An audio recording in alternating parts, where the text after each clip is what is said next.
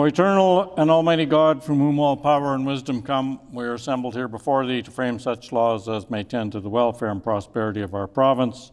Grant, O merciful God, we pray thee, that we may desire only that which is in accordance with thy will, that we may seek it with wisdom and know it with certainty and accomplish it perfectly, for the glory and honor of thy name and for the welfare of all our people. Amen. We acknowledge we are gathered on Treaty 1 territory, and that Manitoba is located on the treaty territories and ancestral lands of the Anishinaabe, Anishinaabe, Dakota Oete, Dene Sulene, and Neothog nations. We acknowledge Manitoba is located on the homeland of the Red River Métis. We acknowledge northern Manitoba includes lands that were and are the ancestral lands of the Inuit. We respect the spirit and intent of treaties and treaty making, and remain committed to working in partnership with First Nations, Inuit, and Métis people in the spirit of truth, reconciliation, and collaboration. Please be seated.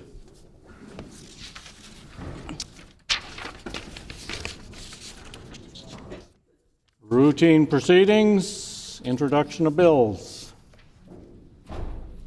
The Honourable Member for Morden Winkler. I move, seconded by the member for Portage Prairie, that bill number 228, the Retail Sales Tax Amendment Act, the Farmer Identification Number, be read now as the first time.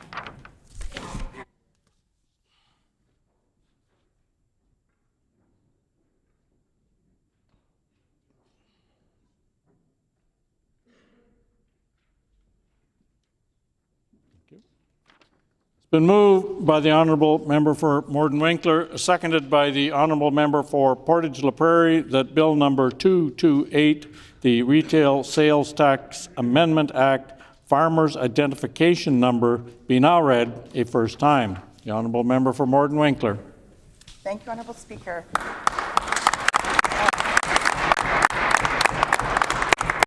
It's an honor for me to rise to present my first bill. Bill 228, the Retail Sales Amendment Tax Amendment Act, will reduce the red tape and the paperwork burden for agricultural retailers and farmers when claiming retail sales tax exemption for farm business inputs, products, and supplies used in the farming operation. The Retail Sales Tax Act is amended to enable a person engaging in farming to obtain a farmer's identification number that can be used in place of a wet or digital signature by retailers when recording farm purchases. A person who provides their farmer identification number is not required to pay taxes on products and services that are exempt when used in farming. The bill reduces requirement for a signed declaration to once within every 2-year period, respecting the farmer's use of product suppliers and services. Thank you. Is it the pleasure of the House to adopt the motion? Agreed and so ordered. The motion is adopted. Committee reports. Tabling of reports. Ministerial statements. The Honourable Minister of Education and Early Childhood Learning. Thank you, Honourable Speaker. Today I rise to recognize this week, April 14th to 18th, as Education Week in the great province of Manitoba. Education Week is an opportunity for all Manitobans to reflect on the importance that education plays in all of our lives and the critical role that educators play in ensuring all children and youth in communities have a sense of belonging and can succeed in reaching their highest potential. I would like to acknowledge educational professionals and school staff, as well as business and apprenticeship partners who work within and across our provincial education system to prepare young people for careers and many other aspects of their future. Every day across Manitoba, teachers, EAs, clinicians, principals, and school staff are inspiring students through rich learning experiences and opportunities to develop the tools they need to become active citizens and leaders in our communities.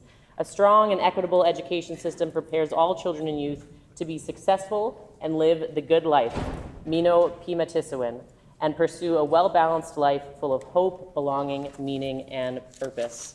Our government is committed to ensuring that all students from all backgrounds and from every corner of our province have the chance to learn and flourish in school. That begins by making sure they have the food they need to focus on learning. This year, for the first time ever, Manitoba students are benefiting from a universal school nutrition program and access to healthy food in schools. The historic Universal Nutrition Program is leading the way in Canada, and our government is proud to ensure that through Nello's Law, this investment in our children and youth will continue for years to come.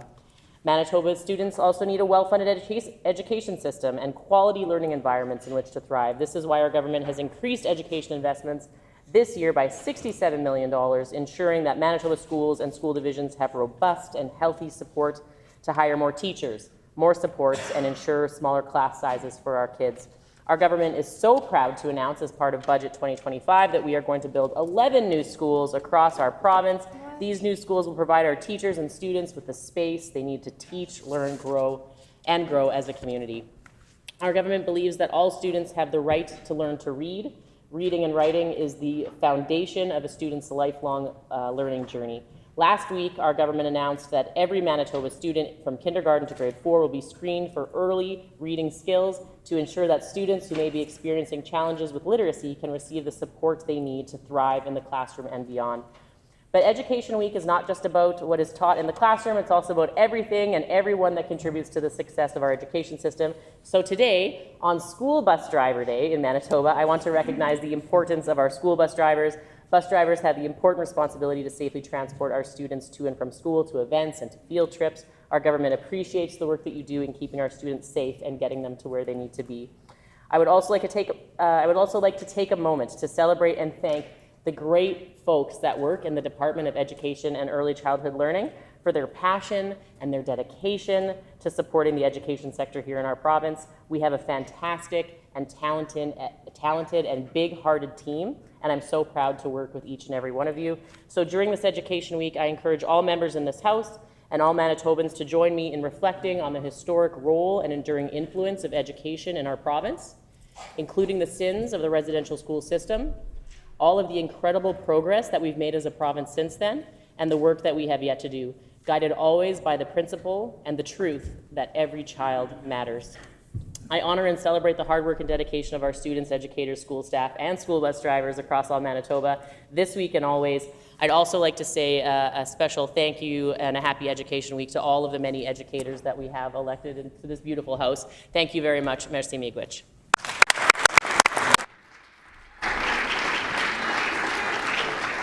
The Honourable Leader of the Official Opposition. Thank you, Honourable Speaker. I'm pleased to rise today to celebrate Education Week in Manitoba, occurring from April 14th to the 18th, 2025. Education Week is an annual celebration that focuses attention on all those who are connected with the education system in helping to shape and nurture the lives of children and youths. They include the many teachers, counselors, bus drivers, support staff, custodians, senior admins, school boards, principals, Department of Education staff, as well as those in industry, business, childcare, and apprenticeship that contributes so much to the education of students, their families, and our communities.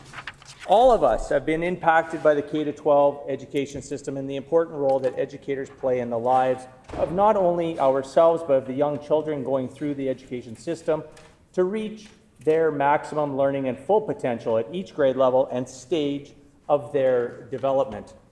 We know that education matters and profoundly impacts individuals, families, and communities.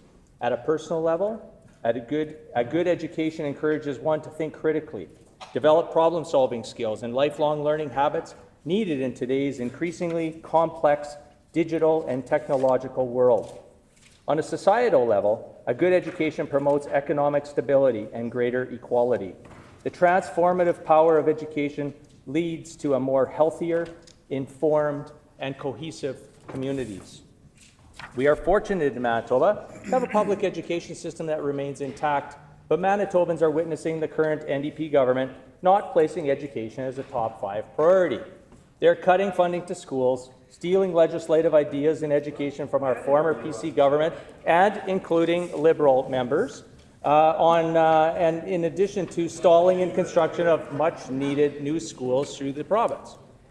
It was our former PC government that worked with educators, parents, and the community in the announcement for the construction of 9 new schools.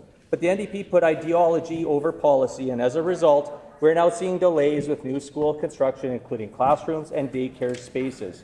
School divisions are voicing increasing concerns of hallway education and overcrowded classrooms throughout many parts of the province, all due to the cuts and flip-flops made by the current NDP government, as well as the large education funding cuts, which is forcing double-digit tax increases on Manitobans.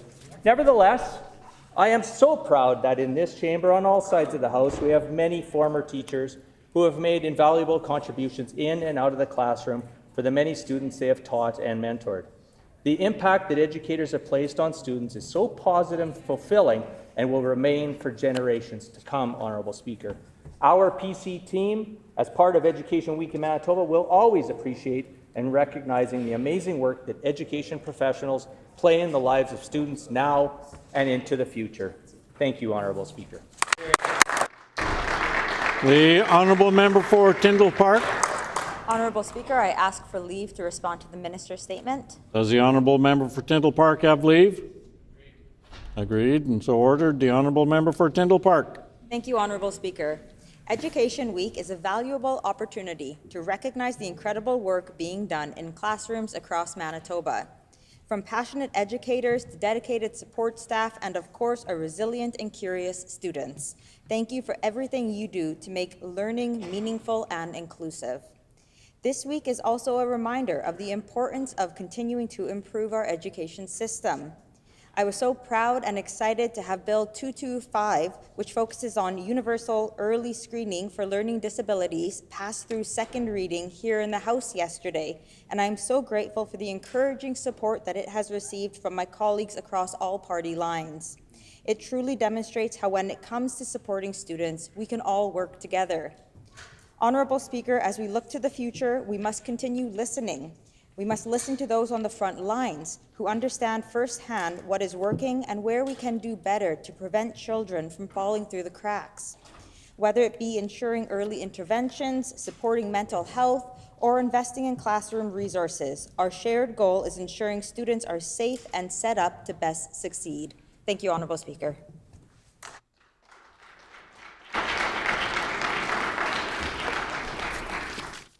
This would be a good time to introduce some guests we have in the gallery.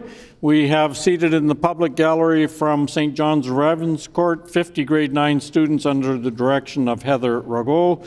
This group is located in the constituency of the honourable member for Fort Garry. We welcome you here today.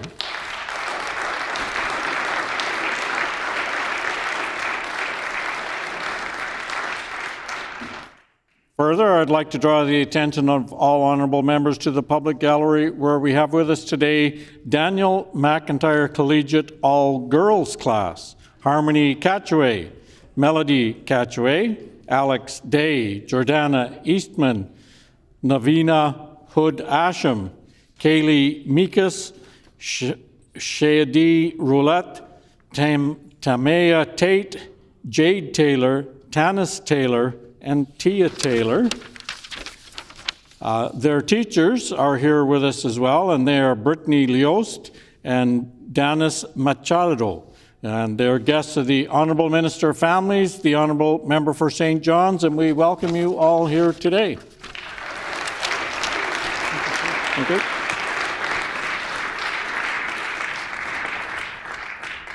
Member statements. The Honourable Member for Transcona.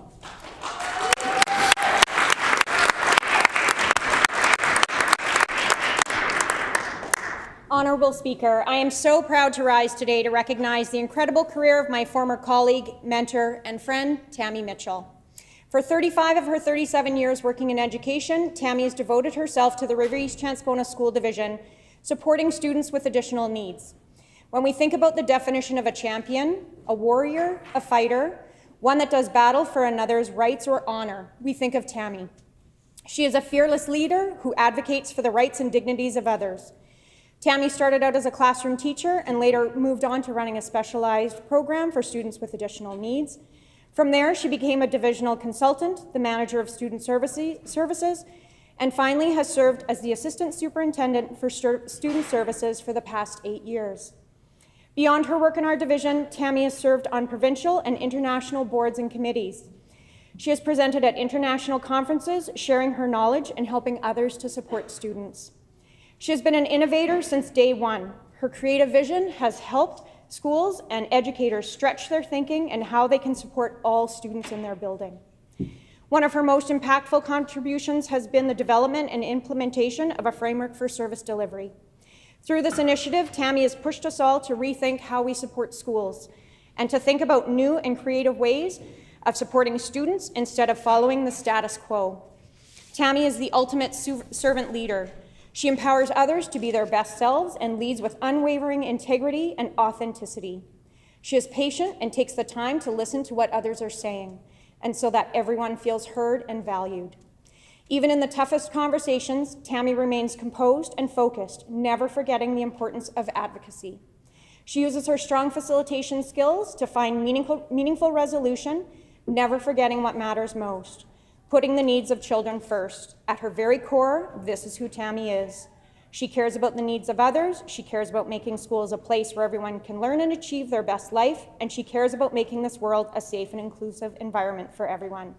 I ask my colleagues to please rise in celebrating Tammy and her incredible contributions to our province.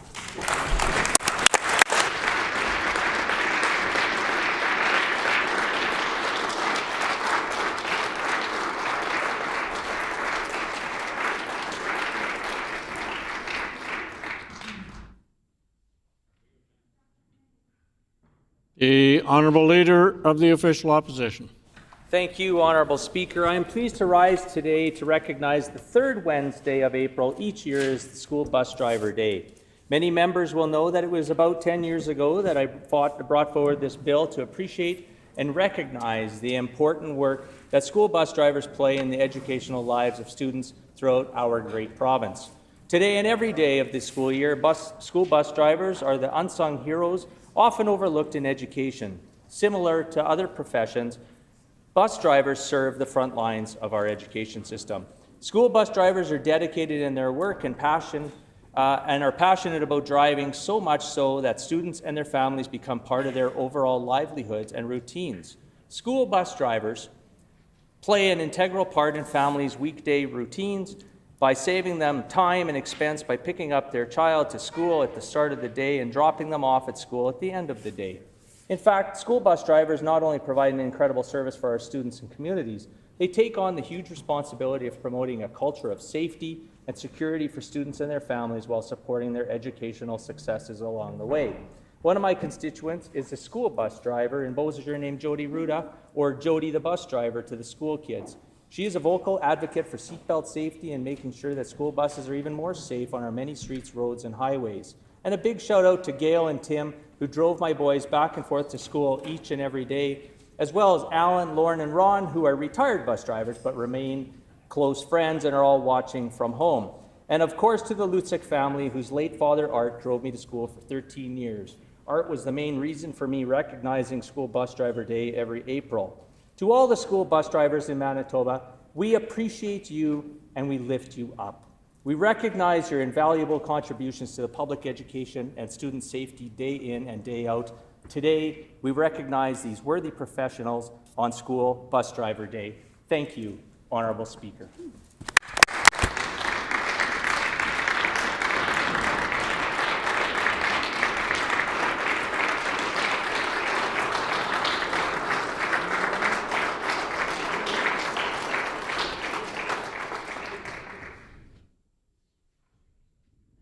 The Honourable Member for Seine River.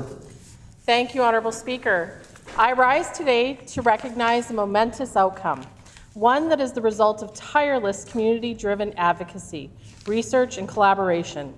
The LeMay Forest, located within my constituency of Seine River, will soon be preserved into a provincial park for Manitobans everywhere to enjoy. The LeMay Forest is not simply a parcel of land. It is a living place that is rich in cultural, spiritual, and ecological meaning for the residents of St. Norbert. For generations, the LeMay Forest has been a place of ceremony, healing, and connection. It's where community members gather for sweat lodge ceremonies. It's where families walk to catch glimpses of the protected pileated woodpecker, and it is where the history of our province lives on. The LeMay Forest is just steps away from where Manitoba's honorary first premier, Louis Riel, founded his provisional government. It is deeply entwined with the Red River Métis heritage of St. Norbert. It is also the final resting place for potentially thousands of children who lived and died in the nearby Azil Rachat orphanage, and who were buried in graves on the land. That land will now be protected and preserved. This outcome was not inevitable. It was the result of 5 years of advocacy by community members. I want to express my deepest thanks and admiration for their efforts. Their leadership reminds us of what democracy looks like in action. Engaged citizens shaping the decisions that affect their communities. I would like to specifically name some of the incredible advocates, archaeologists, historians, researchers, and firekeepers who worked alongside the Coalition to Save LeMay and allowed this victory to happen. Kat Gauthier, Louise May, Gerald Toll, Tracy Turner, Shelley Sweeney, Diane Bousquet, Eric Reeder, Jackson Kowalik, and so many more. I thank you. This is a victory for all Manitobans and for everyone who believes that sacred spaces deserve protection. It sets an example and sends a message about the priorities of our government, the importance of environment, of heritage, of reconciliation, and of listening to all Manitobans. Thank you.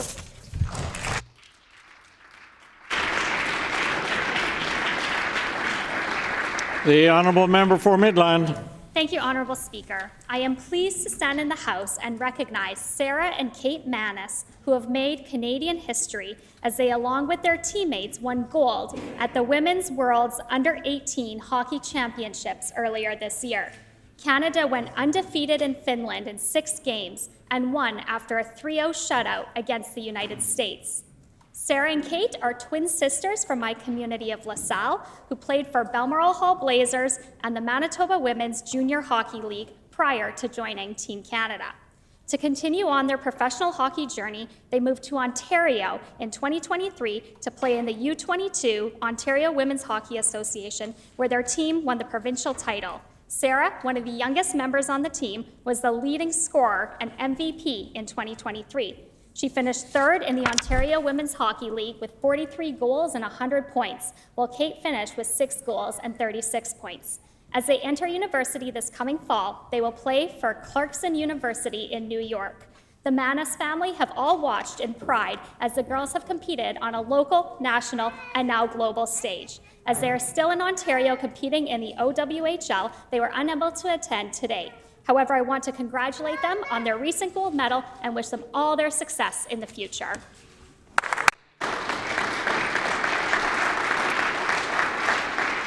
The honourable member for Tyndall Park. Thank you, Honourable Speaker. I rise today to honor Latinas Manitoba Incorporation, a grassroots women-led organization founded by Maria Fernanda Vallejo, a community leader, interpreter, and advocate whose journey, work, and impact has made a difference for immigrant and refugee women here in Manitoba. What started as a Facebook group in 2020 has turned into a nonprofit organization that supports Winnipeg's Latin American community through supporting, uplifting, and protecting Latin American women navigating life here in Manitoba. Maria hosts the Community Hour and Latinas Manitoba TV, which airs monthly, covering community stories, local resources, and educational topics. They have recently expanded into community radio as well. Honourable Speaker, Latinas Manitoba offers free and low-cost programs that assist newcomers with a special focus on empowering women. This has grown into a community-powered movement led by volunteers representing a network of over 2,000 members and almost 7,000 Spanish-speaking immigrants across Manitoba. Some of these services include helping people with resumes and interview skills, navigating the medical, legal, and financial systems, hosting health and wellness workshops, and helping to raise awareness about intimate partner violence, and providing interpretation for all of these resources. Further, they donate food hampers to families facing food insecurity, and their Latinas Closet project has donated hundreds of clothing and personal care items to families in need. Honourable Speaker, if you can't tell, they do a little bit of everything. In closing, Latinas Manitoba Incorporation is building a future of empowerment. They are creating a community with access to knowledge and amplifying the voices of Latin American women right here in Manitoba. I ask my colleagues to join me here today in recognizing the members who have joined us here today in the gallery.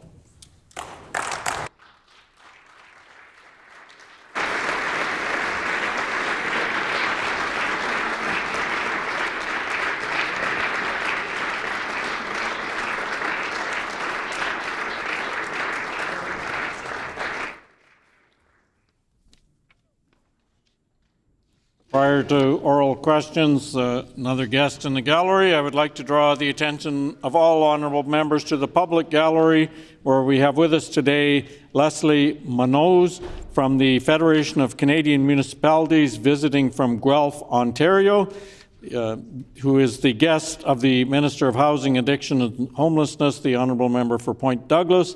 And on behalf of all honourable members, we welcome you here today.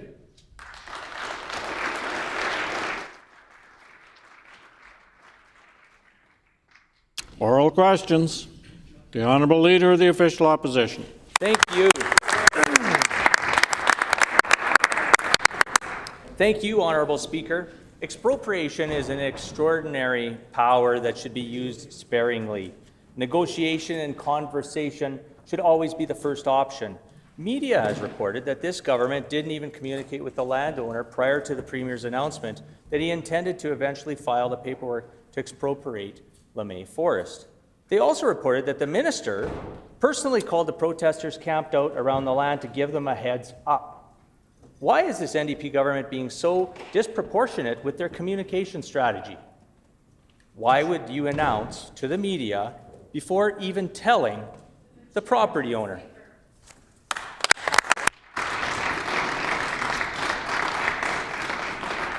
Just a quick reminder that questions should always be directed through the chair, not directly at a member opposite. The Honourable First Minister. I want to thank our member for Seine River for her tireless advocacy to protect LeMay Forest.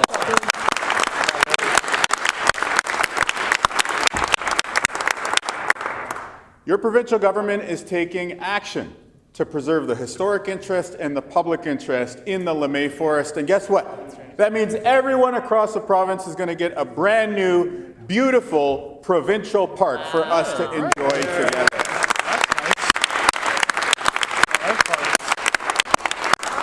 Again, protecting our history, protecting wildlife, creating a provincial park for everyone to enjoy. Sounds good to me. Who in their right mind would possibly oppose that? Oh yeah, there we go. That's them right there. The rudderless PC opposition, who just this week also opposed Bill 23, better known as anti-SLAPP legislation. Anti-SLAPP legislation is to make sure that people who prey on others in our societies can't use frivolous lawsuits. Well, members' time has expired. The Honourable Leader of the Official Opposition on a supplementary question. Each and every day, Honourable Speaker, Premier stands up and once again puts misinformation on the record, tries to distract from the fact that he is failing as a Premier, Honourable Speaker. The NDP tendency to resort to expropriation instead of proper negotiation is a long-standing tactic. Farmers and landowners throughout Manitoba remember how the NDP negotiated for land for the multi-billion-dollar Bipole 3. The MLA for Fort Rouge. This Premier, his mentor, Greg Selinger, drew an arbitrary line on a map and gave landowners two choices: sign a deal now or have your land taken away. The minister confirmed that he had called the protesters. Can the Premier tell us when he called the property owner? Here. The Honourable First Minister. We're standing up for our collective interests as Manitobans in a shared history and a beautiful future with a wonderful new provincial park at LeMay Forest. The members opposite, though, who are they standing with? They delayed Bill 23. That's anti-SLAPP legislation. That is a protection so that somebody like April Telek, who sued Peter Nygaard over the alleged sexual assault, doesn't have a countersuit launched against her to try and silence her voice. Who would you want to stand with on that side of the equation? Seems like most Manitobans think that Peter Nygaard is a pretty bad dude, and we should take steps in this legislature to protect people from his actions. Why did the PCs then block Bill 23 that was going to bring in that protection? Please, educate us. Help us understand. Why did you block Bill 23? Through you, the chair. Order, please. Just saying through you, the chair, is not the same as going through the chair. So just caution the Honourable First Minister. The Honourable Leader of the Official Opposition. Thank you, Honourable Speaker. And this Premier can all educate us because we know that he's got a history and a profound knowledge of the word slapping, Honourable Speaker. What's most concerning, Honourable Speaker, on this topic is the order in council and the Premier recently posted, which I table, Honourable Speaker. We know he, like Donald Trump, loves to be the Ontarian showman. The Premier even demanded the media applaud him earlier this week. The order in council tells the Minister of Environment and Climate Change basically to ignore the process. We already know the Premier blindsided the developer by refusing to communicate or negotiate. Why would the Premier sign an order in council to further deny the opportunity of all interested parties to be heard? The Honourable First Minister. We're creating a beautiful new provincial park, end of story. That's right. But it's only the beginning of the story to try and understand the bizarre decision-making on that side of the House. They're blocking Bill 23. That is to bring protection for people who want to speak out and seek accountability from people who've done them wrong in the judicial system, and they blocked it. Everyone on that side of the House needs to think very, very carefully when they find themselves on the side of Peter Nygaard. Right. And when you think about Bill 30, that is about the landfill ads that each and every one of them stood behind. They tried to stand firm against the landfill surge. We stood with you, the people of Manitoba. We searched the landfill, and we're bringing 2 Manitoba women home to their families. Thank goodness. Why did they block that bill? What are they doing here each and every day? If you don't have a substantive reason to oppose legislation, let it pass. And if they can't defend their actions on Bill 23 and Bill 30, perhaps they should revoke the blockage of those bills so we can get on with serving you, the people. Time has expired. The Honourable Leader of the Official Opposition. I'll remind the Premier that he actually is in the majority, so he has the opportunity to take forward any bills he wants. We're not blacking anything. Yesterday, the Minister of Addictions finally faced the constituency what the community feels about her injection site for illegal drugs. The Minister continues to mislead the citizens of Point Douglas. She files an application to the federal government for an injection site at 200 Disraeli, but continues to insist no site has been determined. This is quite surprising considering the money, time and effort put into promoting the site.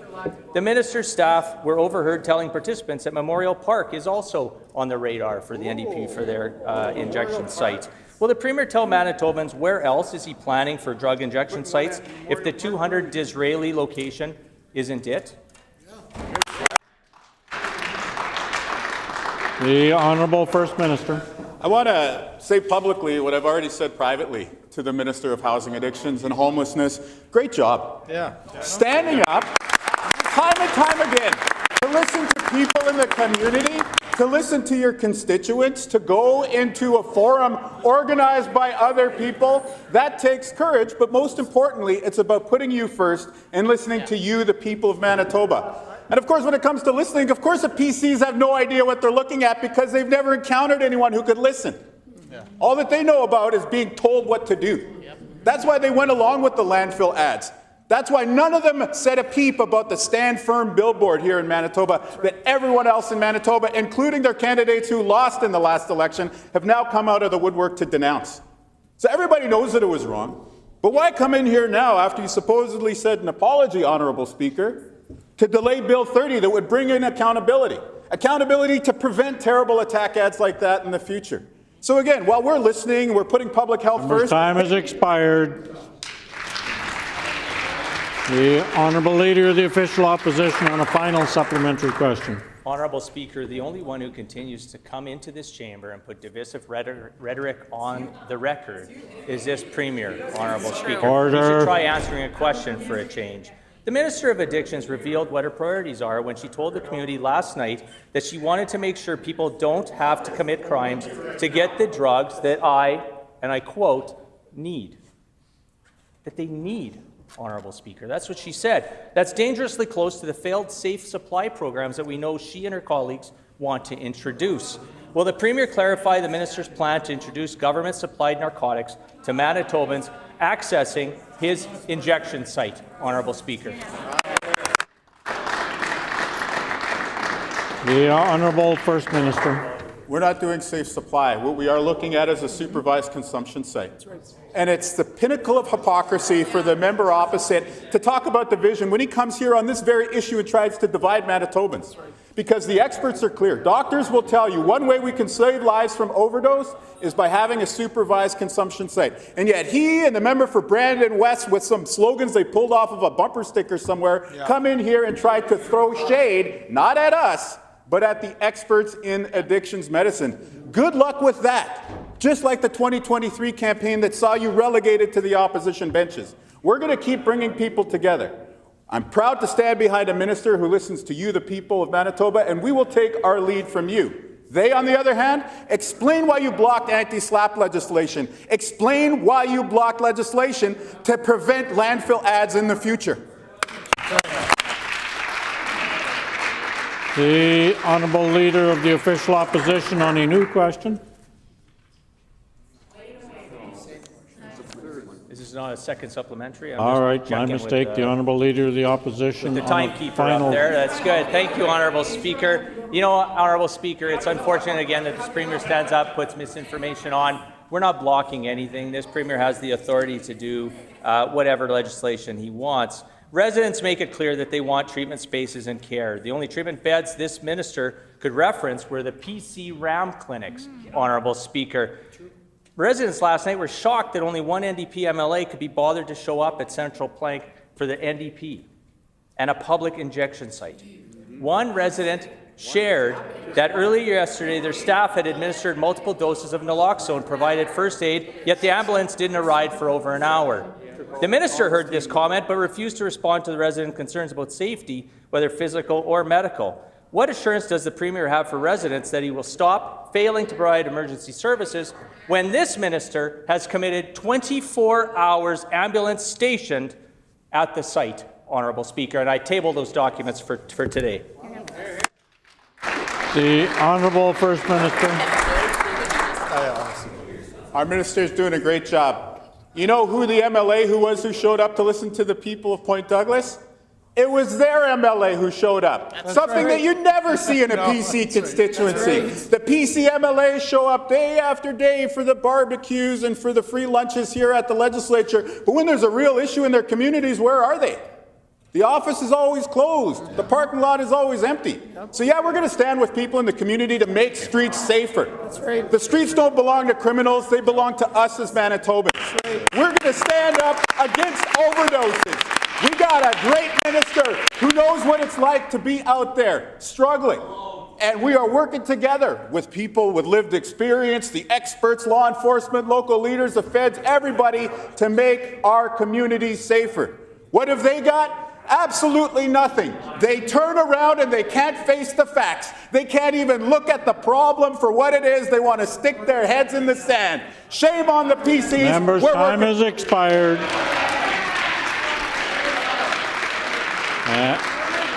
Order, please.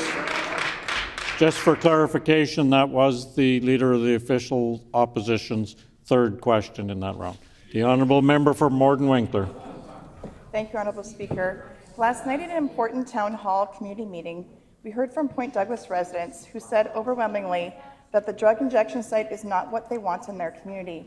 The minister told the crowded room, that the proposed site at 200 Disraeli wasn't set in stone. Can the minister tell us what other locations are currently being considered for the drug injection site?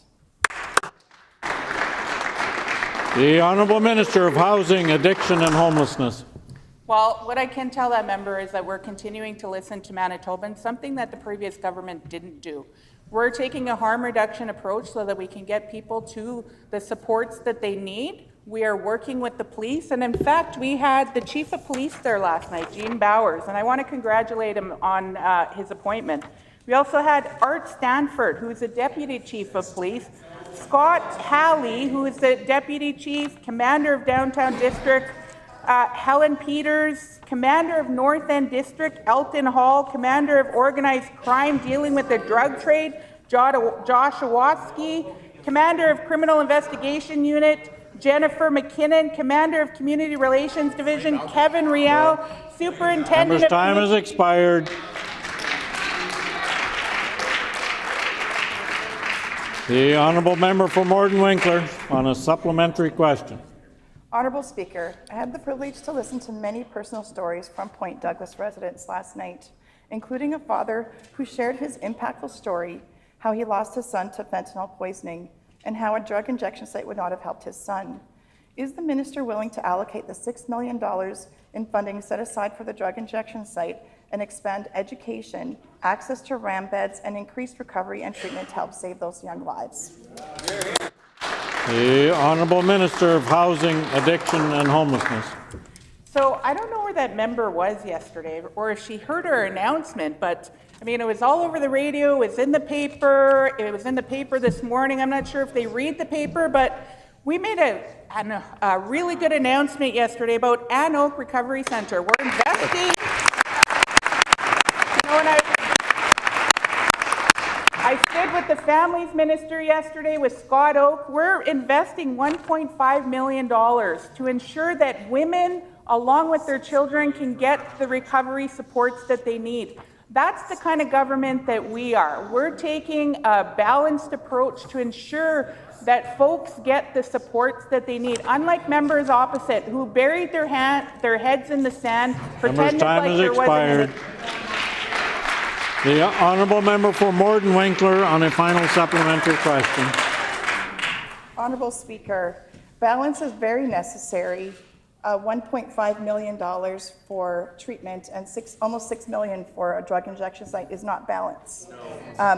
Will the minister instead use the funding to open an additional 1,000 beds, which that $6 million would cover, and end the waiting list that people are waiting for treatment today?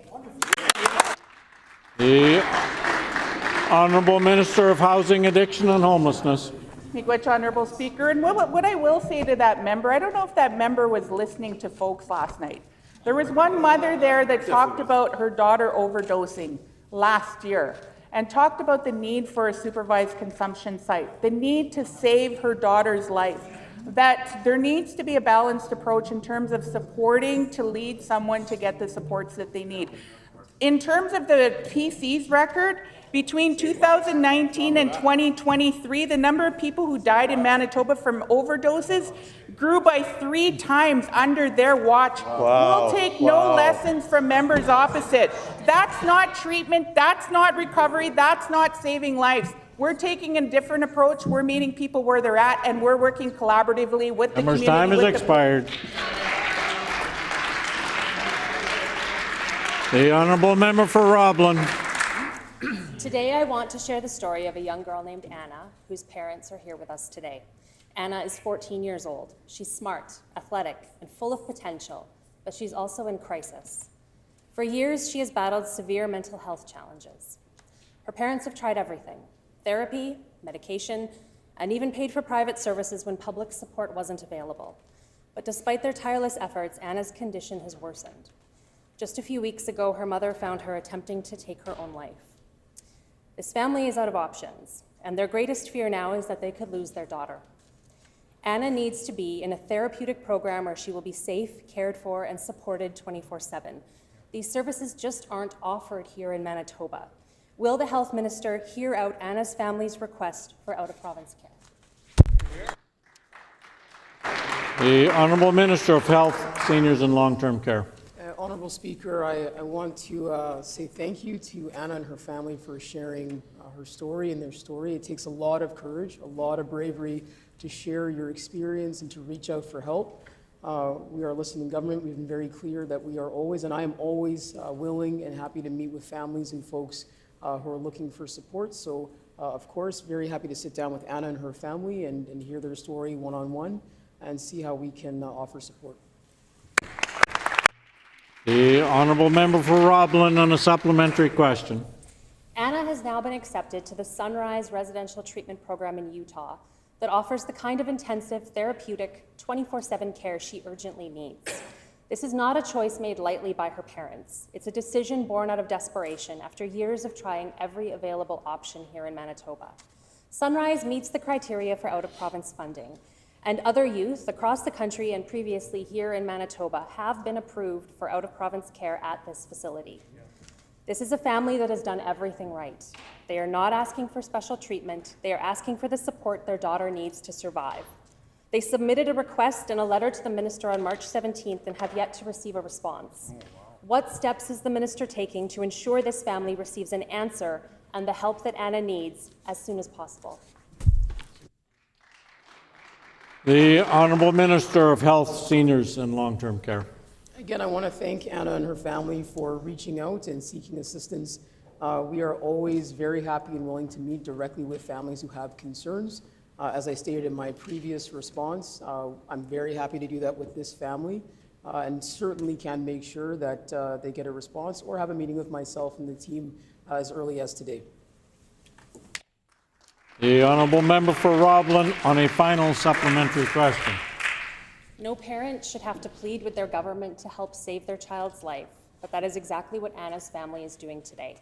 Their story speaks for so many families in this province who are facing similar struggles, navigating a system that is under strain, waiting months or even years for psychiatric care, and feeling helpless as their children fall deeper into crisis.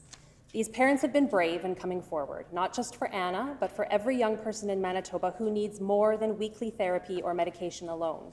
The care Anna needs just isn't offered here at home. She needs help, and she needs that help now. I'm very glad to hear that the minister will meet with them, but will they also approve the required funding for her out-of-province care and help save Anna's life? The Honourable Minister of Health, Seniors and Long-Term Care. I think the member opposite understands why that's an inappropriate question to pose on the floor of this House. I have made clear that, of course, my door is always open for families, for youth, for folks who are looking for supports in terms of their health experiences. I do look forward to meeting with Anna and her family, again, as I said, as early as today. And I say this as someone who worked on the front lines as a mental health provider for many years. I know that there are youth and families who are struggling with these challenges across our province. Our government believes in strengthening those services and doing whatever we can so that no matter where you live, the care that you need is available. And certainly in exceptional circumstances, our government is here to listen and to work with all families in need. The Honourable Member for Selkirk. Honourable Speaker, the weather is warming, the AMM convention is underway, grant season is upon us. Soon municipalities, community groups, and not-for-profits will be finding out if they're successful in their applications. Last year, camps and church groups were the target of this minister's cuts. Can the minister tell us which groups will be left out this year from Green Team funding? Yeah, that's a great. The Honourable Minister of Municipal and Northern Relations.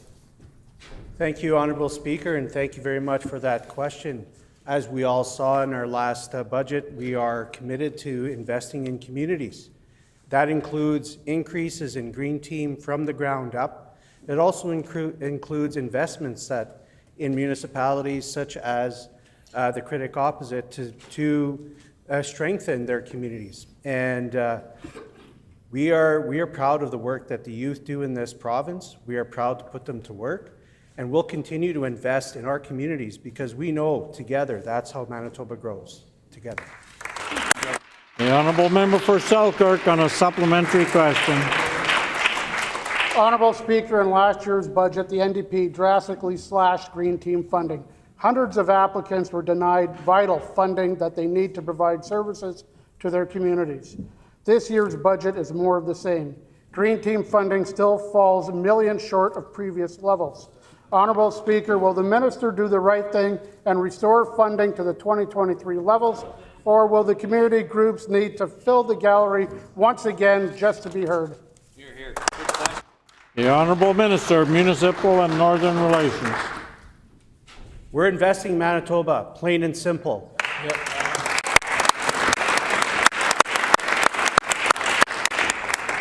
We are investing in Green Team, we're investing in from the ground up, we're investing in Manitoba Grow. All across the province, fire trucks, bridges, roads, schools, all over this province. Now, I don't know what AMM they were at yesterday, but people are saying, finally, people are listening. We can sit down with the government and have a conversation about what we need, and you're actually doing it. That's why we're building schools outside of Winnipeg and in Winnipeg. That's why we're continuing to invest in Green Team. We can say, oh, last year... Member's time has expired. The honourable member for Selkirk on a final supplementary question. Honourable Speaker, this government has a habit of renaming previous successful PC programs, then gutting them. Surprisingly, the Green Team has not been renamed, but boy, has it been defunded. Honourable Speaker, with staggering inflation and economic uncertainty, we are relying on our community groups more than ever, and young Manitobans are relying on the income and job experience that the Green Team provides. Why is this minister not restoring funding to the 23 levels for the Green Team? The Honourable Minister of Municipal and Northern Relations. You know what we're restoring? Integrity and governance. That's what this government is doing. We are investing all over this province. We know that our municipal partners know that they finally have a partner who comes to the table. They dig a hole, they throw them a shovel, we throw them a ladder. It's real simple. Oh, in an extraordinary situation, the PCs finally did something. So can you do it again and again? We are very conscious. We work with our partners. We target our investments. We make sure they make a difference for Manitobans. We just don't throw something at the wall and say, please elect us, please elect us. We have a plan. Member's time has expired. The honourable member for Midland. Honourable Speaker, today Ontario Premier Doug Ford joined premiers across the country by introducing legislation to tear down interprovincial trade barriers. All these provinces and premiers are taking action, but our premier has been strangely quiet on the subject and has failed to reveal any legislation. We are saying time's up, and our team is taking action where this premier has failed. Why has this premier failed to bring forward any meaningful legislation to tear down interprovincial trade barriers and embrace labour mobility? The Honourable First Minister. I want to provide an update to the House. We have the Premier of Nunavut in town today to sign on to this deal to build our country, to build Canada, to build a transmission line so we can make more money and create more jobs. And guess what? The member opposite may not know either. Doug Ford called me while I was watching the Jets game on Sunday, and I said, Fordsy, guess what? We're going to the Cup this year. And he said, I believe it. Come to Queen's Park, we want you to sign on to this deal. I said, sorry, we're doing a nation-building thing in Manitoba instead. Right. I'll be to Queen's Park soon enough so we can knock down barriers, knock down the Trump supporters, and build up Canada!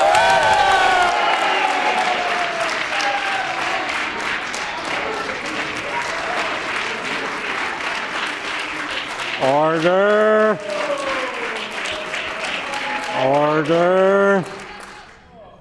The honourable member for Midland. Honourable Speaker, this Premier has had months to commit to removing interprovincial trade barriers and bringing forward meaningful legislation. Yesterday, we introduced Bill 227, the Free Trade and Mobility Within Canada Act. This bill is almost identical to legislation brought forward in other provinces to tear down these barriers and make Canada a truly open market. Canada stands to gain $200 billion in economic growth for our economy if we embrace complete internal trade. Timing is of the essence. Other provinces have already brought forward legislation. We will be debating this piece of legislation tomorrow morning. So will this NDP Premier stand up and support our legislation tomorrow? The Honourable Minister of Business, Mining, Trade and Job Creation. Honourable Speaker, I love this country, and I love the fact that I get to work with business owners here in Manitoba to support our great and growing economy.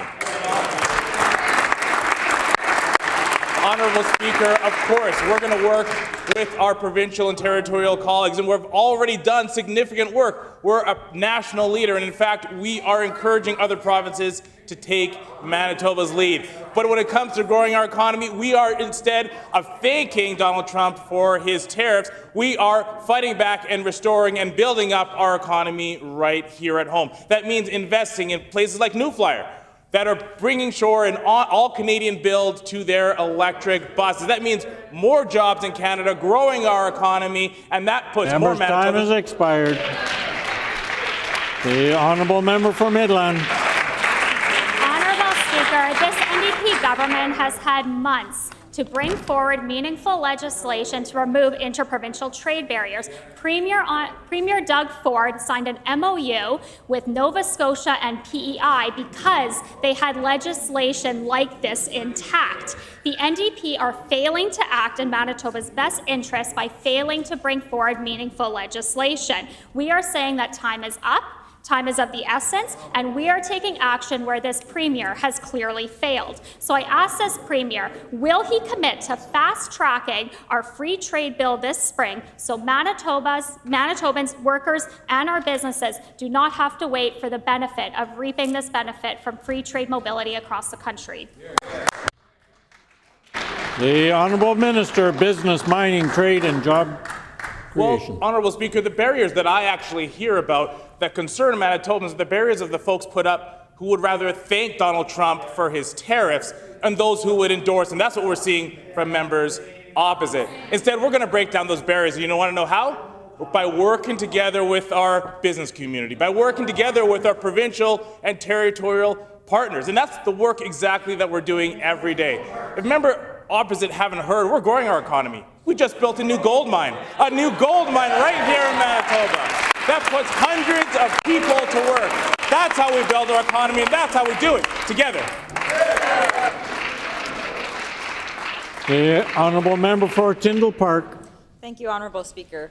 Manitoba's research community plays a vital role in everything from public health to climate resilience and technological innovation. Over the last decade, due to stagnant budgets, our province's brightest scientists are feeling overlooked and underfunded. Now we see that the Premier is inviting American researchers to move here, and while we understand the global challenges in science right now, I'm hoping the Premier will explain why this government is prioritizing the recruitment of international scientists before restoring stable funding and infrastructure for the world-class researchers already here in Manitoba. The Honourable Minister of Health, Seniors and Long-Term Care. I really love that question, I have to say, from the member for Tyndall Park. Research is foundational to us having a strong healthcare infrastructure, innovative opportunities to make sure Manitobans have the best healthcare outcomes. So when it comes to healthcare research, certainly our government recognizes that for 7.5 years under the previous failed PC administration, not only was that not invested in or prioritized, but it was cut in many, many different creative ways. We're taking a different approach. We are standing up some really wonderful research opportunities. One of the first things we did actually as a government was create a fellowship chair at the University of Manitoba for HIV research, which has been filled, and that work is actively being done. We know there's much more to do. We look forward to doing it and making those investments to the benefit of Manitobans. The honourable member for Tyndall Park on a supplementary question. Thank you, Honourable Speaker. Strong research requires infrastructure, grant programs, and long-term investment. An open letter from Canadian researchers earlier this month made it very clear that while Canada should welcome displaced American scientists, we are not yet ready to fully support them without immediate investment. Manitoba scientists have said the same, that without better lab space, more grant opportunities, and a sustainable funding model, researchers won't stay. Can the government explain what concrete steps they are taking to ensure that we have the capacity to support incoming researchers while also addressing the present needs of the research professionals already here in Manitoba? The Honourable Minister of Health, Seniors and Long-Term Care. Honourable Speaker, our government understands the importance of this area of research, and we work across departments to do so. Our Minister of Business, Mining, Jobs and Trades invested in our first budget, rather, $200,000 into the clinical trial space dedicated to research. Our government in this budget is standing up clinical scientist chair opportunities in our province. That's to recruit the best and the brightest internationally to Manitoba for these highly coveted positions. We've met with many research-based organizations locally to understand their needs, to make sure they have the investment and the support of government and a partner. What I heard from different research organizations in Manitoba is that the previous government wouldn't even sit down and have a conversation with them. We're sitting down, we're having those meetings, we're learning about their needs. Member's time has expired. The honourable member for Tyndall Park. Thank you, Honourable Speaker. Research is collaborative and it's local. Yet despite the Premier's announcement inviting American scientists to Manitoba, we've heard from several universities and research bodies that they were not consulted ahead of time. This echoes the concern raised by over 1,000 researchers across Canada in a public letter that calls for greater investment to protect our scientific sovereignty and strengthen our homegrown research capacity. Did this government consult with any of Manitoba's research leaders before launching this initiative? The Honourable Minister of Health, Seniors and Long-Term Care. We've been meeting with these research organizations since our government came into office, Honourable Speaker.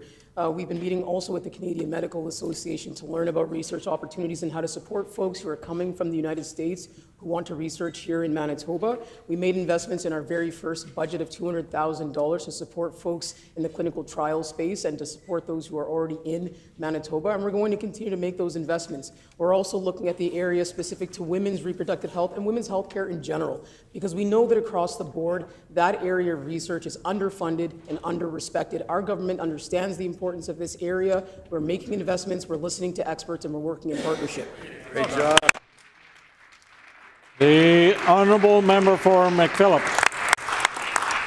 Honourable Speaker, for 7.5 years, the PC government froze funding to law enforcement, lost over 50 WPS officers, cut the bail program to the bone, and left more than a quarter of correctional staff positions vacant.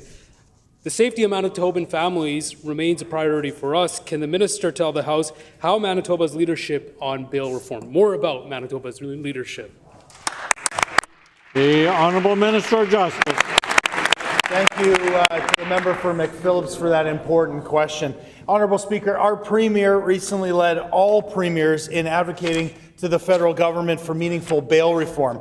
Yesterday, I joined with municipal leaders from across the province to build on that commitment and to amplify the call for immediate action on bail reform. This, of course, is in sharp contrast to the members opposite who prioritize cuts and bail enforcement and close jails across our province. We took a different approach, one of action and one that the National Police Federation has endorsed. We're going to continue to work with our municipal partners. We're going to work across this province to make bail stronger, and we're going to work to make sure the federal government listens to our time has expired. The Honourable Member for Brandon West. Well, I'm certainly hoping that the Minister of Justice takes that advice on bail, because just on Monday, Winnipeg Police Service advised that they had made an arrest following another violent stabbing incident aboard a transit bus that occurred on April 2nd. A 21-year-old victim, just trying to get home, was robbed and stabbed, requiring medical aid. So much for the Premier's promise, and I quote, "We will end violent crime." Get the ball back. What Manitobans that I talk to find so upsetting in this most recent string of violence is that the two individuals are charged with robbery, assault with a weapon, and fail to comply with conditions of their release order once again. When is this minister going to slam the revolving door shut and have the violent criminals that are reoffending sentenced to jail, not bail? Hear, hear. The Honourable Minister of Justice. Honourable Speaker, I believe it would have been helpful for the member opposite to spend time with those municipal leaders we were talking about earlier. If he would have spent time with them yesterday, listened to their concerns, he would have heard clearly that they are united with us in calling on the federal government to take real action on bail reform. But we heard more. We heard that they appreciated the increased investment that we've made to local law enforcement and specifically on the issue of bail.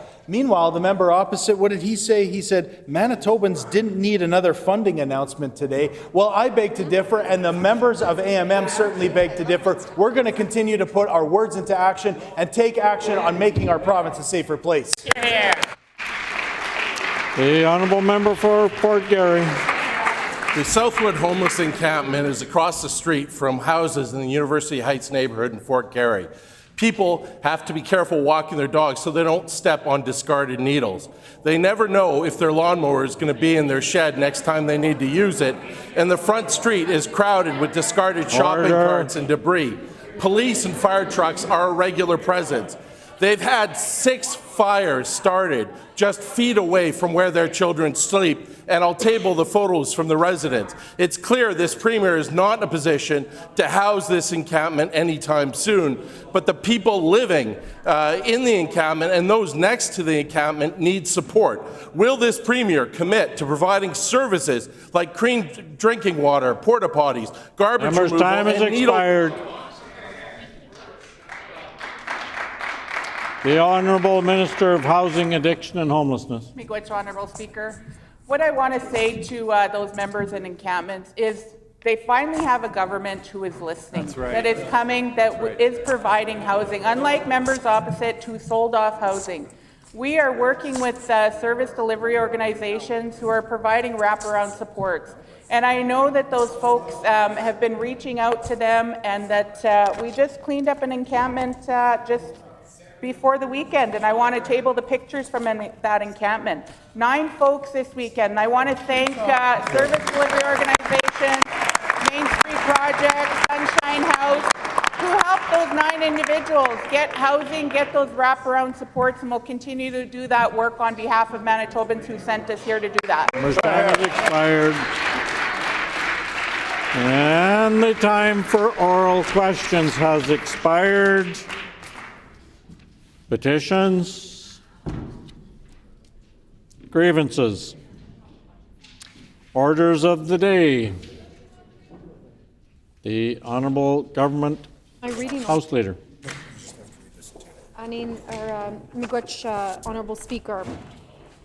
On House business, I would like to table a list of the government-specified bills for this second session of the 43rd Legislature.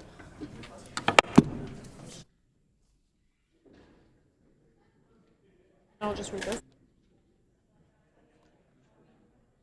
The Honourable Government House Leader. Miigwech, Honourable Speaker. Could you please call second reading of Bill 39, the Public Schools Amendment Act, Campaign Financing for School Trustees, followed by Bill 6, the Public Schools Amendment Act, followed by Bill 19, the Public Schools Amendment Act, Safe Schools, followed by Bill 11, the Oil and Gas Amendment Act, followed by Bill 26, the Vital Statistics Amendment Act, followed by Bill 3, the City of Winnipeg Charter Amendment and Planning Amendment Act, followed by Bill 4, the Planning Amendment Act, followed by Bill 21, the Protecting Youth in Sports Act, followed by Bill 15, the Real Estate Services Amendment Act, followed by Bill 28, the Manitoba Hydro Amendment, followed by Bill 37, the Manitoba Financial Services Authority Act, and amendments to various other acts. The Honourable Government House Leader has tabled the list of bills that we will be debating at second reading for this afternoon. No. My mistake. The Honourable Government House Leader tabled the list of specified bills and then notified us of the bills that we will be debating this afternoon. I was afraid you were going to say that. Right.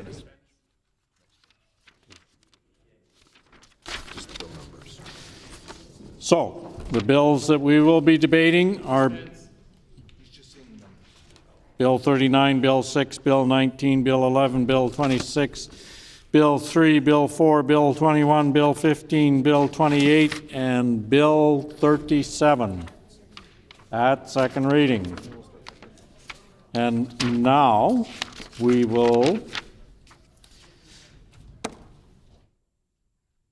We will start with Bill number 39, second reading of the Public Schools Amendment Act campaign financing for school trustees. The Honourable Minister of Education and Early Childhood Learning.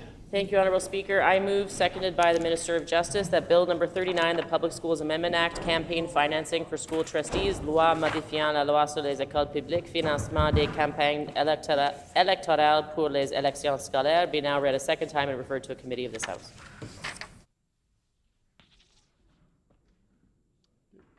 Been moved by the Honourable Minister of Education and Early Childhood Learning, seconded by the Honourable Minister of Justice, that Bill number 39, the Public Schools Amendment Act campaign financing for school trustees, be now read a second time and be referred to a committee of this House. The Honourable Minister of Education and Early Childhood Learning.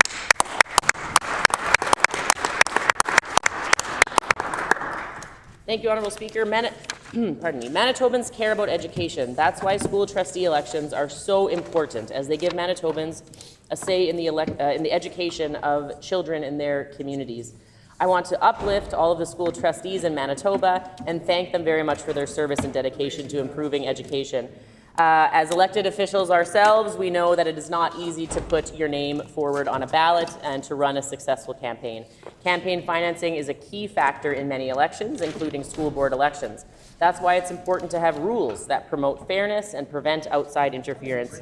In Manitoba, school board elections are governed by the Public Schools Act, the Municipal Councils and School Boards Elections Act. Currently, there is nothing in these acts that sets out rules regarding school board election financing, which leaves them vulnerable to outside influence and individual donors having significant impact on our elections.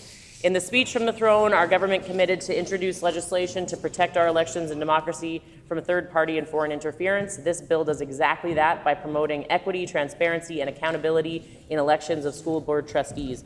This bill will align Manitoba with other jurisdictions by amending the Public Schools Act to establish campaign financing rules for school board trustee candidates. There will be clear definitions of campaign expenses and the campaign period, and each candidate will have to register before soliciting or accepting contributions. In addition, Bill 39 makes it so that only individuals who normally reside in Manitoba can make contributions to a candidate. This change protects our elections from outside actors who don't have any skin in the game. Contribution limits will now be set at a maximum contribution limit of $1,500. Candidates, however, will be able to contribute up to $7,500 to their own campaign, but will be prohibited from incurring a deficit, limiting the campaign to the funds raised. Candidates will also have to report on their contributions made to their campaigns and on expenses incurred, including reporting the names of those who donate $250 or more. These reports will be posted publicly on the school division website. To ensure everyone follows these rules, Bill 39 provides that failing to comply with these campaign financing provisions be considered a provincial offence. Honourable Speaker, this bill is an important step to promote fairness, transparency, and accountability, ensuring that school boards reflect the needs and aspirations of the families and communities that they serve. Thank you. Merci, Miigwech. A question period of up to 15 minutes will be held. Questions may be addressed to the Minister by any opposition or independent member in the following sequence. First question by the official opposition critic or designate. Subsequent questions asked by critics or designates from other recognized opposition parties. Subsequent questions asked by each independent member. Remaining questions asked by any opposition members, and no question or answer shall exceed 45 seconds. The floor is now open for questions. The Honourable Leader of the Official Opposition. Thank you, Honourable Speaker. I'd like to ask the Minister, will third-party interference be completely eliminated under this new bill? The Honourable Minister of Education and Early Childhood Learning. Thank you, Honourable Speaker. And while I wish that there were some piece of legislation, multiple pieces of legislation, we do have multiple pieces of legislation coming forward in this session. I wish that I could guarantee to Manitobans that there will never again be election interference here in Manitoba. Unfortunately, I can't provide that guarantee. What we can do, though, is take this important step by enacting Bill 39, which will improve transparency, democracy, and help us mitigate and avoid any third-party interference as best we can. As a province, we're here to work for Manitobans, we're here to protect democracy, and we're here to protect your freedom. The Honourable Leader of the Official Opposition. So much like cybersecurity, Honourable Speaker, there's little confidence coming from this minister to Manitobans for any surety to any kind of safety or fair playing by any rules. Can the minister explain to prospective trustee candidates the purpose of the bill and what it means for them? The Honourable Minister of Education and Early Childhood Learning. I will never apologize for being honest and transparent with Manitobans. That's what you get when you elect the Manitoba NDP. You get straight answers. Unlike members opposite, who will sell you any sort of story to try to gain themselves favor, to try to gain themselves a seat in this House. That's not what you're going to get from the Manitoba NDP. Bill 39 is intended to improve transparency, to protect our democracy, and to protect the freedoms that we hold so dearly here in Manitoba. I congratulate, celebrate, and lift up everyone who has ever put their name on a ballot to run for school trustee. It is hard work. It can be thankless work. The member opposite and I know better than probably anyone else about that. We think Bill 39 is only going to further improve governance in. The Honourable Leader of the Official Opposition. Thank you, Honourable Speaker. And the last question that I had asked was definitely not in a raised tone or meant for any type of controversy, Deputy or Honourable Speaker. So I'll ask again, because she didn't answer the question. Can the minister explain to prospective trustee candidates the purpose of the bill and what it means for them?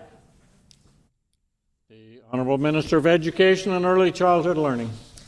Thank you, Honourable Speaker. And I've been told my whole life that I'm too loud, that I take up too much space. I continue to hear that from the member opposite. I'm going to repeat for him what I told him yesterday, which is to get used to it. If he doesn't like it, he better get used to it. So the point of this bill, candidates will be required to register before soliciting or accepting contributions. They can only take contributions from individuals that reside in Manitoba or persons or organizations active in Manitoba. It means that there's going to be no third-party donations. It means you have to live here in Manitoba. It means that you have to keep a track of your contributions. We think that what this bill does is even the playing field and ultimately protects our democracy, protects our freedoms, and provides transparency that Manitobans are looking for. That's what the Manitoba NDP is here to deliver, and that's what the failed PC government... Time has expired. The Honourable Leader of the Official Opposition. So once again, Honourable Speaker, the Education Minister, the Education and Early Childhood Learning Minister stands up, puts misinformation on the record. I never did once say in this House anything that she has accused me of saying, which again is nothing new for either the Education Minister or many members on that side of the bench, Honourable Speaker. So it's unfortunate, but I will ask her the lob question because she failed to answer the last question again so easily. Who was consulted on Bill 39? The Honourable Minister of Education and Early Childhood Learning. We've consulted with many Manitobans. We've consulted with Manitobans that participate in, have stood as trustees. We have consulted with organizations that think a lot about municipal and school trustee elections. And frankly, we've just listened to Manitobans who told us that this is long overdue. This is something that Manitobans were asking for from the previous government. The previous government failed to act. They do not care about protecting our democracy. In fact, Honourable Speaker, would it shock you to know that one of the leadership candidates for their party thanked Donald Trump and congratulated him for allowing foreign interference in our elections here in Canada? That is absolutely shameful. Members' time has expired. The Honourable Leader of the Official Opposition.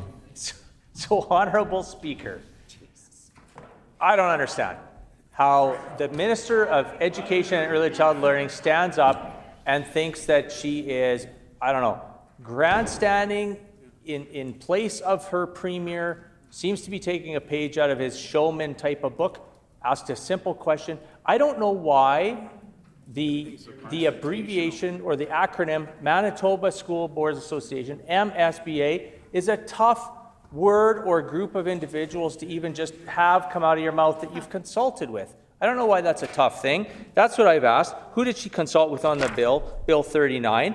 MSBA. Did you consult with MSBA or not? Yes or no? Just a quick reminder that always address your questions through the chair and not directly to the member opposite. The Honourable Minister of Education and Early Childhood Learning. Thank you, Honourable Speaker. And again, we've consulted with many Manitobans. This bill is long overdue. And since the member opposite brings up the MSBA, I am so happy to put some words on the record congratulating and thanking their outgoing president, Sandy Nemeth. She did an absolutely wonderful job in her role, and we know that she'll continue to serve Manitobans in future roles. And we also want to thank and congratulate and welcome Alan Campbell, the new president of the MSBCA. We have had a wonderful dialogue so far, and I look forward to continuing on this dialogue and working together to improve education outcomes here in Manitoba and also to improving school board elections. The Honourable Leader of the Official Opposition. So just because the minister stands and congratulates Ms. Nemeth on her exit from being the leader of MSBA, and I've had the pleasure of working with Sandy for quite a few years, matter of fact, probably closer to 12, 13 years. Honourable Speaker, so the answer that I received from the minister is that no, she did not actually discuss this with MSBA, which is unfortunate because it's the Manitoba School Boards Association. So I will ask the minister, is this going to, has she spoken to candidates, potential candidates, successful or not, about the campaign expense limits? Do they feel that they're too high or too low? The Honourable Minister of Education and Early Childhood Learning. If the member had read the bill, he would know that there's no campaign expense limits.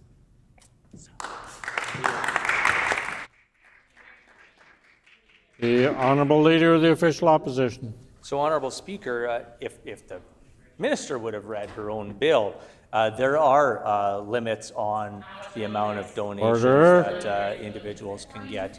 And then as far as how that money then gets transferred after the election to or from the candidate to the school divisions, can she explain that process without getting upset? I'm trying to keep my tone low so that the minister can just answer the question, Honourable Speaker. This is a microphone, not a megaphone. Just answer the question, please. The Honourable Minister of Education and Early Childhood Learning. Thank you, Honourable Speaker. And again, I will speak in the tone that I find appropriate. I will take absolutely no lessons from the member opposite at all. So again, he better get used to it. I plan on being here for a very long time, Honourable Speaker, serving with this great Premier and this fabulous team. I wonder about his intentions, Honourable Speaker. As the failed interim leader, he has failed. It's interesting. He stands up and asks these questions on education bills. I'd like to put on the record that it's been almost a month since the education critic ran screaming from this building, from this horror show that's happening across the aisle. And they have yet, in a month, have yet to appoint an education critic. So instead, the member opposite stands up and takes all of this. Expired. Order. Order. I will remind members that when the speaker stands up and says your time is up, that means don't keep talking. Don't try and scream louder than the speaker. It means it's time to stop and take your seat. The Honourable Leader of the Official Opposition. Thank you, Honourable Speaker. I don't personally care how loud the education minister gets, because the louder she gets, the more it shows Manitobans that she absolutely should be doing more homework on her own file of education and early childhood learning. It's actually not me that's running for the bulk pack of earbuds. It's the Justice Minister who has the displeasure of sitting next to the Minister, Honourable Speaker. So again, I mean, it's unfortunate that the Minister seems to be jealous of Grant Jackson, who I wish well in the upcoming federal election race, Honourable Speaker. But I would just like to know, as to the limits, can the Minister explain how those finances will get transferred to the different school divisions or districts post-election? The Honourable Minister of Education and Early Childhood Learning. Yeah, thank you, Honourable Speaker. School divisions will work with successful and unsuccessful candidates to do the appropriate transfer of those contributions. Look forward to the next question. No further questions. Is the House ready for the question? Okay. Well, let's do that. Let's have the debate. The floor is now open for debate. The Honourable Leader of the Official Opposition. Oh, thank you, Honourable Speaker. And the tone that has set for this afternoon and evening on bill debate seems to be off to a bit of a rocky start. But again, this is nothing new for this Education Minister, unfortunately. And I think part of it, Honourable Speaker, when we start talking about Bill 39, the Public Schools Amendment Act, campaign financing for school trustees, I think it is a little alarming when the Minister of Education stands in her place and first of all starts shouting about things that are not even pertinent to the bill and starts talking about divisive tactics that and she's obviously, well, no, you know what, I'm going to stop myself from saying this, I guess, but it's not that this is coming from her, that she's learning this from the Premier. I think the Premier has gone and recruited and put his cabinet ministers in the front bench that are all similar. And so the other day I was listening and asking questions to the Premier, and the Premier said, you know, you should stand up and ask questions to the Education Minister. So I've asked questions to the Premier, don't get any answers. Ask questions to the Premier on behalf of Manitobans, the concerns of Manitobans. That's our job in this democratic society, this democratic province we have of Manitoba, to be able to ask questions. That's our job as opposition, which, as the Education Minister mentioned, you know, I don't think we will be in opposition very long to what Manitobans are seeing in this, not only the Education Minister's behavior, which I think is unbecoming of an education and early childhood learning minister, but I also say that about the Premier. So I know that the Education Minister tries to think that this is a male, female, they, them type of situation, but it's not.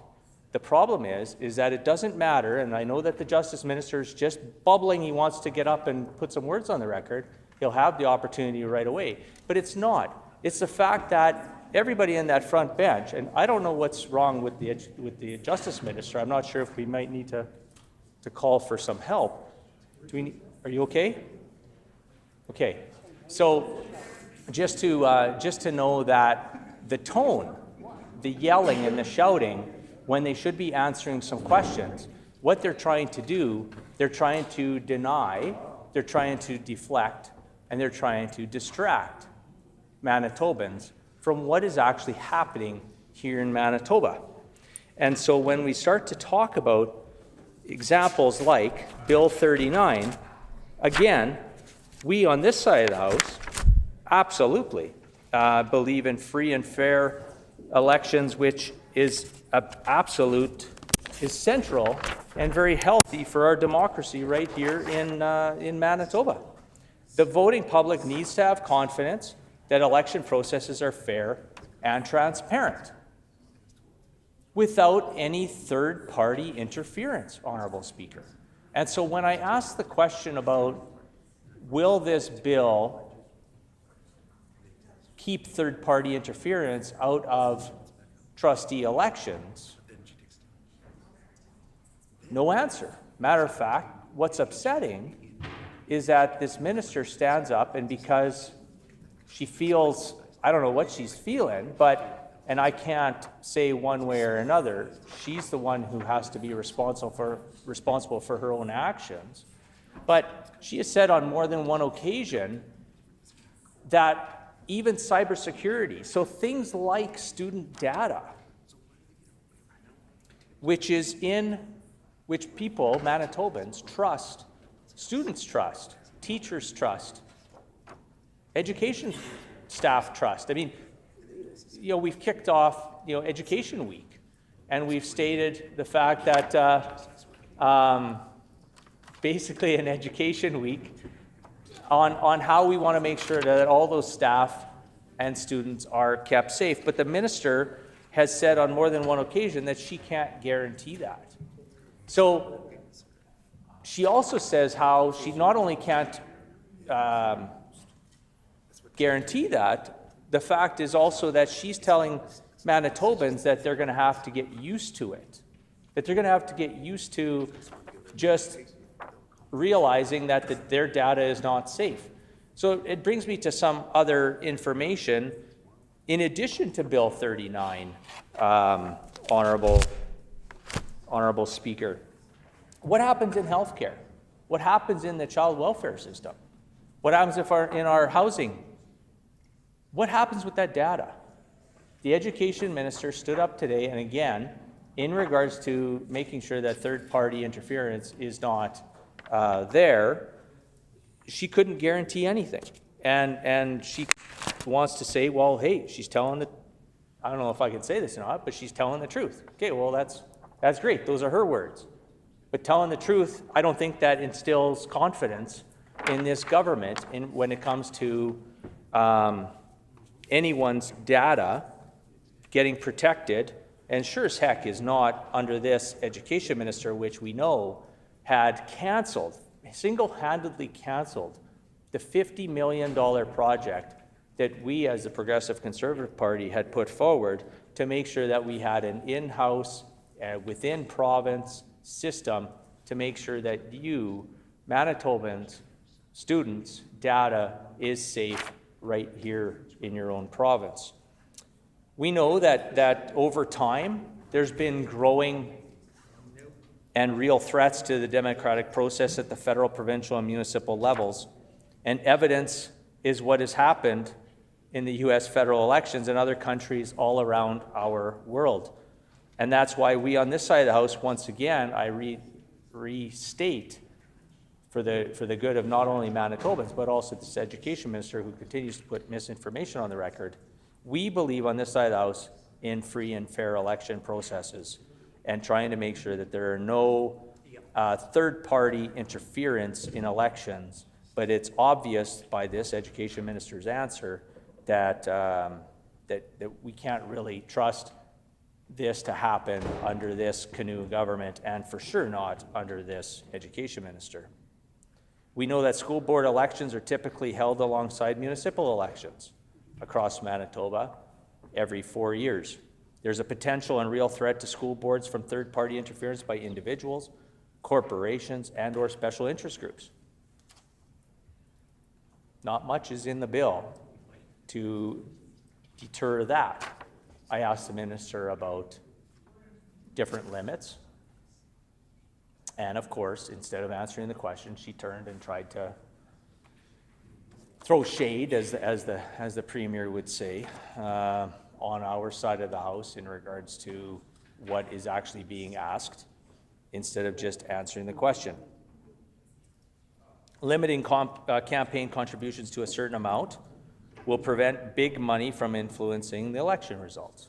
Yeah, we agree. Now, when you also look at what does that also mean, we take a look at campaign advertising.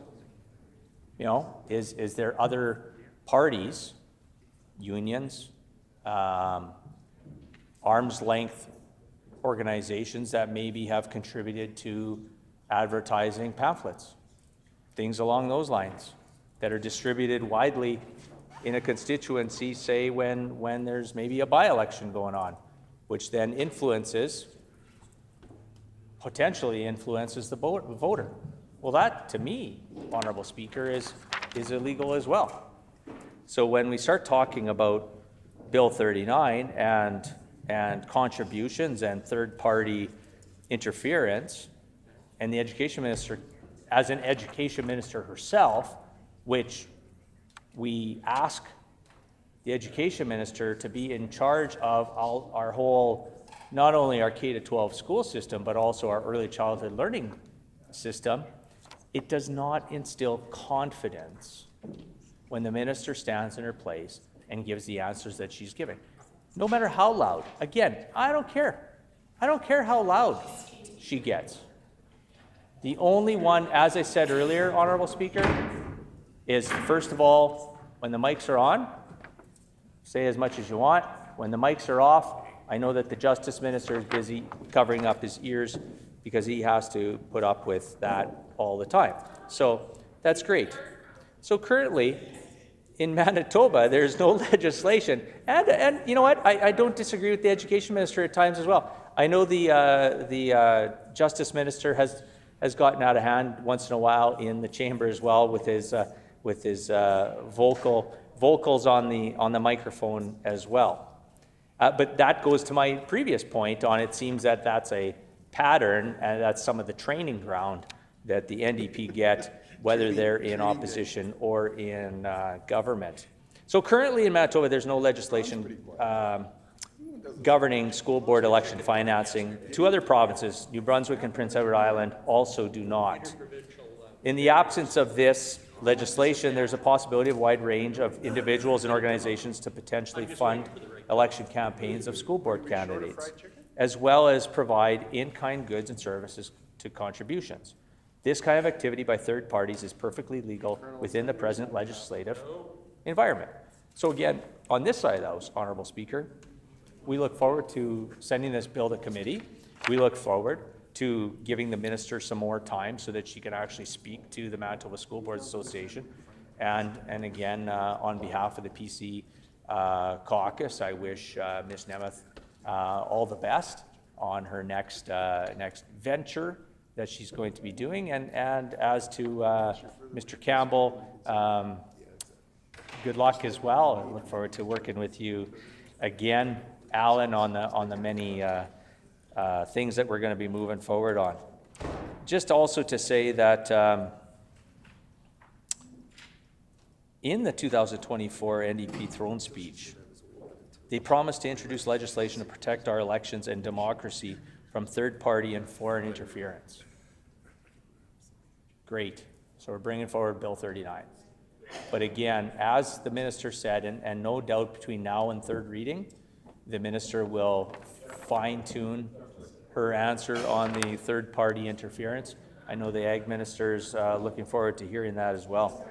And I know that there's others, Honourable Speaker, that are going to want to put some words on the record. So with that, I look forward to passing Bill 39 along and hearing what the public has to say at committee, and then further debate on third reading on Bill 39. Thanks, Honourable Speaker.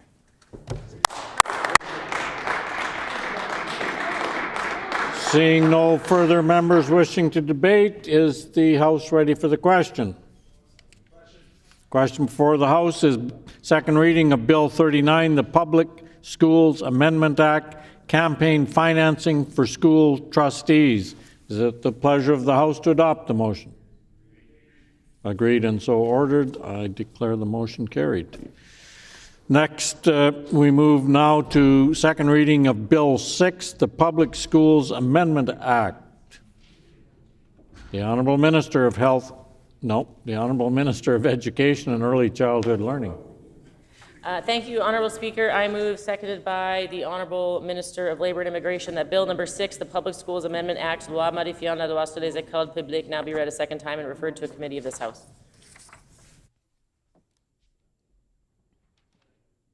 It's been moved by the Honourable Minister of Education and Early Childhood Learning, seconded by the Honourable Minister of Labour and Immigration, that Bill number 6, the Public Schools Amendment Act, be now read a second time and be referred to a committee of this House. The Honourable Minister of Education and Early Childhood Learning. Thank you.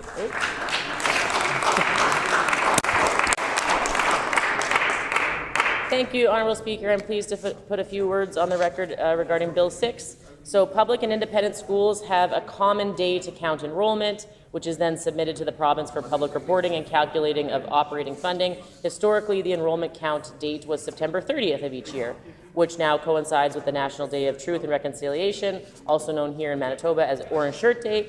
The enrollment count date of September 30th is referenced in the Public Schools Act as part of the formula used to calculate the amount of special levy each school division must remit to the Division Scolaire Franco-Manitobaine. As such, this reference in the Public Schools Act needs to be updated to reflect the new enrollment count date. In consultation with school divisions, the department has chosen to change the count date to the first Wednesday in October. The changes will come into force on July 1st of 2025 before the 25-26 school year.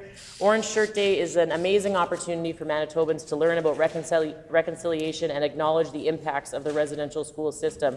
It honors the survivors and remembers those that were lost. This day serves to raise awareness about the painful legacy of residential schools and the lasting impact they've had on Indigenous children, families, and our communities. Orange Shirt Day is important because it promotes reconciliation, acknowledges the trauma that Indigenous peoples endured, and encourages reflection on how to support healing and justice for Indigenous communities. On December 2023, our government, under the leadership of our amazing Premier, designated Orange Shirt Day as a provincial statutory holiday, providing all Manitobans with an important opportunity to reflect on the deep impact and lasting trauma caused by residential schools. The Department of Education and Early Childhood Learning has been working hard to further Indigenous education and is committed to advancing reconciliation here in our beautiful province. We are working on improving Indigenous language programming opportunities. We have added an Assistant Deputy Minister for Indigenous Excellence. Jackie Connell, you are amazing. And we are working on strengthening Indigenous education policies in schools and in childcare facilities. This change to the enrollment count date is just one small way in which we are working on advancing reconciliation here in Manitoba. I look forward to the unanimous support of this chamber. Thank you, Merci Miigwech. A question period of up to 15 minutes will be held. Questions may be addressed in the standard rotation, and no question or answer shall exceed 45 seconds. The floor is open for questions. Seeing no questions, the floor is open for the Honourable Opposition Leader of the Opposition.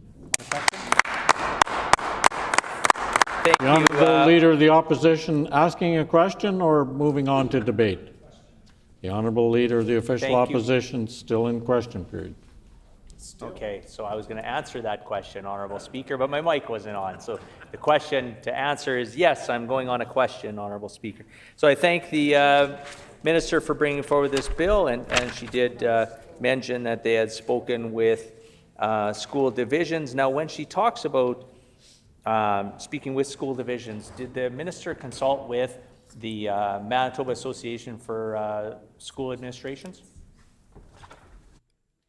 The Honourable Minister of Education and Early Childhood Learning. Thank you, Honourable Speaker.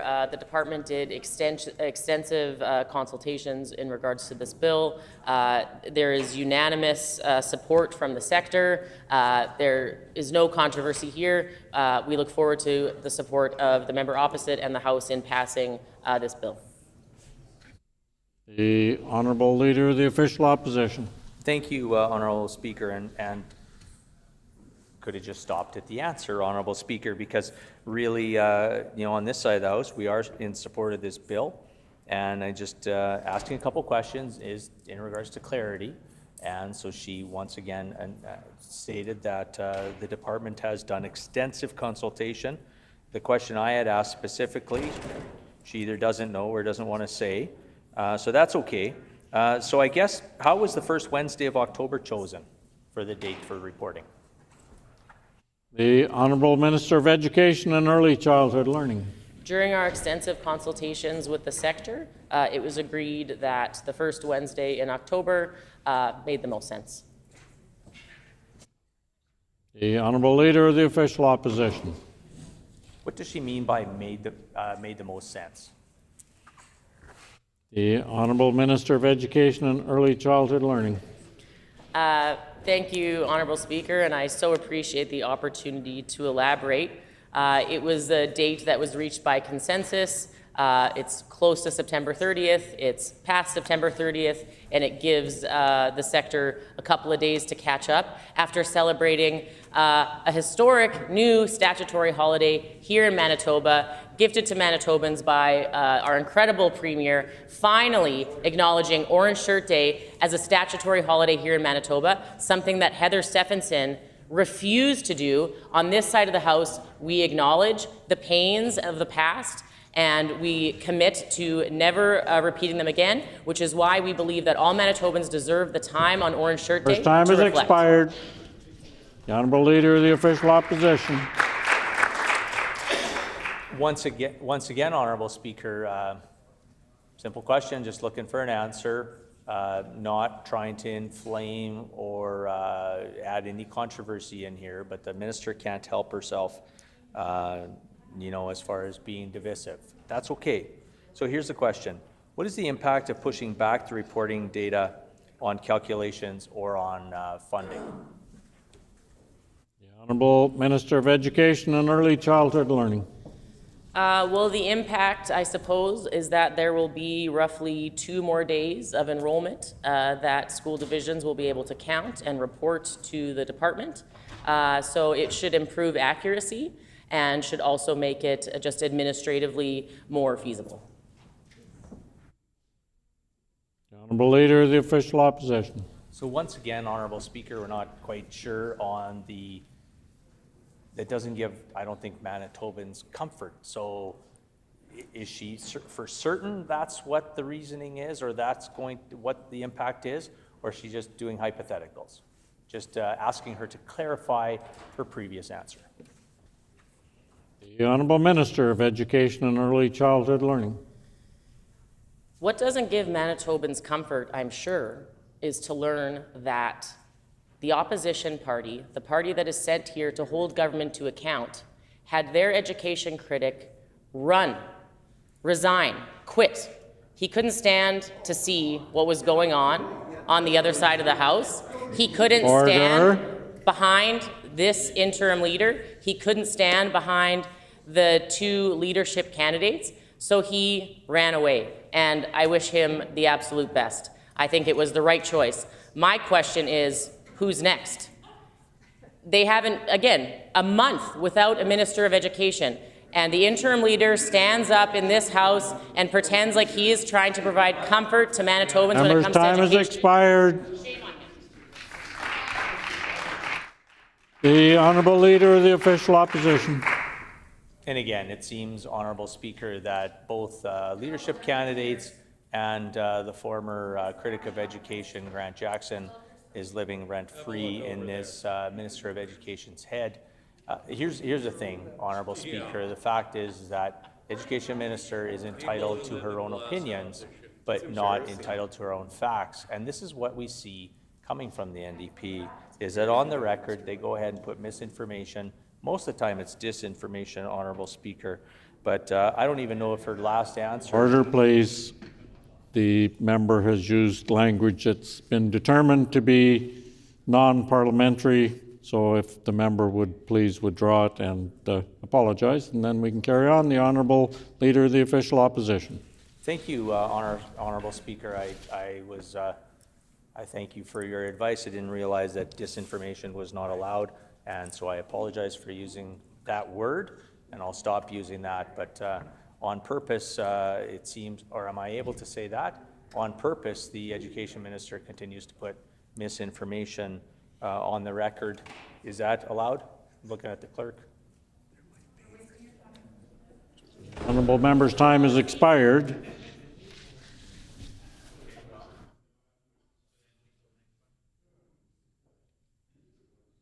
The Honourable Minister of Education and Early Childhood Learning. Thank you, Honourable Speaker. And it's disappointing that the member opposite, again, in the absence of any sort of education critic on that side, stands in his place and prefers to pontificate and to continue to insult me, to make allegations against me. Apparently, I am, I don't meet his standards, and I couldn't be happier. If I was trying to earn his respect, then I would have some serious questions about what I was doing here. What I will tell you, Honourable Speaker, is that Bill 6 makes a lot of sense. School divisions are acting for it. We're a listening government. We're here to listen to you. We're going to deliver Members' for time has Manitobans. expired. And just before we move on, I just want to clarify that a member cannot say that a member is knowingly, purposely putting misleading information on the record. That implies that they know they are lying, and so therefore that is unparliamentary. The Honourable Leader of the Official Opposition. Thank you, Honourable Speaker. So I guess in contrast to what the Education Minister is putting on the record, I guess I will say that many of the things that have been put on the record, as far as what I may or may not have said, I can honestly say I have not said the things that this minister has said. If the minister has not used her own educational background to figure out the fact that I am not only the Leader of the Official Opposition right now, but I'm also the critic of education, considering I've got up and spoke to all the bills and everything in regards to education so far.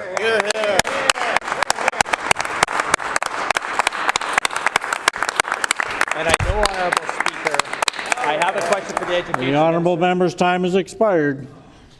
The Honourable Leader of the Honourable Minister of Education and Early Childhood Learning. The people of Manitoba, please listen to the Leader of the Opposition. Please, I hope that you are listening, and I hope that you're paying attention to the fact that he prefers to stand in this House every day and talk about himself. On this side of the House, we are here to write new laws to make life better in Manitoba. We are here to improve the lives of Manitoba in the education sector, in the health sector, in the agriculture sector, and in municipal and northern relations. I'm surprised to hear that the member opposite is the critic. There was no announcement, and I wonder what the folks on his team think about that. That his bench, Member's time has expired. The member for Riding Mountain will come to order, and I'm having a great deal of trouble understanding what any of these questions or any of these answers have to do with the bill. So I would ask the members to please pay attention to the bill we're talking about. No further questions. The floor is open for debate. The Honourable Leader of the Official Opposition.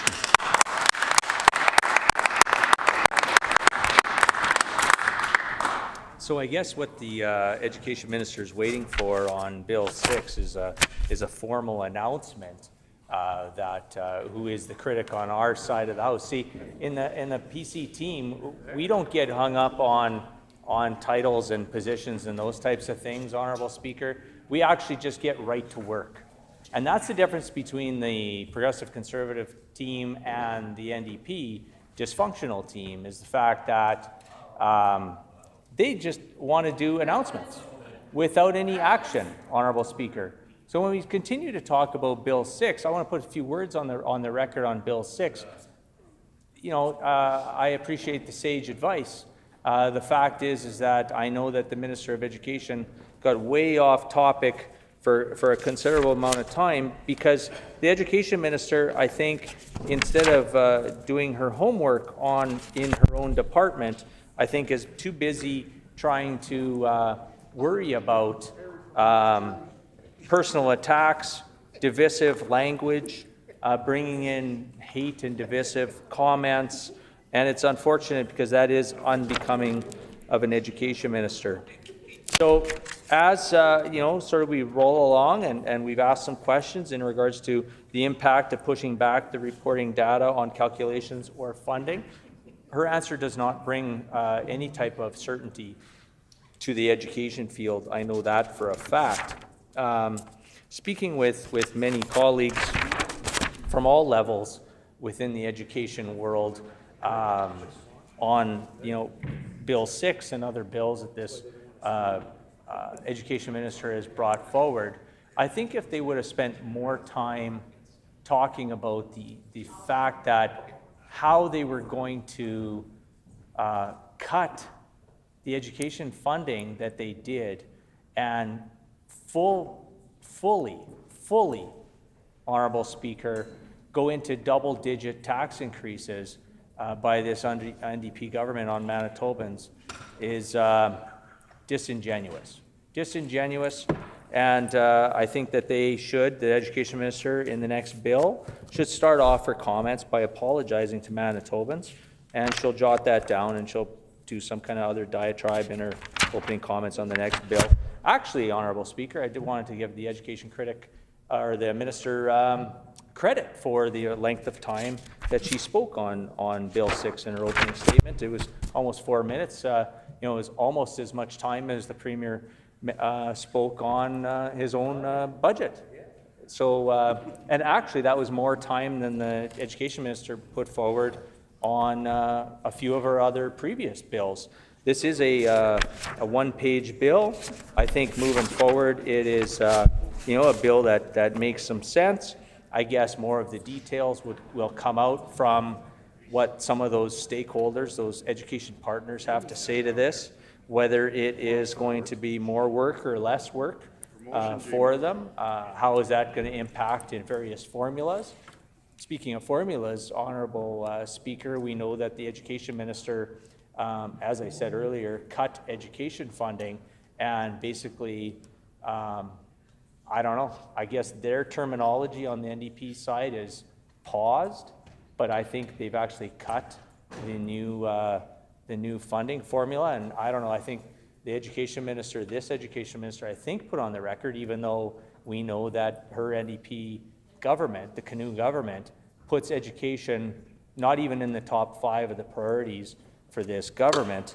I think somewhere they said the new funding formula for education will come online for the school year, I think, of 2027. I'm not sure what they've said. I know that for this coming year, since we're talking about Bill 6 and talking about funding and moving the date for enrollment counts and that, under our government, we were planning on rolling that out. Matter of fact, this coming fall for the education funding for this fall for 2025. But again, what this minister wants to do, we've heard it in various bills that we've seen come forward. We've seen many actions, or actually talk about actions, but not really any actionable items yet, of them just carrying on or cutting things earlier and then reintroducing them, trying to put them under a, paint them with a bit of an orange tinge and try to call it their own. But we know that majority of everything that this Education Minister is bringing forward is from the hard work of our PC government, trying to make life better, a more sustainable and welcoming learning environment for Manitoba students in this great province of ours. And I think that's why parents and guardians are watching this Education Minister and watching the misbehavior on the screens. And it is unfortunate, but those are the emails that I'm getting, Honorable Speaker, from various Manitobans, parents, guardians, students, former students, just talking about the fact that we just want, on behalf of Manitobans and those people that I've just listed, they just want some answers from this Education Minister. So I look forward to seeing Bill 6 go to committee. Like I said, it's a one-page document. The Education Minister felt that she should talk about this bill far more than the other bills. That's okay, that's her prerogative. Again, we get a certain amount of time in this democratic process when we bring bills forward. So with that, Honorable Speaker, thank you for the opportunity to be able to put a few words on the record. No further speakers. Is the House ready for the question? The question before the House is second reading of Bill 6, the Public Schools Amendment Act. Is it the pleasure of the House to adopt the motion? Agreed and so ordered. I declare the motion carried. As previously announced, we will now go to second reading of Bill 19, the Public Schools Amendment Act, Safe Schools. The Honourable Minister of Education and Early Childhood Learning. Thank you. Whoa. Losing my voice. Thank you, Honourable Speaker.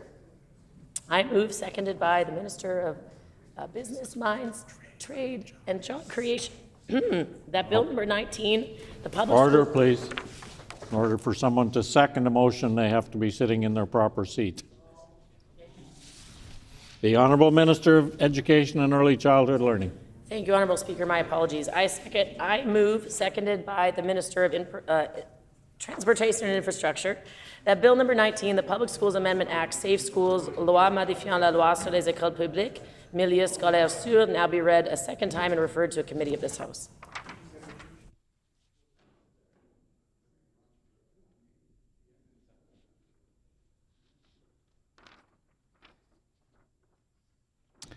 It's been moved by the Honourable Minister of Education and Early Childhood Learning, seconded by the Honourable Minister of Transportation and Infrastructure, that Bill number 19, the Public Schools Amendment Act, Safe Schools, be now read a second time and be referred to a committee of this House. The Honourable Minister of Education and Early Childhood Learning.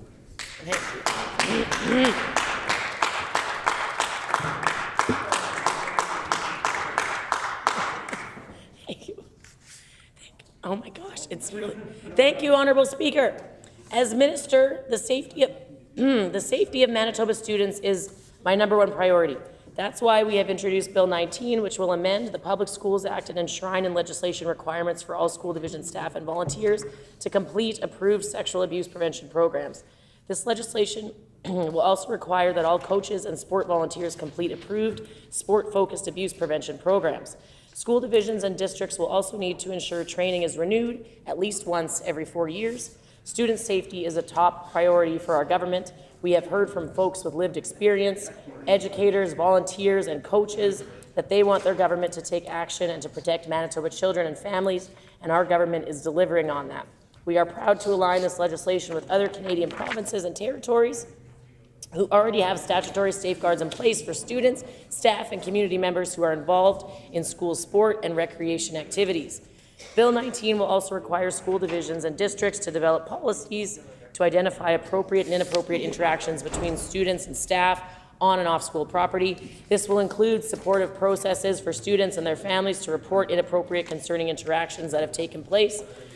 This legislation will require that these policies are actively communicated and shared with families across our province.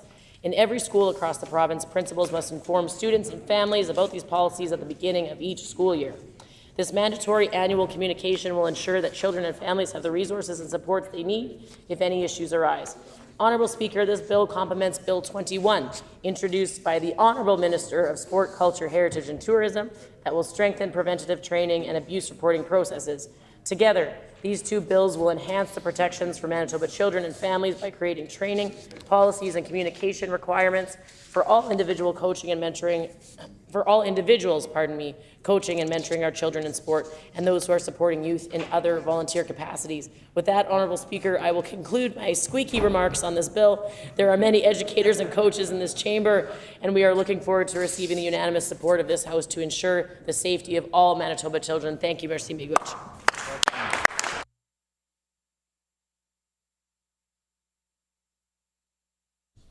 A question period of up to 15 minutes will be held. Questions may be addressed in the standard rotation, and no question or answer shall exceed 45 seconds. The Honourable Leader of the Official Opposition. Thank you, Honourable Speaker. So I will ask the Minister, who has she consulted on Bill 19.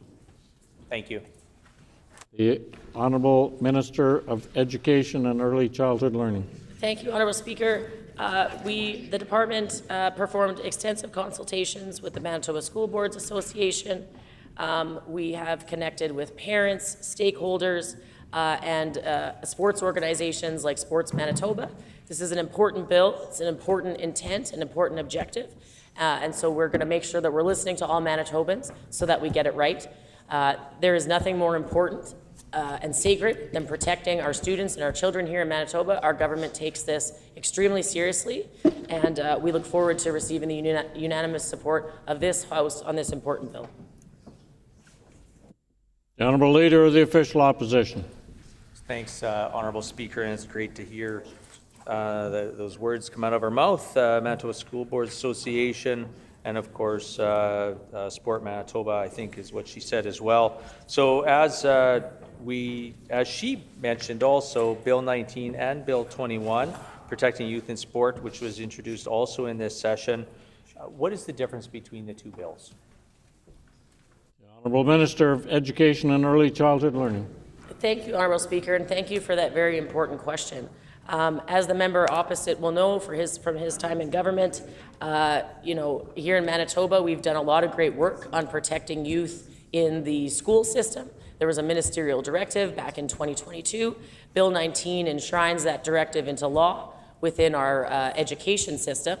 And Bill 21 is a complementary bill to ensure that we are protecting children no matter where they are practicing sport, whether that is in a school setting, whether that's in an extracurricular setting, in a club setting, in a community club setting. We have the support and the collaboration and cooperation of Sport Manitoba and other like organizations who, like government, have been doing a lot of great work. These bills help to time has complement that work. expired. The Honourable Leader of the Official Opposition. So again, just asking the Minister the difference between the two bills, and if both bills are brought forward, again, Public Schools Amendment Act, Safe Schools, and the Protecting Youth in Sport, so Bill 19 and 21, I'm not looking at the answer of the difference of 21 subtract 19, which is 2. I'm actually asking within the bills, what is the difference? And I'm asking, is this going to only create confusion with coaches, teachers, or volunteers? Honourable Minister of Education and Early Childhood Learning. Thank you, Honourable Speaker, and thank you for the opportunity to provide further clarification. Bill 19 amends the Public Schools Act. We are talking about protecting youth in sport at school, which we can do through instruments like amendments to the Public Schools Act. That being said, we know that children here in Manitoba practice sport outside of a school setting. They might play soccer with a soccer club. They might do gymnastics at a gymnastics school. And so what the excellent bill, Bill 21, put forward by the Honourable Minister of Sport Culture, Heritage and Tourism does is ensure that the same protections that we're providing to youth that participate in sport in school receive those same protections and assurances when they are practicing sport outside of a school setting. So the two bills are complementary and will serve to protect all students across Manitoba, whether or not they are playing sports in school or outside of a school setting. The Honourable Leader of the Official Opposition. So yes or no, once every 4 years, the school staff, coaches, and volunteers must complete the sexual abuse prevention and school sport abuse prevention programs as proposed in the legislation. The Honourable Minister of Education and Early Childhood Learning. Thank you, Honourable Speaker, and I apologize to the member. I'm not sure I fully understood his question. What I think he is asking is whether or not coaches, educators, people working within the school system will have to renew their training every 4 years. If that was the question, then the answer is yes. Honourable Leader of the Official Opposition. Thanks to the Minister for that answer. Why not yearly or even every 2 years? The Honourable Minister of Education and Early Childhood Learning. At this time, based on the consultations that we've done within the sector, we believe that 4 years is appropriate. However, again, we're a listening government. We're always here to do better. We will always act in the interest of students, and certainly nowhere is that more true when it comes to the safety of students. So happy to speak further with who I've now learned is my new critic. And we can discuss those suggestions going forward. Thank you very much, Honourable Speaker. The Honourable Leader of the Official Opposition. Well, so I'm not sure if that's great, Honourable Speaker, that's what it took just for me to say that, yes, in fact, I'm the education critic, for the tone to change and the collaboration start to come forward, and I will be happy in the future, Honourable Speaker, working with this Minister of Education, because I do believe, as I did when I was Education Minister, that there are no trademarks on good ideas. So I look forward to working with the Education Minister. What is the penalty, if any, of failing to complete the mandatory course or training, Honourable Speaker? Honourable Minister of Education and Early Childhood Learning. Well, it will be a workplace policy. So this will be now. It is previously this was simply a policy directive from the department to school divisions. This will now be enshrined into law. And so it will be a requirement of a condition of employment. And so just like any other condition of employment, it must be met in order to successfully continue on in your employment. We know that educators across this province are dedicated to this sort of learning. We know that it's been rolled out very successfully. We want to thank the Respect Group that we've been working with to deliver and provide this training since 2022. They're doing an excellent job, and we know that educators value very much this training and look forward to renewing their training when it's most appropriate. The Honourable Leader of the Official Opposition. Honourable Speaker, so does this pertain to chaperones as well on school trips? The Honourable Minister of Education and Early Childhood Learning. Yeah, this will apply to all folks within the school system that are engaging with youth in sport. The Honourable Leader of the Official Opposition. Okay, so then is there going to be some sort of waiver or something that somebody has to sign or declare that they've either received or not received this training? Is the training going to be mandatory to those individuals that are strictly chaperones? So what happens if there's a field trip, hypothetical, just a field trip, say to the Canadian Museum for Human Rights? Does the chaperone have to have that mandatory training as well, or is it just strictly just sports?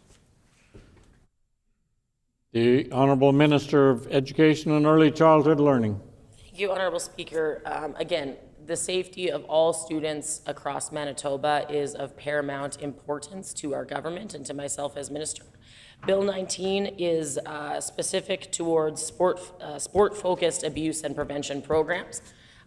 So this will apply to coaches, volunteers, anyone working within the school system that is delivering sports curriculum or is engaged with students in sport. And we know that this bill, combined with Bill 21, will go a long way to protecting students and ensuring that some of the atrocities that we've seen occur here in Manitoba never, ever, ever occur again. That is the intention of this bill, and that is why we hope and pray that this bill will have the support. Time has expired. The Honourable Leader of the Official Opposition. Honourable Speaker, once a complaint is made, how much time is given to review the complaint? The Honourable Minister of Education and Early Childhood Learning. Complaints will be reviewed in a timely and appropriate manner, again, with the focus being on the safety, security, and the protection of the student at hand. The Honourable Leader of the Official Opposition. Who reviews the complaint? The Honourable Minister of Education and Early Childhood Learning. There will be a third party that will be reviewing the complaint. The Honourable Leader of the Official Opposition. Third party as in, can the Minister elaborate? The Honourable Minister of Education and Early Childhood Learning. Well, I can speak for Bill 21. Pardon me, Bill 21. The complementary bill that was put forward by my friend and colleague, the Minister of Sport, Culture, Tourism, and Heritage. I don't think I got that right. In Bill 21, that will establish a third-party organization, a disciplinary review panel that will review all complaints and mistreatment of athletes outside of the school system. Within the school system, that will be a matter for the administration. The Honourable Leader of the Official Opposition. The question that I asked earlier in regards to the timing of recertification and having to retake the course on the 4-year span. Information, we know that information changes very rapidly nowadays and that type of thing, and so does technology, so does methods and tools. And so does the minister still feel, even with that the 4-year period will suffice to try to cover all those things off, Honourable Speaker? The Honourable Minister of Education and Early Childhood Learning. Thank you, Honourable Speaker. Again, we are a listening government. We are going to always ensure the safety of our students is put at the forefront of all of our decision making. Since we have rolled out this directive in 2022, it's been delivered in a very effective way. Educators, coaches, and school staff, I know, are appreciative of the learning opportunity. And if in the future 4 years is no longer an appropriate time, then we'll be happy to revisit this bill. Thank you. The Honourable Leader of the Official Opposition. When a complaint is made, are police agencies brought in immediately to investigate serious allegations? The Honourable Minister of Education and Early Childhood Learning. Yeah, thank you for that question.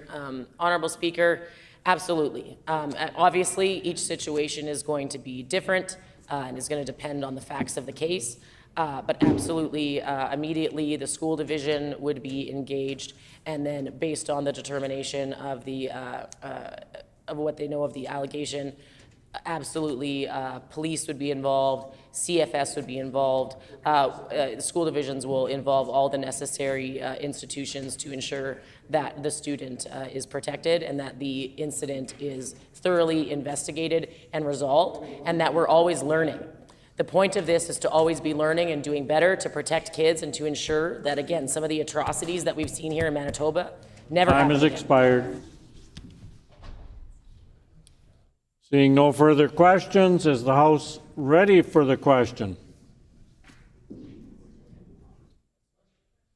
The question before the House is second reading of Bill 19, the Public Schools Amendment Act. Oh, once again, we've got to do some debate. I'm sorry. I apologize. The floor is open for debate. The Honourable Leader of the Official Opposition.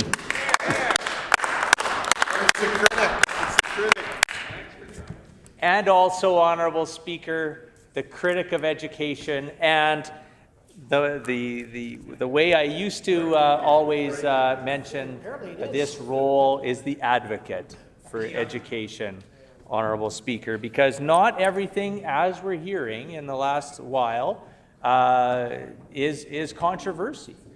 Controversial. There we go. Tough getting that word out. Been doing lots of talking the last few days.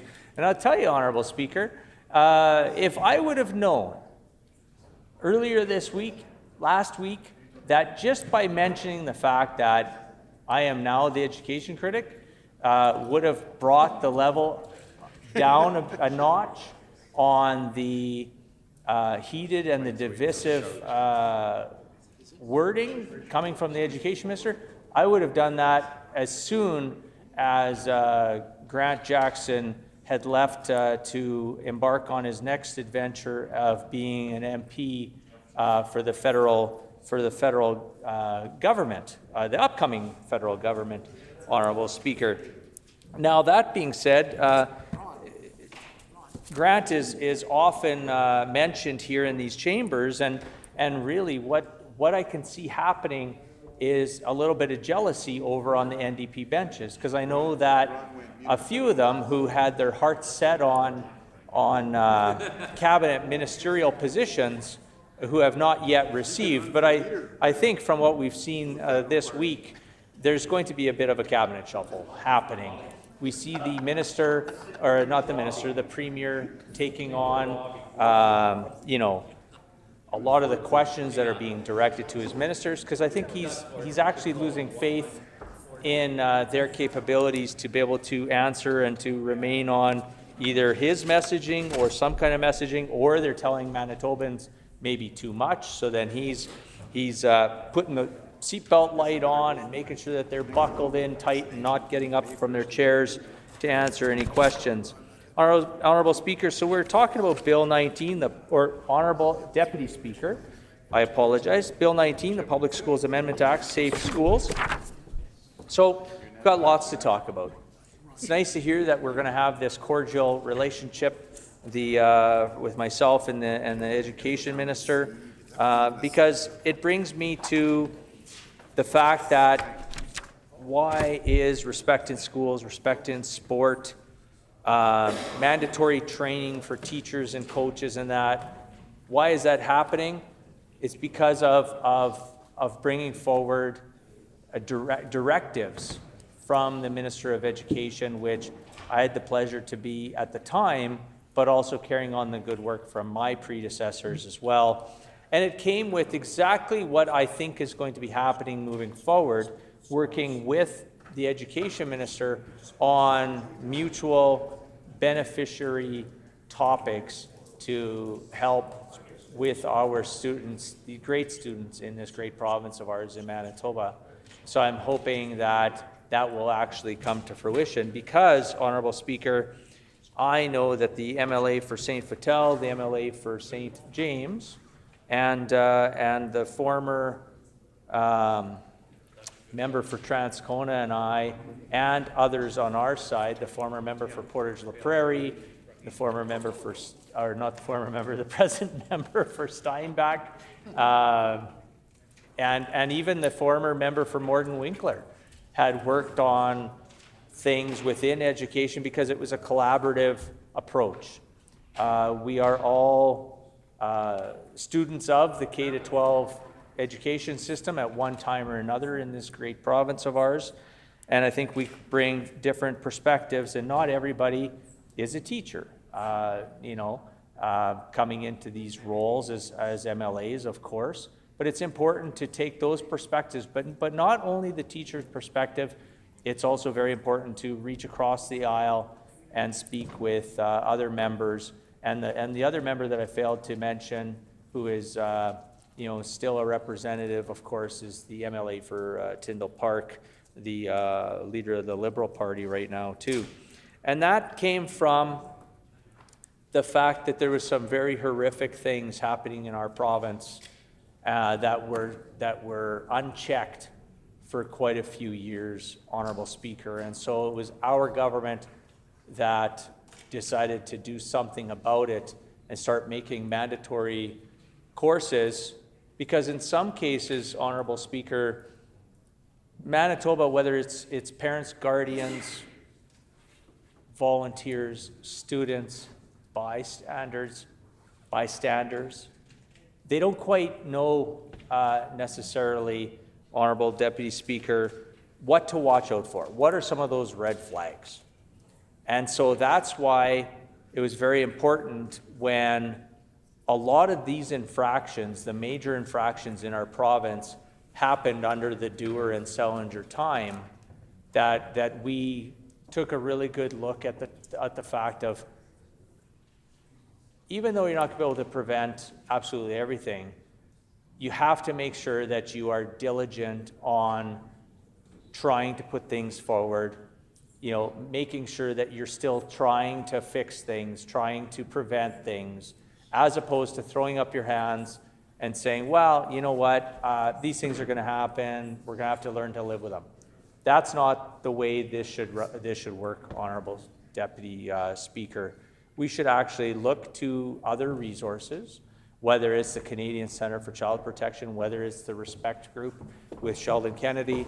I had the pleasure of working with both organizations over the last quite a few years on various different things when it comes to child protection.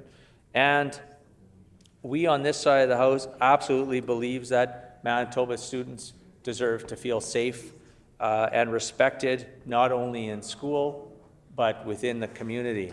And so that's where I go back to the fact that working with the MLA for St. Vital, who's now a minister, working with the MLA for St. James, who is now a minister, working with the former education minister and then critic of the time, the MLA for Transcona, coming together and having those conversations and just saying, this is what we're going to be doing. Do you have any ideas as far as, how can we strengthen the legislation and the directives going to schools for coaches, parents, guardians, volunteers, and the like. But you can't just stop there, because you have to then train, as we mentioned today, we've spoke about Education Week. It's not just teachers, coaches, volunteers. It's educational assistants, it's support staff, it's administration, it's senior administration, it's custodians, it's bus drivers. These are all individuals that are seeing the students on a day-to-day basis. And we have to make sure that they all have those tools in the toolbox to make sure that they're able to see some red flags. So respect in schools, respect in sport. I know also that we talk about, another great program that I know that we put as a choice to school divisions is Commit to Kids. And so those three programs, in conjunction with Manitoba School Boards Association, Manitoba Teachers Society, Manitoba Superintendents, Administration, Canadian Centre for Child Protection, Sport Manitoba, of course, because they have all their sport bodies encompassing within there. It's very important that we know what the options are and what we can be taking. And so I am a little concerned that the two bills, the minister says that Bill 19 and Bill 21 are not going to be confusing to individuals, but I guess to try to overprotect kids is I guess the best way to go. So we're going to see how they both shake out and pass, and then just see what the public has to say at various committees, specifically on Bill 19.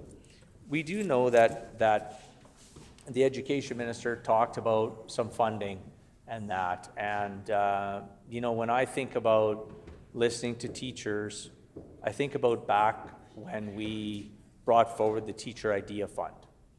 And I know that there's some teachers in here on all sides of the House remember the Teacher Idea Fund, and some of them are nodding their head. It's unfortunate, though, that this NDP government went and canceled, got rid of, and cut the Teacher Idea Fund. They talk a good game about wanting to listen, and they say that they're, that listening government, but I don't see the action and the proof on that, Honourable Speaker. So I think the fact to reinstate the Teacher Idea Fund, I think, would be a really good thing. So if I know the education minister is listening attentively on ideas, and because we've got this new working collaborative messaging that we've all of a sudden stumbled upon here on this last bill of debate, hopefully she'll take that back to her department, actually take it back to her finance minister and the premier, and say, it's unfortunate that you two, the finance minister and the premier, cut the Teacher Idea Fund, but let's reinstate it. Because good ideas come from the teachers who are working at the front lines, and I just think that that's a beneficial program. I also think the fact of cutting education this year was a horrendous mistake. I think Manitobans are going to pay dearly for it in the next few months. Matter of fact, within the next week or two, when the tax bills start rolling out, I don't think that they're going to be very happy. And I'm encouraging all. Order, please. Order, please. The hour being 4 o'clock, I'm now interrupting debate. Today is the 14th sitting day after the first reading completion date. All government bills that had first reading moved within 20 sitting days of the throne speech and have been identified by the government as specified but not selected by the opposition as designated bills are eligible to have second reading moved today and have the question put. For each such bill, the minister can speak for a maximum of 10 minutes, followed by up to 15-minute question and answer period. Critics of recognized parties and independent members may then speak for a maximum of 10 minutes per bill, following which I will put the question on second reading of the bill. If such a bill had been previously called for debate, any remaining actions just identified for each bill will be dealt with before the question will be put. The House shall sit until midnight, and points of order and matters of privilege are deferred until all votes have been completed. As announced, the list of bills that will follow this process today will be the following: Bill 19, Bill 11, Bill 26, Bill 3, Bill 4, Bill 21, Bill 15, Bill 28, Bill 37. Accordingly, I will now call Bill 19, and just for everyone's information, the Honourable Leader of the Opposition will have 10 minutes remaining to debate the bill. The Honourable Leader of the Official Opposition.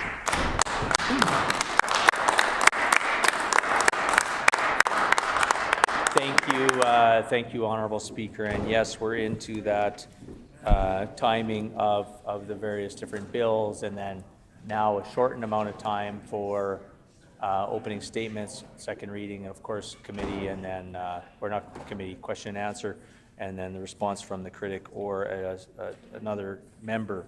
So where I was going, Honourable Speaker, was we were talking about here, debating, of course, Bill 19, keeping schools and keeping students safe, and looking at the 3 different programs that I mentioned. But also, I was going on the fact of the cuts to education funding.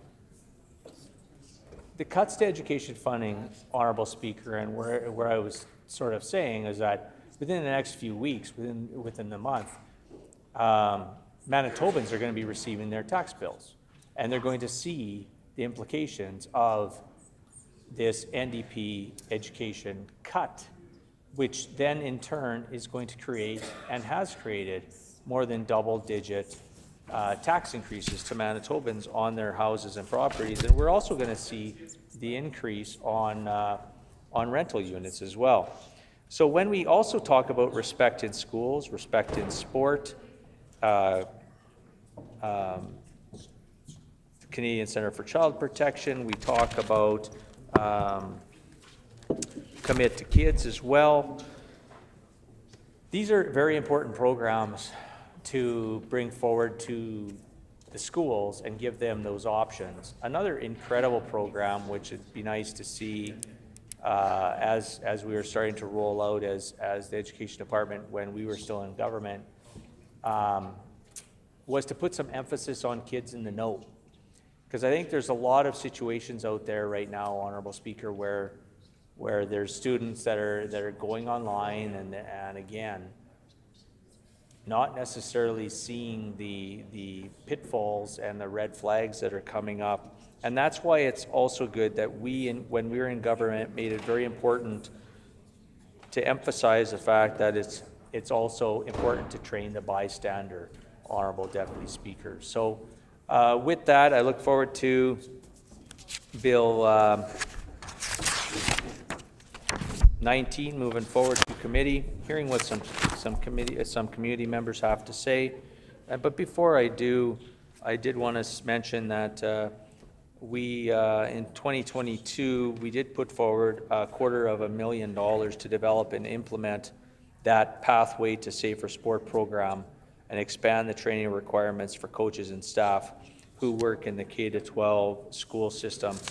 And I guess just so that I know that the Education Minister is listening very closely, and so what I'm hoping that they will take back and think about is then what are we doing for those students, those kids, those children in the early childhood learning sector. So with that, Honourable Speaker, Honourable Deputy Speaker, I want to say thank you for giving me the opportunity to put a few words on the record, and I look forward to passing this bill to committee, hearing what members of Manitoba committee at committee stage has to say in regards to Bill 19, and then look forward to debate on third reading. Thanks, Honourable Deputy Speaker.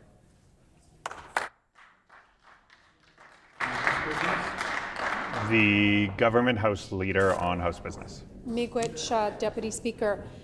Is there a leave for the House to call the hour as midnight once the question has been put on second reading of Bill 37, the Manitoba Financial Services Authority Act, and amendments to various other acts? Is there leave for the House to call the hour as midnight once the question has been put on second reading of Bill 37, the Manitoba Financial Services Authority Act, and amendments to various other acts? Is there leave? Leave has been granted. Are there any further speakers on Bill 19? Seeing none, is the House ready for the question? The question before the House is second reading of Bill number 19, the Public Schools Amendment Act, Safe Schools. Is it the pleasure of the House to adopt the motion? Agreed and so ordered. I declare the motion carried. We will now move on to second reading of Bill 11, the Oil and Gas Amendment Act. The Honourable Minister of Business, Mining, Trade and Job Creation. Thank you, Honourable Speaker. I move, seconded by the Minister of Agriculture, that Bill 11, the Oil and Gas Amendment Act, loi modifiant la loi sur le pétrole et le gaz naturel, be now read a second time and referred to a committee of this House.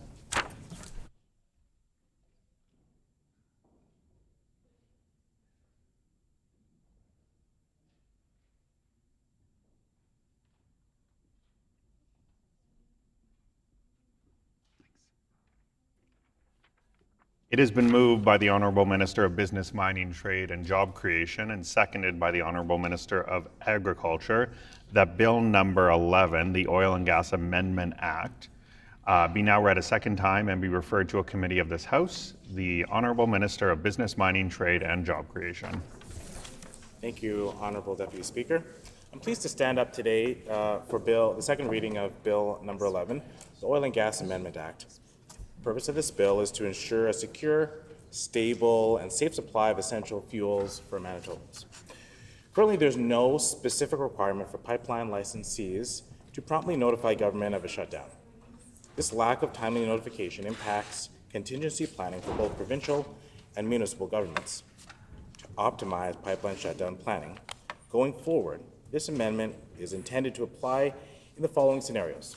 First, if a pipeline operator finds an anomaly that could impact the safe operation of a pipeline and the pipeline needs to be shut down immediately, then the operator must provide notification to the minister within 24 hours of shutdown. The operator will also need to provide additional information on or records as requested by the minister. The second is if a pipeline operator finds an anomaly that could impact safe operation and the pipeline needs to be shut down soon, and if that shutdown interrupts the supply of refined petroleum products in the province, then a shutdown can only proceed by notification and consent of the minister.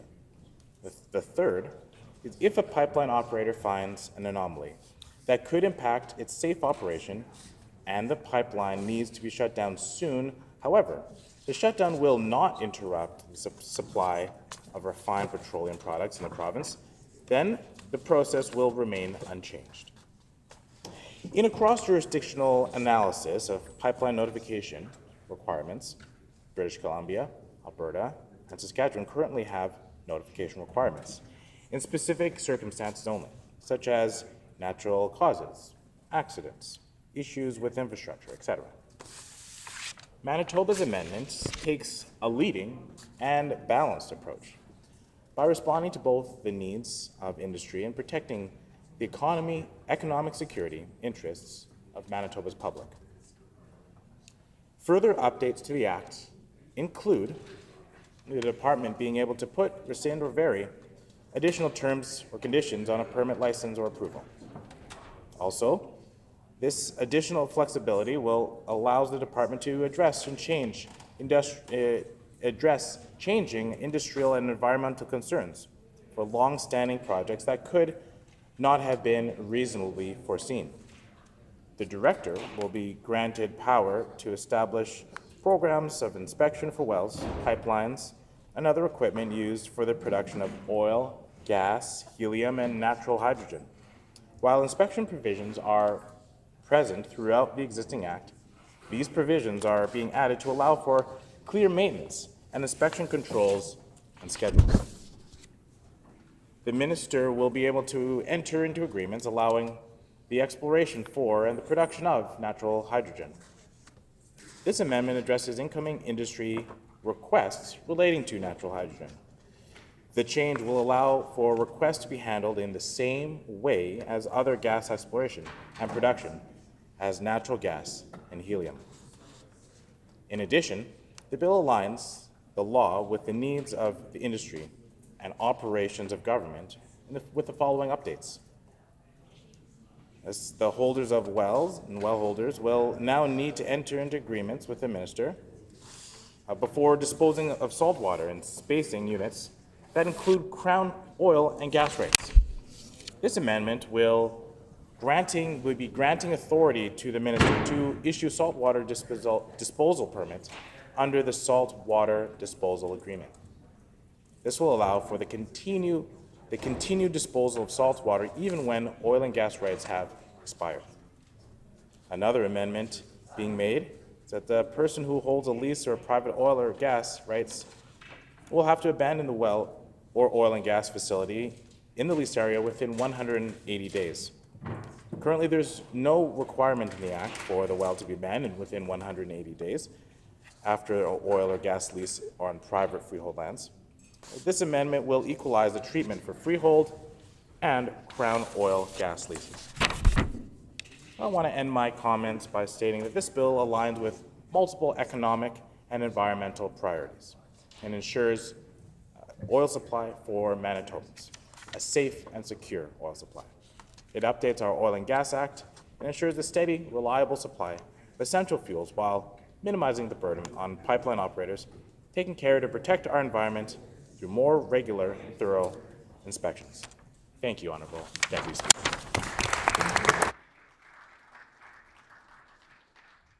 A question period of up to 15 minutes will be held. Questions may be addressed in the standard rotation, and no question or answer shall exceed 45 seconds. The Honourable Member for Red River North. Thank you, Honourable Deputy Speaker. And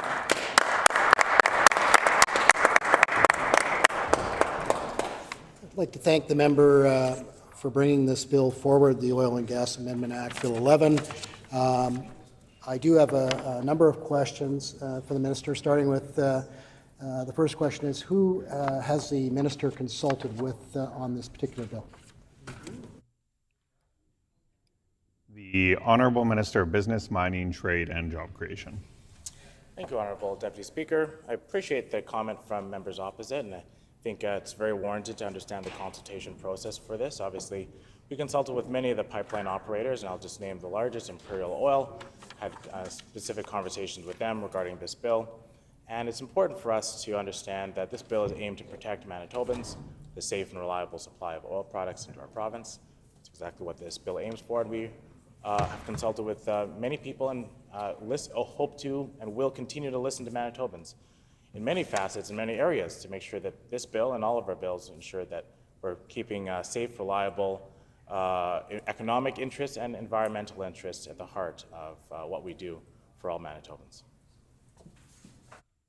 The Honourable Member for Red River North. Well, thank you, Honourable Deputy Speaker, and I can appreciate the minister certainly consulting with Imperial Oil, because really it's probably an understanding to most Manitobans listening and watching today that this bill is probably in a response to the fact that Imperial Oil had to shut down their pipeline recently under the NDP watch, knowing full well that it was going to cause chaos for Manitobans, and particularly in Winnipeg, where gas was being shut off. So we can appreciate why there is going to be more oversight.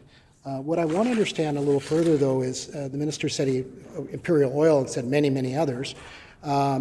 Will, I guess, basically, will the department be The imposing any member's additional time has terms? expired. The Honourable Minister of Business, Mining, Trade and Job Creation. Thank you. I respect the members' ability to, to bring these to the chamber, and I want to have a very good dialogue with them throughout this question and answer period. Respectfully, I didn't hear the question there, so I'd appreciate if the member could ask the question again, then I'd be very happy to respond and answer. But I do want to just say that I'm glad that he had signaled and mentioned the issue with the shutdown last year. That's exactly why we want to bring this bill forward, to ensure that Manitobans have that safe, reliable supply of oil products into the province. The Honourable Member for Red River North. Thank you, and I appreciate the opportunity to finish my question.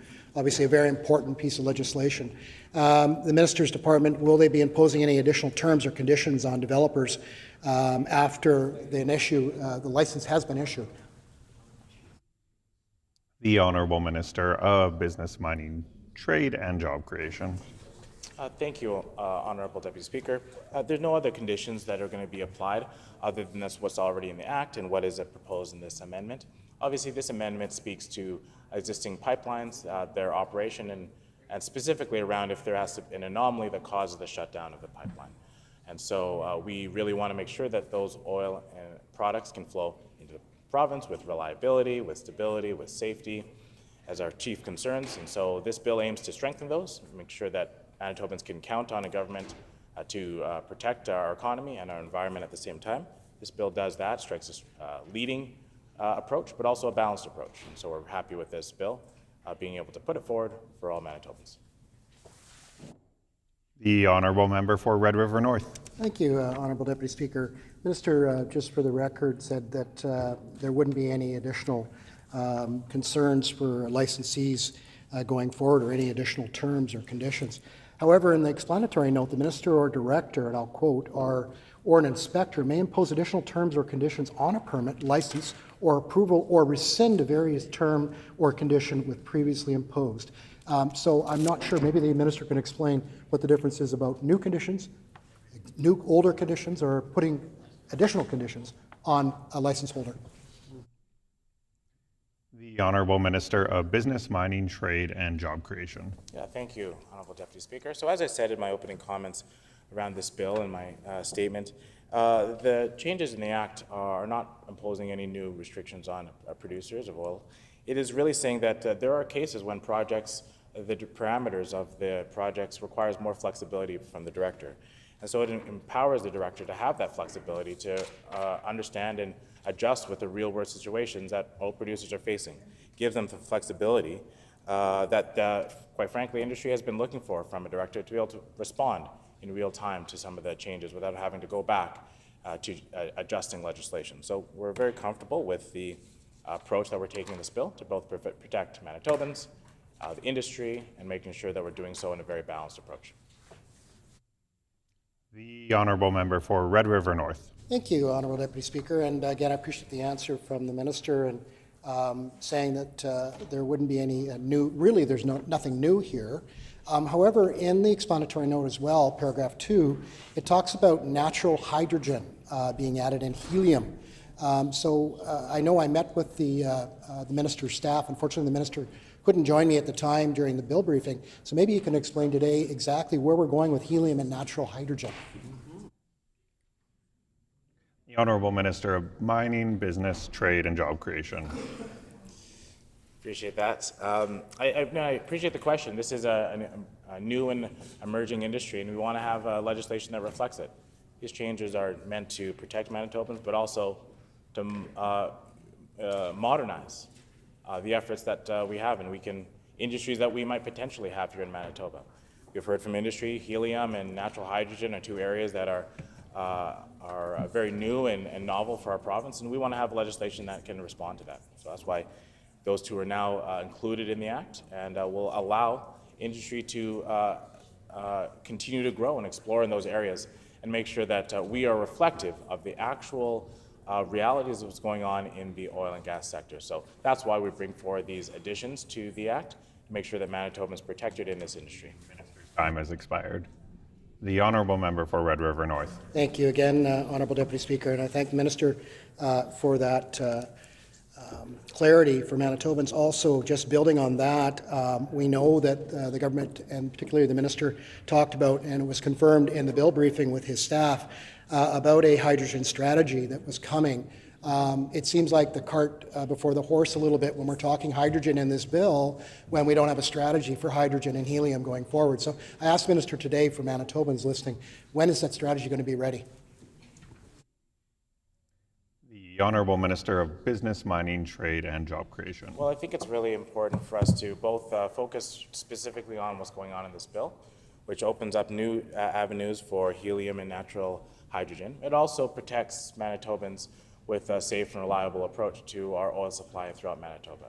I appreciate the minister is asking, the member opposite is asking about strategies, and so I'd like to point to him for our terrific and amazing critical mineral strategy that we released a few months ago, which outlines a very extensive approach to doing critical mineral projects in the right way in Manitoba, investing in streamlining approach for the industry, partnering with First Nations and the Manitoba Métis, as well as making sure that we do so with the strongest environmental and human rights standards. Very proud of that strategy, and we'll continue to do that good work on behalf of all Manitobans. The Honourable Member for Red River North.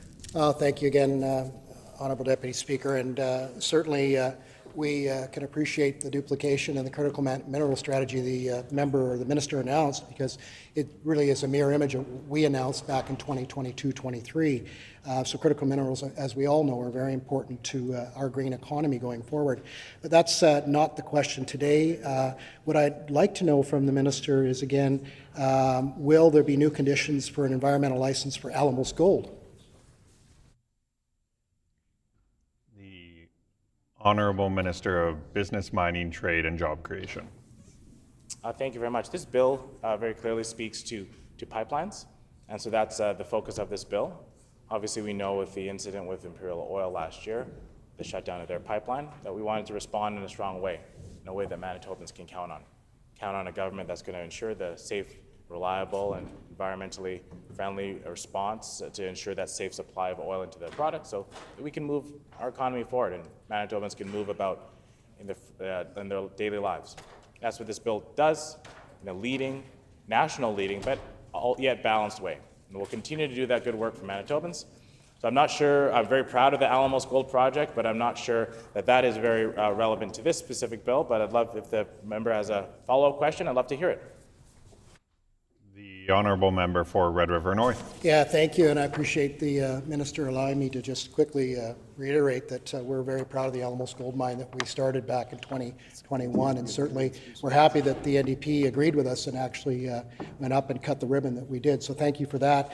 Second of all, what kind of message does this send producers at lease agreements that can be nullified simply with a stroke of a pen by either the minister, the director, or a staff member?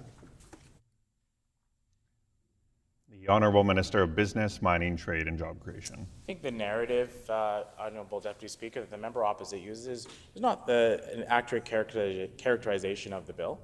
The bill allows for, if members looking specifically on page 5 of the bill, which references abandonment of oil and well facilities, perhaps that might be the area that the member is looking at, requires 180 days after the lease disposals or cancellation. This is where we want to allow the director to actually work with companies and give them that flexibility to say if they have a particular issue that would cause them to not abide by that 180 days, well, they can work with the director and have that ability to continue their work in their project and on that oil project and do so in a way that makes sense for their project. Time has expired. Seeing no further questions, the floor is open for debate. The Honourable Member for Red River North.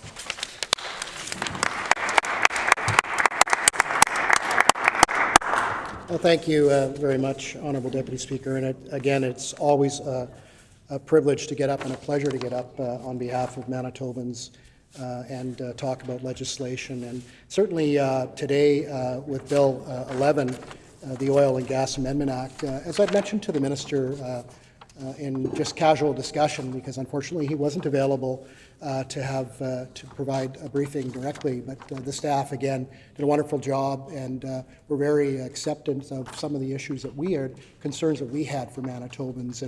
And certainly I'm sure they passed them on to the minister. Of course, we'll talk more about what some of those concerns were when we look at getting this to committee and having a chance for Manitobans to actually step up and issue their concerns and maybe in some cases their support. But we'll certainly let Manitobans make that decision based on giving them the information they require to make an informed decision.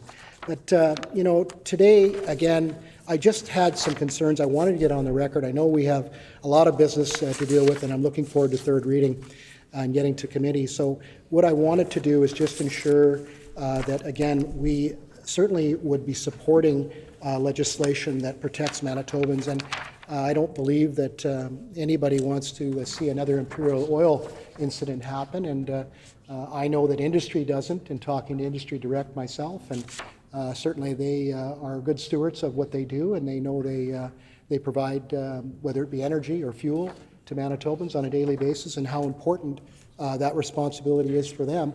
And ensuring that government has the right tools in place is an important act, and certainly we agree with that.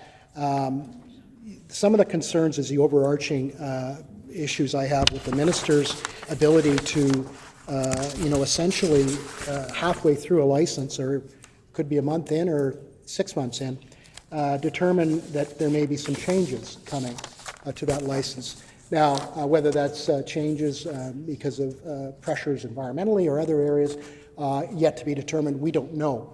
But I'm concerned about industry being concerned and looking in their rearview mirror saying, well, we're going to make hundreds of millions of dollars investments in Manitoba, but we're going to get a license, and that's great. Hopefully it goes quicker than it has under the former NDP government. I know we were well on our way to getting those licenses approved within anywhere from 45 to 60 days, much better than what it was under the current or the past government, so the NDP government. But I can tell you that industries doesn't want to come and invest that kind of money and look in the rearview mirror and say, the minister's office called, they're looking at putting a new regulation in on our current license that we've been operating for a year and a half. And industry is definitely going to be up in arms. So I want to make sure that when we get to committee and the minister is there and there's stakeholders in business there and industry there making their concerns public to the minister, that the minister has eyes on this particular issue, because I know I've heard it from folks and business folks around the province and in the city of Winnipeg, and they're telling us, be careful, because we need to ensure that we're not only growing our businesses locally here to help grow our economy here in Manitoba, but also not putting too much red tape and too much what ifs in the rearview mirror, Honourable Deputy Speaker. So those are areas that we're concerned about, that industry is concerned about, and that's why I'm happy to be able to stand up here today during second reading and put those few words on the record, and also look forward to meeting with the minister and their staff in third reading when the public has an opportunity also to weigh in on this very important legislation, Bill 11. So with those few words, Honourable Deputy Speaker, I appreciate the time. And again, it's always a pleasure to get up here on behalf of Manitobans. Thank you.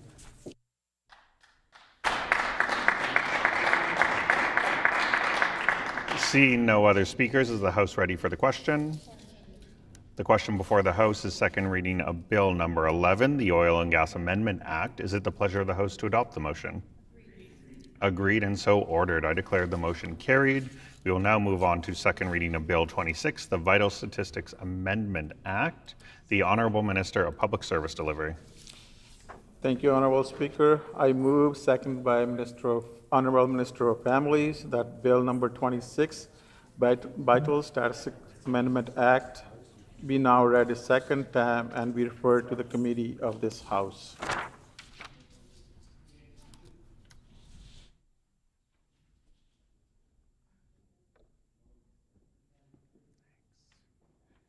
It has been moved by the Honourable Minister of Public Service Delivery and seconded by the Honourable Minister of Families that Bill number 26, the Vital Statistics Amendment Act, be now read a second time and be referred to a committee of this House. The Honourable Minister of Public Service Delivery. Thank you, Honourable Speaker. Currently, under the Vital Statistics Act, persons wanting to change their sex designation are required to submit a supporting letter from a healthcare professional as part of their application process. The Vital Statistics branch has received a number of requests from the 2S LGBTQIA+ community to remove this requirement from the Act. Obtaining a supporting letter from healthcare professional to confirm a change of sex designation that an applicant identified with can be difficult and may create obstacles for individuals. This process also adds unnecessary work for healthcare professionals who must take time away from patient care to fill out the required document for the applicant. The bill represents government's commitment to support rights of a gender-diverse person and to advocate for the right of self-expression and identification for all Manitobans. It will also align Manitoba with other jurisdictions that no longer require supporting letter from healthcare professionals under their respective legislation. All other supporting material and alternate documentation prescribed under the Act, including a signed and witnessed statutory declaration and evidence of a legal name, place of birth, and a residency, do not change. The amendment also updates the Act with a gender-neutral language. Thank you, Honorable Speaker.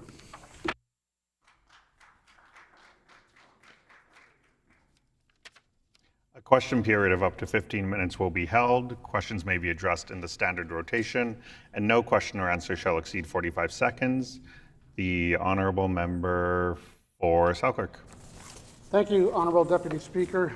Keep these questions brief. This is a very important bill. How would this bill impact transgender and gender-diverse people in Manitoba? The Honourable Minister of Public Service Delivery. Thank you, Honourable Deputy Speaker, and I want to thank the member for that question. Again, as I said in my preamble, that this is reduce the barriers that currently have it on there, where they need required a health professional's letter saying supporting document. This will eliminate that, and it will make it easier for a person who want to change their sex designation if they're 18 and above. Thank you, Honourable Speaker. The Honourable Member for Selkirk. Thank you again, Honourable Deputy Speaker. Can the member tell us which stakeholders were consulted regarding this bill? The Honourable Minister of Public Service Delivery. Thank you, Honourable Speaker. As I said in my preamble as well, the community has been reaching out to the Vital Statistics, and it's not only for currently reaching out to the government, it has been reaching out to the previous government as well. And well, 7.5 years they did nothing, and we are taking action. We want to make sure we are respecting everyone in Manitoba. Thank you, Honourable Speaker. The Honourable Member for Selkirk. Thank you, Honourable Speaker. Were healthcare professionals consulted on this bill? The Honourable Minister of Public Service Delivery. Thank you, Honourable Speaker. Again, as I said, we are freeing those healthcare professionals to look at, to work with the patient. This is where they should be providing those services. Again, we are always listening government. It's not only the healthcare professional, we listen to all Manitobans. It's not only here in the legislature that we listen to, we go out into the community and listen to people as well. Thank you, Honourable Speaker. The Honourable Member for Selkirk. Thank you, Honourable Speaker. I'm going to conclude my questions now. I just want to thank the Minister for bringing this forward and ask if he has a personal experience that he can share with the House how this can impact people in our community. The Honourable Minister of Public Service Delivery. Thank you, Honourable Speaker. As I said earlier, that this will make it easier for those who want to change their sex designation from where they don't require this healthcare professional's letter anymore. This is gonna make it easier. Again, as I said, we respect all Manitobans, and this is one of the way we are making it a little bit easier for those folks who want to change their sex designation. Thank you, Honourable Speaker. No further questions. The floor is open for debate. The Honourable Member for Selkirk. Thank you again, Honorable Speaker. I'm very proud to stand up and just get a few words on the record regarding this bill. As we said before in this House, that we are here to represent all Manitobans, and a bill like this coming forward does just that. When we take a look at the communities that we need to represent, the PCs have established programs in the past and different things in support of our two-spirited and two SLGBTQIA+ communities. We have done a number of things, including the Gender Equity Manitoba Secretariat, which is now called the Women and Gender Equity. The PC's invested over $3.2 million in the Rainbow Resource Centre Place of Pride. That was Canada's first 2SLGBTQ+ campus. The PC's also invested $150,000 in Two Spirit Manitoba's Medicine Wolf Healing Place. The previous PC government supported the Real Pride International Film Festival. That's Canada's oldest 2SLGBTQ+ film festival. And we need to work towards the future where all Manitobans have a sense of belonging, including two-spirit, transgender, non-binary, and gender-diverse people. It would be very disingenuous of me to stand up here and say that I understand the challenges facing transgendered or gender-diverse people. It would be extremely disingenuous. But what I can do is I can stand here and tell you, as a person of compassion, of understanding, some empathy, I can feel for people who have the strength to come forward and say that they want to claim their identity, their true identity. And myself as a man, I've identified as a man, and I've been doing that my entire life. And I didn't have to convince anybody that I was a man. I didn't have to go see a doctor and have the doctor confirm that I was a man. And I think that it is degrading to make anybody do that. You identify how you identify because you know inside yourself that is who you are. You don't need anybody else to confirm what you know. No more than you would need somebody to confirm if you love your children or you believe in your God. This is something that we must do for everybody in our community and stand up for the rights of all people. And just on those few words, I want to say thank you very much for the opportunity to speak, and thank you very much for bringing this bill forward.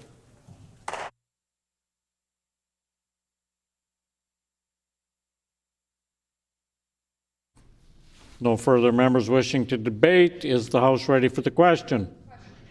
Question before the House is second reading of Bill 26, the Vital Statistics Amendment Act. Is it the pleasure of the House to adopt the motion? Agreed and so ordered. I declare the motion carried. We will now move on to second reading of Bill 3, the City of Winnipeg Charter Amendment and Planning Amendment Act. The Honourable Minister of Municipal and Northern Relations. Honourable Speaker, I move, seconded by the Minister of Sport, Culture, Heritage and Tourism, that Bill number 3, the City of Winnipeg Charter Amendment and Planning Amendment Act, loi modifiant la Charte de la Ville de Winnipeg et la loi sur l'aménagement du territoire, be now be read a second time and be referred to a committee of this House.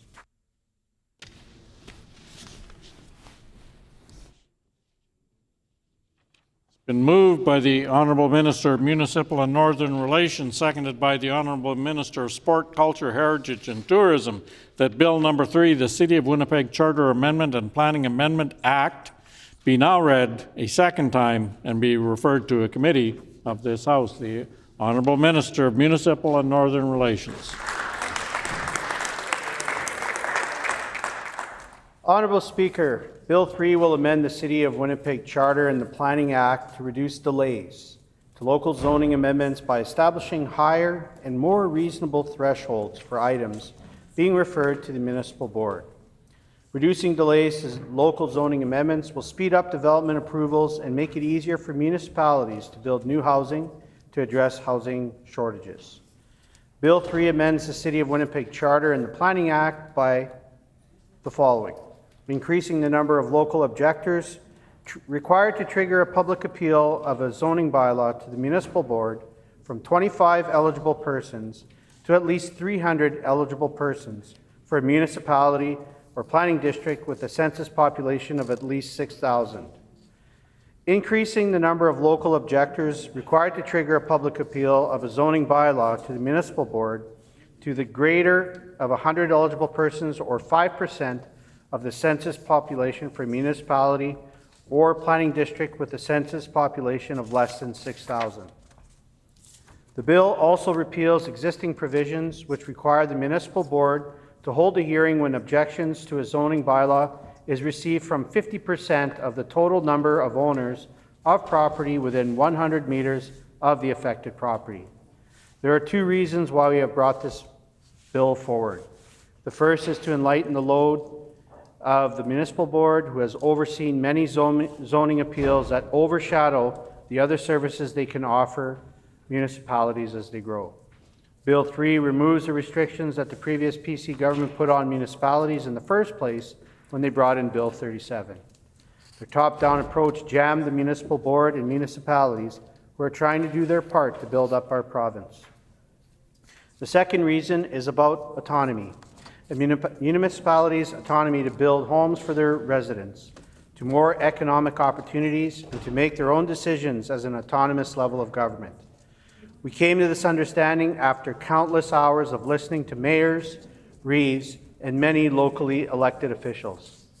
I am confident that the increase to the threshold for public appeals balances local decision-making autonomy with the value of public participation in the land use planning processes. At the end of the day, municipalities included in the planning of the capital region, and that we want to be a partner as we build Manitoba together. That's why these changes to the City of Winnipeg Charter and the Planning Act will deliver on this idea as we work in collaboration with municipalities to expedite approval timelines and ensure their freedom to land use planning in their communities. Thank you.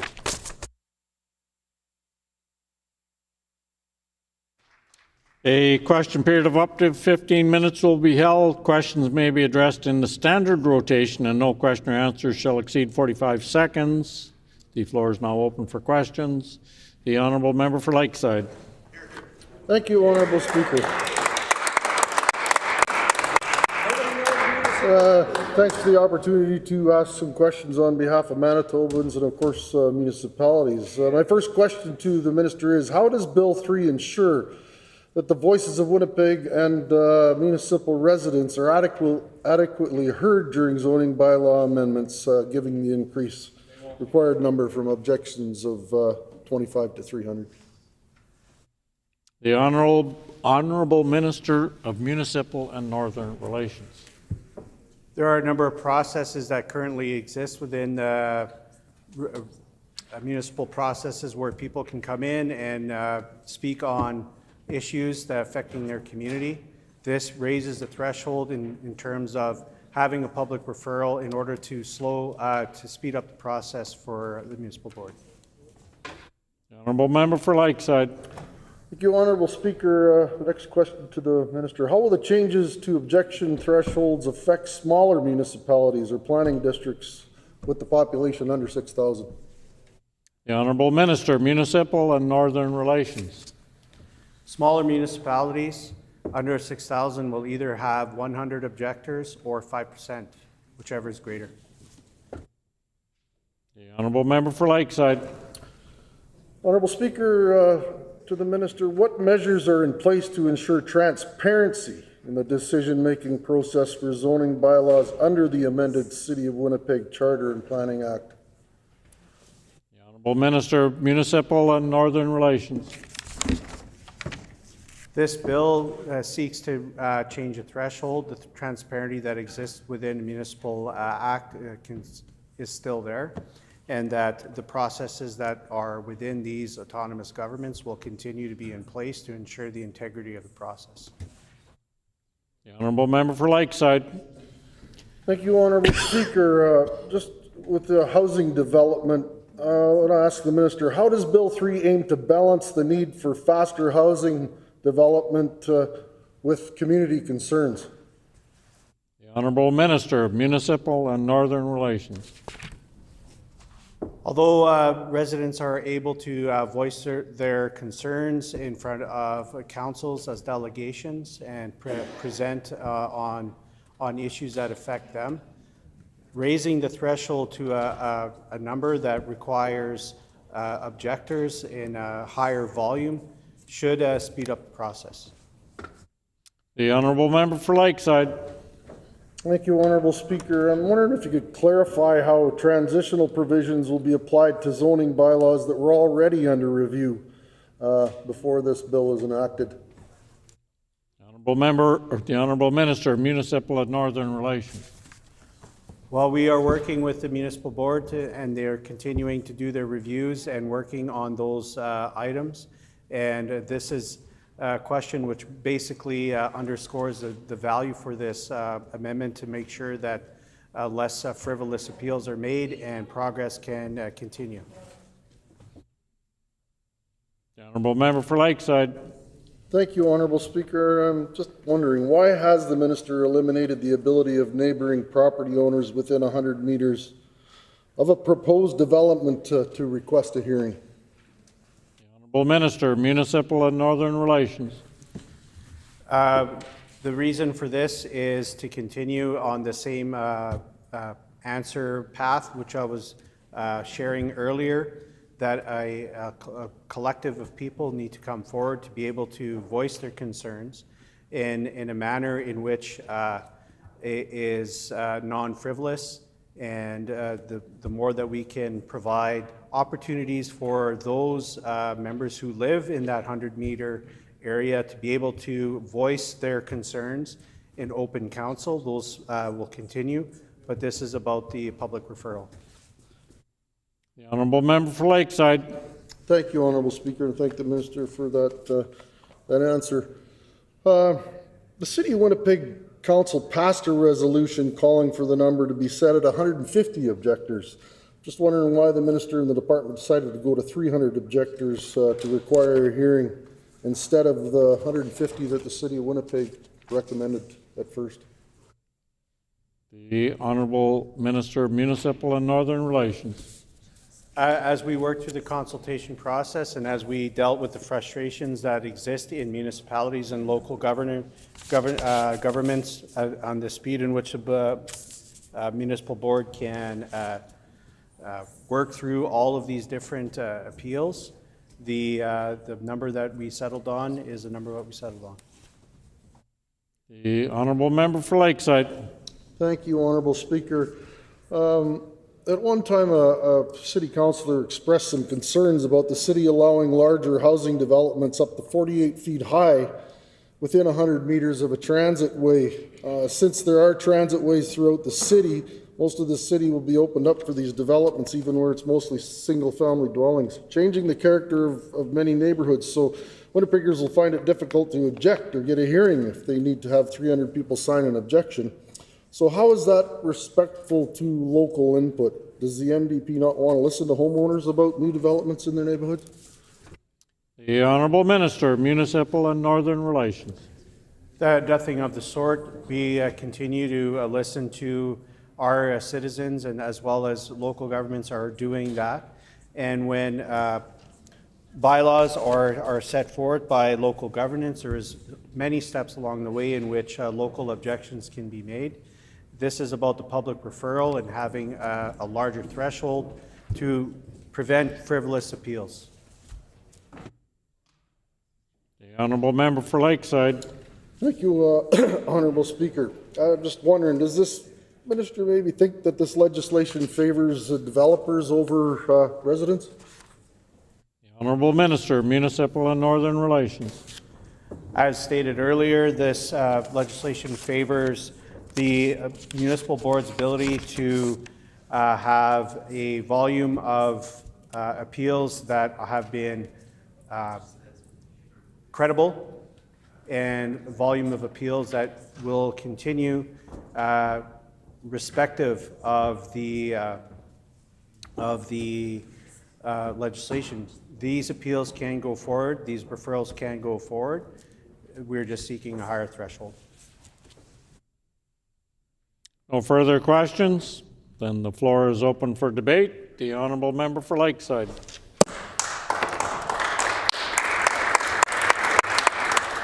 Thank you, and thank you, Honourable Speaker.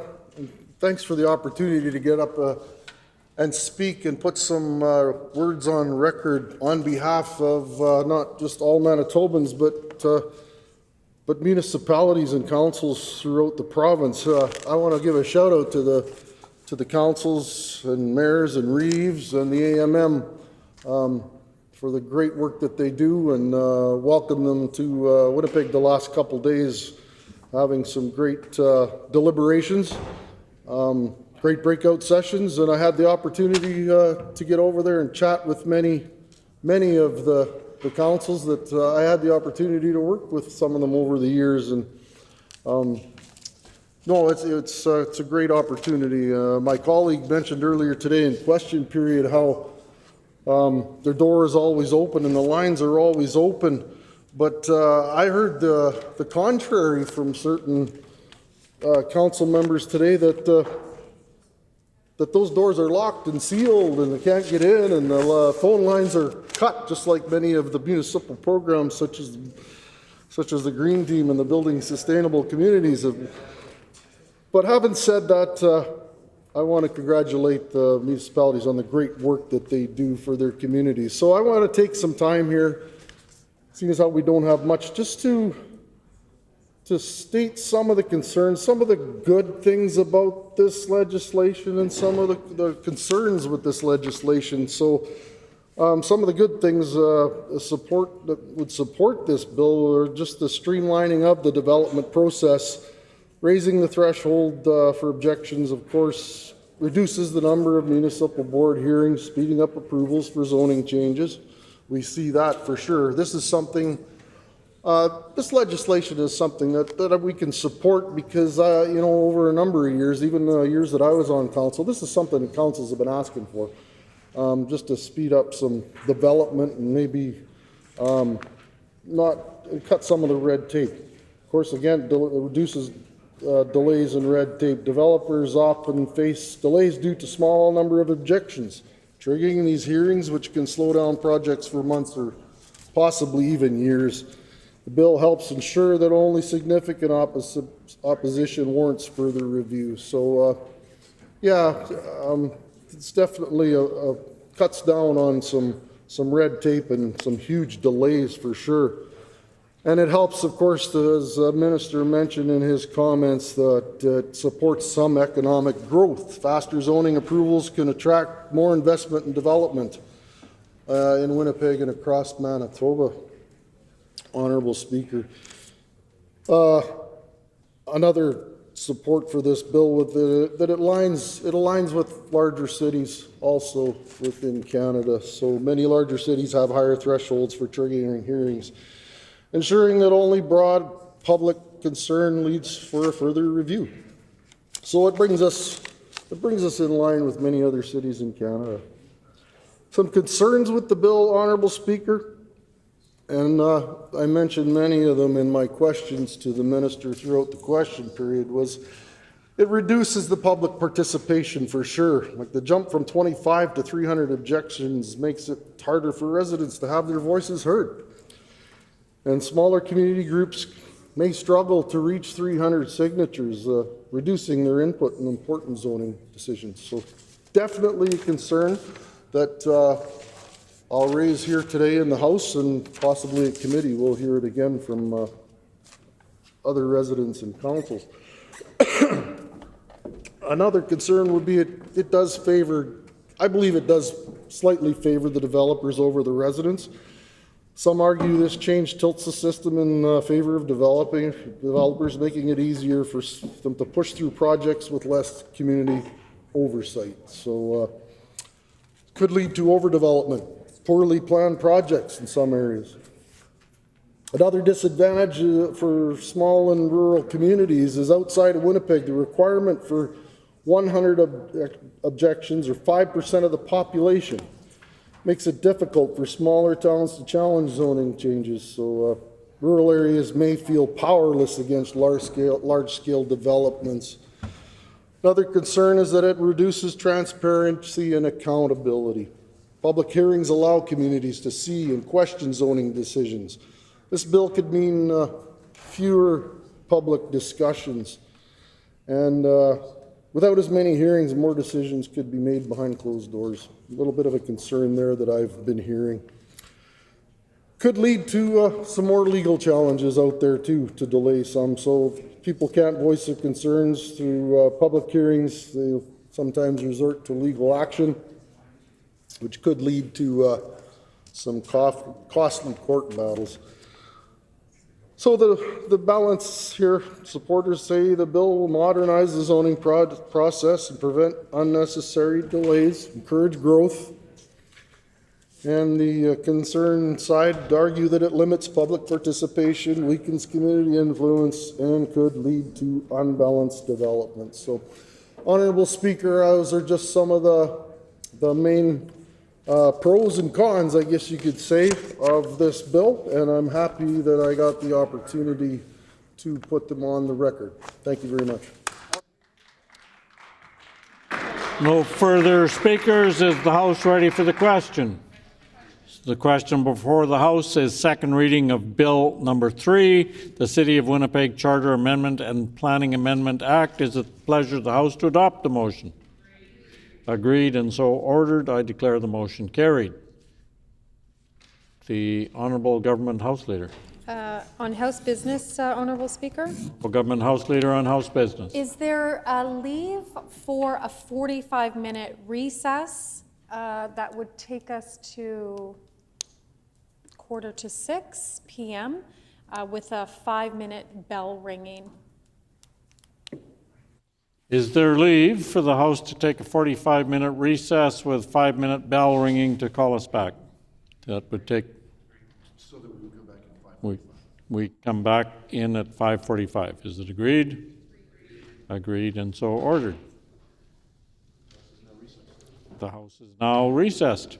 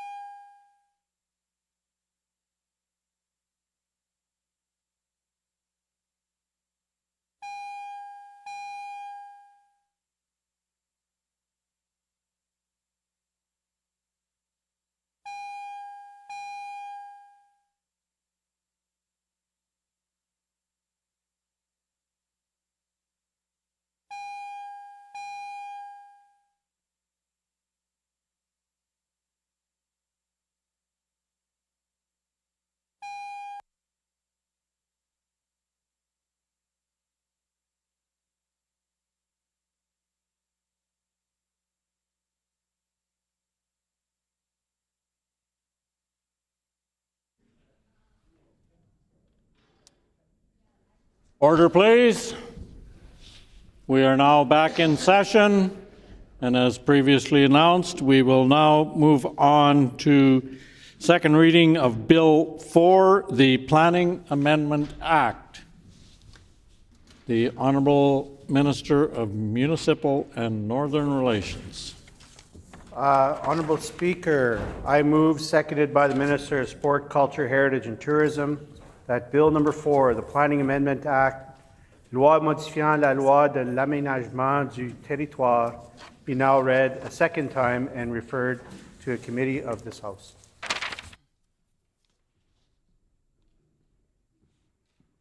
It's been moved by the Honourable Minister of Municipal and Northern Relations, seconded by the Honourable Minister of Sport, Culture, Heritage and Tourism, the Bill number 4, the Planning Amendment Act, be now read a second time and be referred to a committee of this House. The Honourable Minister of Municipal and Northern Relations.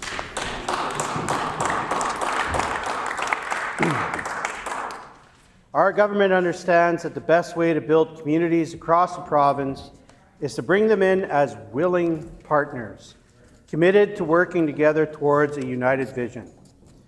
This is a significantly different approach from the previous PC government's heavy-handed implementation to the planning of the capital region.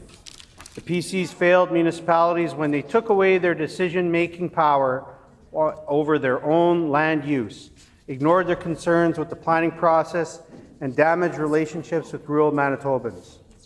Communities outside of Winnipeg, if they want it, should be preserved, as they deserve the freedom to maintain who they are, an independent Manitoba municipality. Our government understands this, and no one should be forced into amalgamation. That's why we did the work.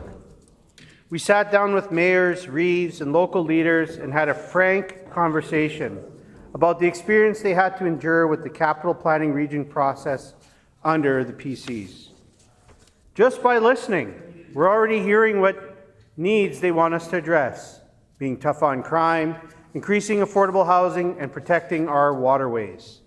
But most importantly, they want their provincial representatives to respect the autonomy of municipalities and their freedom to make decisions for themselves and their communities. This bill does just that. It will reset the relationship of Manitoba municipalities in the capital region. Voluntary membership means that municipalities will have a choice to sit at the table.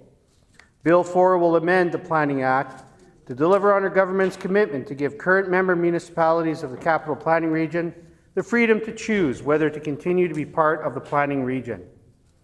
Key features of the bill include enabling current member municipalities of the capital planning region to voluntarily withdraw from the region by passing and seconding and sending a council resolution to the minister. Municipalities can initiate the steps to withdraw once the bill becomes law by royal assent, and then up until the next general municipal election in October 2026, when it is held. The bill also provides future opportunities for a council to withdraw from membership in the capital planning region at the time of the 10-year review of the plan. Bill 4 also enables municipal councils that wish to become a new member of the capital planning region to do so at any time by holding a public hearing, passing a council resolution, and sending it to the minister. Finally, Bill 4 extends the deadline by which the Capital Planning Region Board must adopt a regional plan bylaw to January 1st, 2027, or dates later prescribed by the minister by regulation. A renewed Capital Planning Region Board will reset and reshape the relationship going forward, with the freedom and choice being its guiding principles. By working together, capital region municipalities, Indigenous partners, and the province can clearly focus on key shared priorities such as transportation improvements, water and wastewater investments, more affordable housing, and safeguarding the health of our waterways for future and current generations. Regional planning must be flexible and adaptable to regional as well as local needs. It must address broader shared priorities through coordination and cost sharing where possible. Thank you. A question period of up to 15 minutes will be held. Questions may be addressed in the standard rotation, and no question or answer shall exceed 45 seconds. The honourable member for Lakeside. Thank you, Honourable Speaker. And once again, great to get up and ask some questions for municipalities. Question to the first one to the minister is, how does the bill ensure that municipalities have sufficient flexibility to join or withdraw from the capital region while maintaining regional collaboration? The Honourable Minister, Municipal and Northern Relations. As stated in my opening remarks, municipalities can join at any time. That seems pretty flexible to me. Also, prior to the date of January 1st, 2027. So when you think of something like that, it allows municipalities to make a decision and then act on it. But to make a plan work, you need to work at it, and that's why regions that opt in are committing to a 10-year process to continue to work on this plan with their partners. Honourable Member for Lakeside. Thank you, Honourable Speaker. In regards to public hearings, the Minister tell me what steps are being taken to ensure that public hearings are accessible and inclusive for all community members when municipalities decide on their membership in the capital region, in the capital planning region. Sorry. Honourable Minister, Municipal and Northern Relations. Excellent question. We're doing it right now in this House. We have debate. We'll be passing it to committee. People will be able to come and speak at the public hearing. But in addition to that, they will have the opportunity to attend municipal councils, meetings, and ask questions about the benefit of being part of the planning region or voice their concerns against it. So I think that's a win-win for democracy when you can put something in front of people and say, what do you really think about this? And that's what they did when they elected officials, and then that's what we're doing by giving the power to decide what they want. The Honourable Member for Lakeside. Thank you, Honourable Speaker. Just in regards to regional planning, can the Minister tell me how will the bill improve the efficiency and effectiveness of the regional planning processes, particularly in terms of infrastructure and land use development? The Honourable Minister, Municipal and Northern Relations. People achieve great things when they work together, and when you have a willing partner ready to sit down with you and be a part of something. And that's what the previous iteration of the capital planning region did not have. People were forced to participate against their wishes, possibly. I don't think that set the conditions for any winning planning or any working together when you're forced to come to the table. I think by allowing people to make that choice, to say we are in it with our partners, that's how you succeed with big things. The Honourable Member for Lakeside. Thank you, Honourable Speaker. I've been hearing from some municipalities just some concerns on contiguous municipalities. What criteria are used to determine which municipalities are included in a planning region? And how does this impact regional cohesion? The Honourable Minister, Municipal and Northern Relations. Excellent question. And we understand that when the entire region is included and they all work together and everyone is holding hands through the process, that's great. But we also understand that each community understands their own need. And when we understand regional planning to some degree already exists, we're just strengthening that. And when we have regions that are willing partners that are bordering the capital region to do big things together and to have a shared benefit, I always think that's a winning condition. And that's the most important thing. And the attraction of working together to accomplish big economic development, I think is always a great thing to see. The Honourable Member for Lakeside. Thank you, Honourable Speaker. And in regards to the review process, how frequently will regional planning bylaws be reviewed, and what mechanisms are in place to ensure they remain relevant to evolving community needs? Now, I mentioned earlier in an answer that if you opt in, you're in for 10 years. Does that correlate with the bylaw review process? The Honourable Minister, Municipal and Northern Relations. Another great question, and what this is about a commitment to a regional plan that takes time to develop and actualize. And we're talking about major projects in housing, sewer, transit, road construction, and you just can't do that over 1 year. If we just judged the opposition's performance over 18 months, I don't think it would be very good. So some things take time, and we'll just continue to work on realizing a good future for the capital region. The honourable member for Lakeside. Thank you, Honourable Speaker. Now, in regards to the financial obligations here, are there provisions in the bill to address financial obligations for municipalities that choose to withdraw from the capital planning region? Honourable Minister, Municipal and Northern Relations. What we're really excited about is the financial benefit of willing partners working together to make big things happen and being able to actualize those things with the strength of in numbers. And the financial benefit that occurs when people work together and put their boots on and their work gloves on to be able to get great things done is really important. Of course, there always has to be a commitment from each municipal body to be able to say we're in this and we're going to be working together to make sure things happen. And those are always worked out with willing partners. The honourable member for Lakeside. Thanks, Honourable Speaker. I'm not sure, maybe I didn't make my question clear enough, but there's certain financial obligations to these municipalities in the metro region that they have to pay as an annual fee to be part of the planning region. Now, my question is, what are the financial obligations to those municipalities now, whether they opt in or opt out? The Honourable Minister, Municipal and Northern Relations. I just redirect the credit to the financial benefit of working together to actualize large projects for the region, large and small. And when we work together to be able to actualize a plan that makes sense for everyone and to maximize the benefit of federal dollars or provincial dollars, it's always a good thing.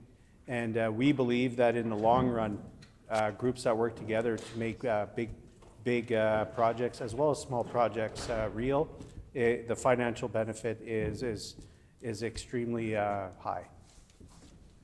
Honourable member for Lakeside. Honourable Speaker, I'm going to ask the question one more time and maybe I'll be a little more clear. The municipalities that are involved in the capital region at this time have to pay an annual fee per capita to belong to the capital planning region. I'm wondering what those financial obligations are now moving forward if the municipality opts in or opts out of the region. Thank you. The Honourable Minister, Municipal and Northern Relations. We'll continue to, I'll continue to reiterate my response. And that's what this is all about, is debating this issue, going to committee, and providing the clarity that people want. People want clarity to see whether they're in or they're out. And they were forced to do it prior. They're being asked to participate. The details for each individual municipality will be very clear before making that decision. And they'll be able to weigh that decision based on the realities that currently exist within their community. Honourable member for Lakeside. I'll just move on to another question, Honourable Speaker, because I've got a number of them here.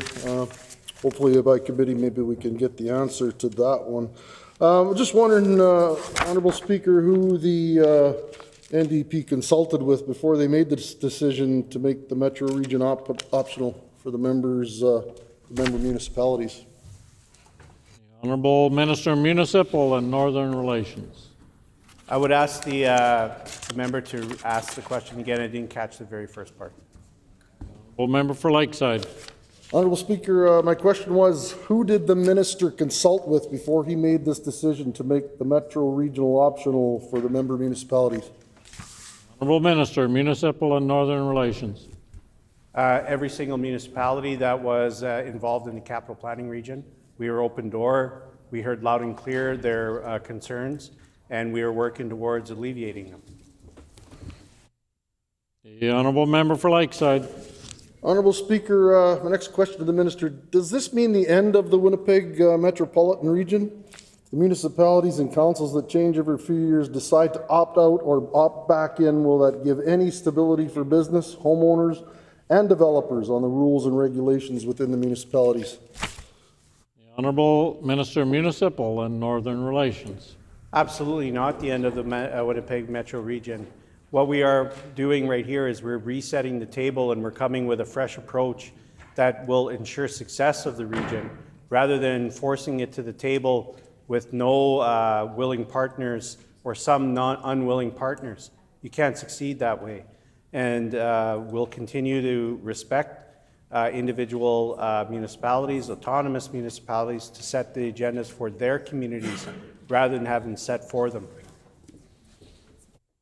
The Honourable Member for Lakeside. Thank you, Honourable Speaker. I'd like to ask the Minister, what will be the drinking water regulations that the Minister is still requiring municipalities to comply with? Honourable Minister, Municipal and Northern Relations. Well, we absolutely would have high drinking standards of water. That is not what we're discussing here. What we're discussing is a participation in a planning region, and a planning region with the high standards that Manitobans inspect and deserve. The Honourable Member for Lakeside. Could the Minister tell me, Honourable Speaker, what some of the things are that municipal regions can accomplish by working together on infrastructure, economic development, roads, wastewater, and water management? Honourable Minister, Municipal and Northern Relations. I can think of no better example than the facility of Centerport, which was a joint venture between the RM of Rosser and the City of Winnipeg. That is an example of what regional partners can do. And this was a success because of the willing partnership between the city and that particular municipality, as well as the province that guided them through that process.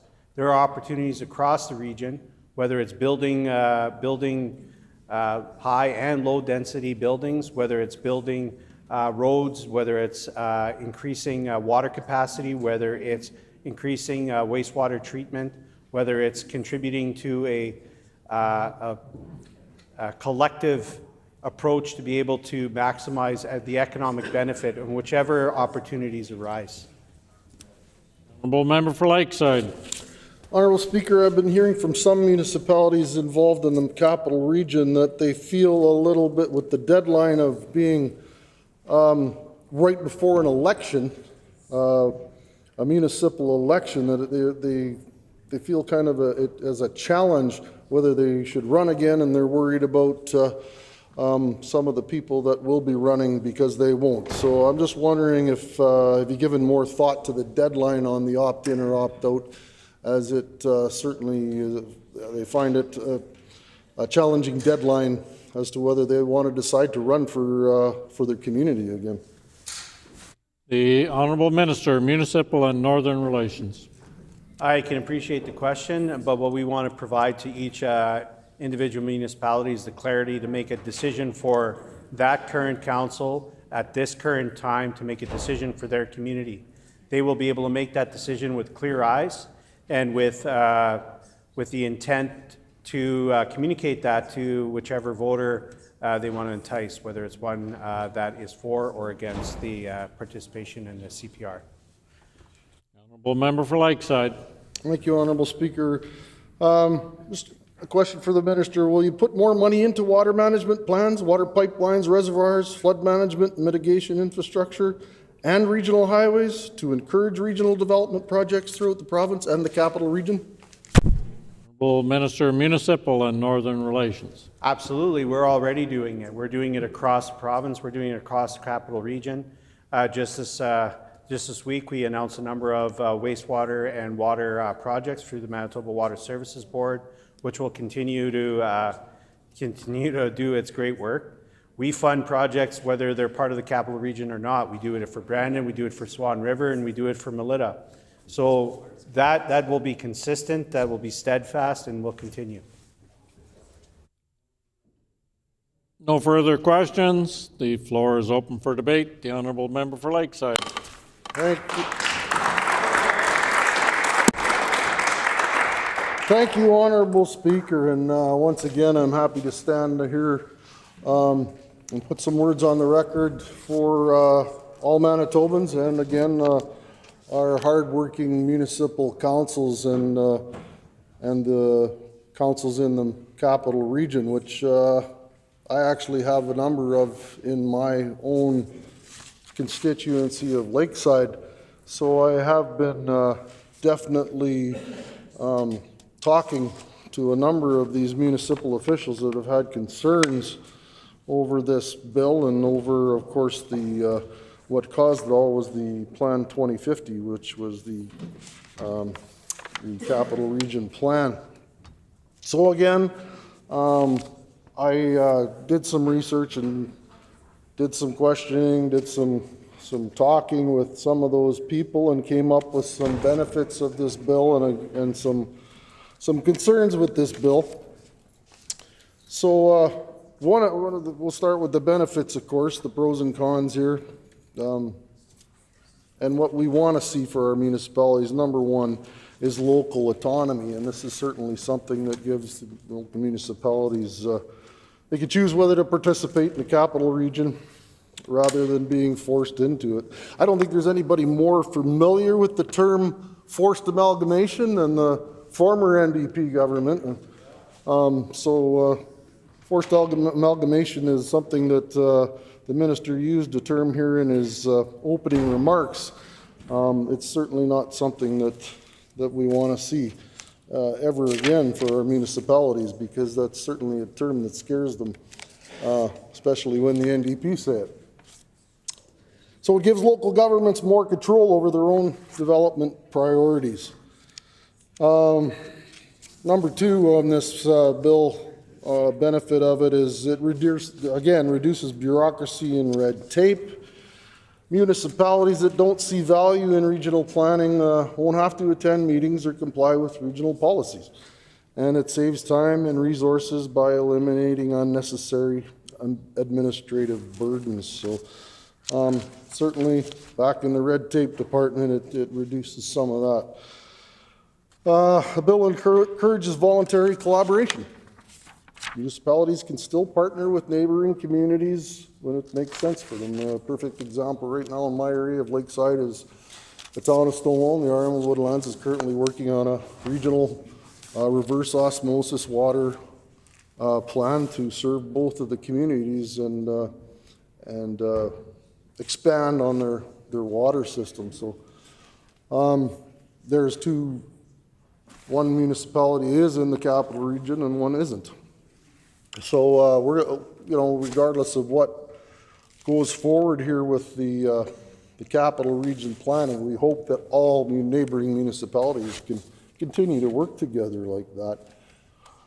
Ensures regional cooperation is based on mutual benefit rather than legal requirements. So it's not two municipalities being told that they have to work together. They just voluntarily do it. Another one is it provides more flexibility for the smaller municipalities. Rural or smaller municipalities may not have the same urban development needs as, say, the city of Winnipeg. It allows them to focus on local concerns such as agriculture, small-scale industry, and community services. This bill certainly could lead to some faster decision-making in our municipalities, and that's one thing I enjoyed about municipal government compared to where I am now. It was much faster decision making and much more productive. So those are some of the benefits of this bill.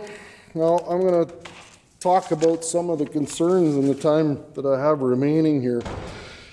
So my concerns with this, and these are all reasons for the capital region planning. So with this bill, it'll weaken the regional planning and the coordination. The capital planning region was created to ensure municipalities work together on land use, infrastructure, and growth. Municipalities withdraw, it could lead to an uncoordinated urban expansion and inefficient land use. Another one would be infrastructure and cost sharing issues. So regional planning helps share the costs of major infrastructure projects, roads, public transit, etc. Some municipalities leave, costs will increase for the ones that remain. Rural municipalities might struggle to fund major projects on their own, and that's what we see with a lot of these smaller municipalities. They just don't have the tax base to fund these projects on their own, so they rely on partnering with other municipalities. Another one would be potential for uncontrolled development and sprawl. Now, what that means is without regional oversight, municipalities might approve developments that don't align with their broader planning goals. This could lead to urban sprawl, environmental concerns, and inefficient use of resources. Another one is uncertainty for business and investors. Regional planning provides stability for businesses and developers. So that was another huge advantage of the metropolitan region was the fact that developers have the infrastructure already there or can connect to it to make things work. So if municipalities enter and leave the capital region, it could create uncertainty about zoning, infrastructure, and long-term investment. Now, Honourable Speaker, one of the final concerns I'm going to talk about here, of course, is the environment and climate concerns with this bill. Regional planning helps manage those climate risks, such as flood mitigation, green space, conservation, and emission reductions. So if municipalities withdraw, environmental protections could become weaker in many areas.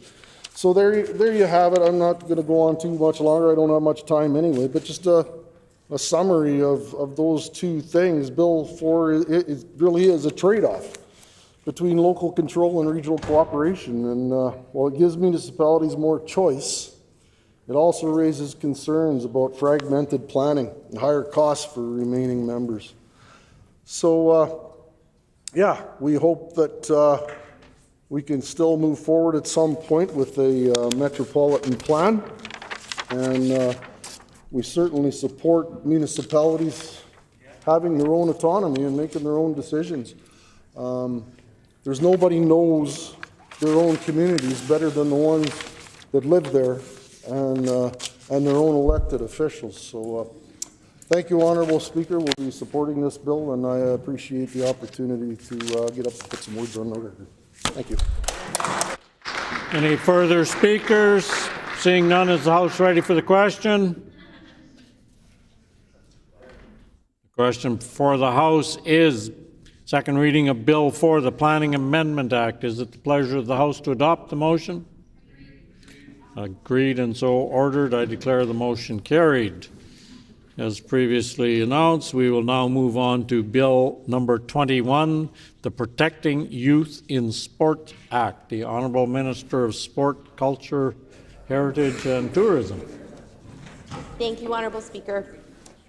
I move, seconded by the Minister of Finance, that Bill number 21, the Protecting Youth in Sports Act, loi sur la protection des jeunes sportifs, be now read a second time and be referred to a committee of this House.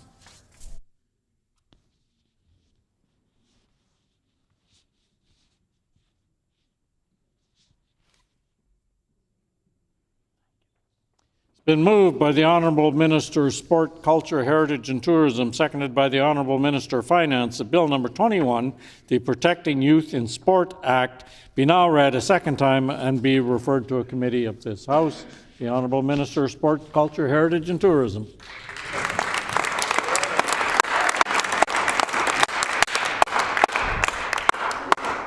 Honourable Speaker, I'm pleased to speak in the House today about Bill 21, the Protecting Youth in Sports Act. We all know how important it is to keep kids safe, and our government is committed to supporting a culture of safety for youth across Manitoba's amateur sports system. This bill supports a safer sport environment for young athletes by requiring sports organizations to adopt safe sport policies and training. And all coaches will need to complete courses on how to create a safe and positive environment for young athletes. Bill 21 is the result of significant collaboration with Sport Manitoba as a key leader for safe sport in our province. Sport Manitoba will be instrumental in leading a safe sport environment for the benefit of all young athletes, coaches, parents, and other participants. This framework is being built to address and ultimately prevent maltreatment in sport. Our government is committed to supporting a safe and equitable sports system free from racism, where every child knows they have the right to play. This bill also supports a broader approach across government to increase safety for kids in school and in their communities. With this, I ask my colleagues on all sides of the House to support this bill to strengthen the safety of youth in sport. Thank you, Honourable Speaker. A question period of up to 15 minutes will be held. Questions may be addressed in the standard rotation, and no question or answer shall exceed 45 seconds. The floor is now open for questions. Seeing no questions, is the House ready for... Oh, I'm sorry. The Honourable Member for Dawson Trail. Thank you, Honourable Speaker. How is Bill 21 similar or dissimilar to Bill 19, the Public School Amendment Act, introduced this session? The Honourable Minister of Sport, Culture, Heritage and Tourism. Thank you, Honourable Speaker, and I thank the member for the question. This bill specifically, Bill 21, is discussing amateur sport for youth. And this would be a bill that is outside of the school system. So schools have their own sports that occur there. This particular bill would be about sports that occur outside of school time. Thank you. The Honourable Member for Dawson Trail. Will this requirement be only for coaches, or does it relate to those involved, such as parents who drive kids and athletes from different events? What about chaperones that go on different trips with the kids? Honourable Minister of Sport, Culture, Heritage and Tourism.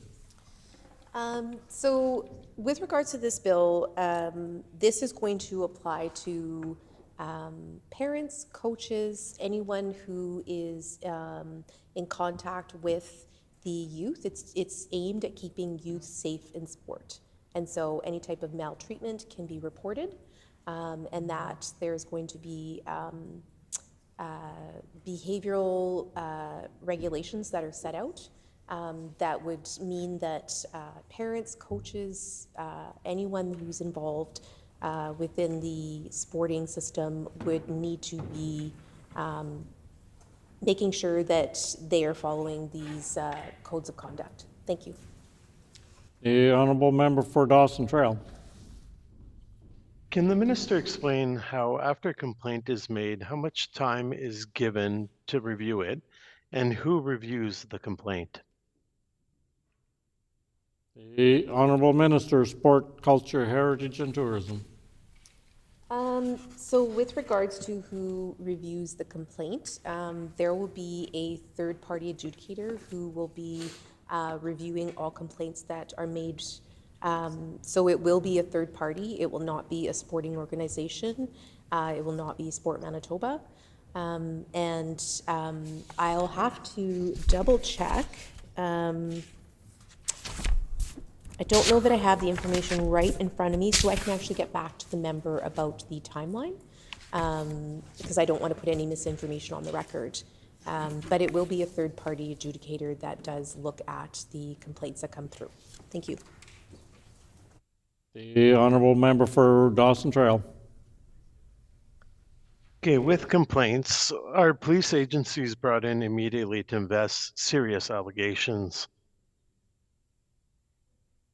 The Honourable Minister of Sport, Culture, Heritage and Tourism. So within this legislation, the duty to report, there's nothing in this act that affects an obligation or duty to report behavior that is prohibited under the criminal code.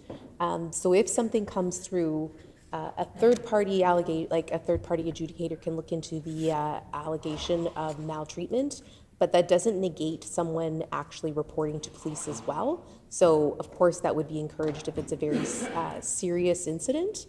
Then of course, people, whether it be a coach or a parent or otherwise, are encouraged to report to police if a criminal action has taken place. The Honourable Member for Dawson Trail.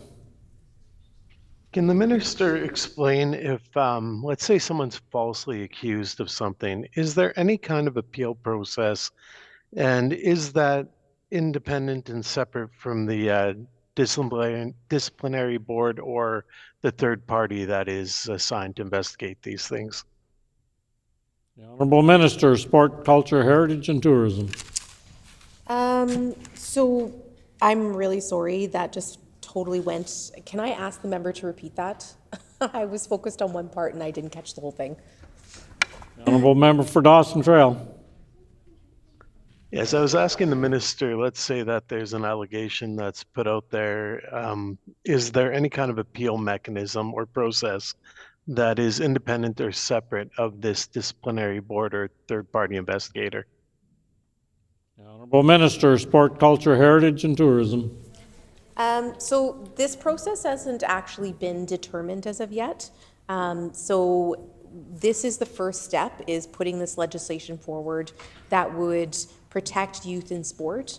And a lot of the next steps are things that are going to be determined, including this.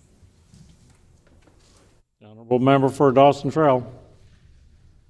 Okay, so for my last question, given that Sport Manitoba receives provincial funding, why doesn't those affiliated with Sport Manitoba adhere to the government code of conduct and respectful work policy? The Honourable Minister, Sport, Culture, Heritage and Tourism.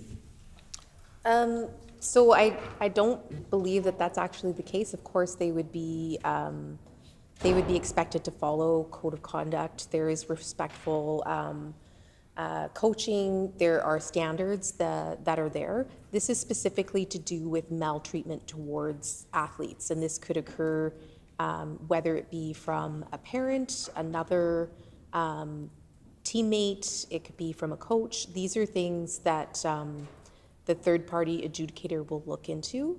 And certainly there are policies in place to ensure that people are following a particular code of conduct. The Honourable Member for Dawson Trail. No further questions. I'll just get into my speech.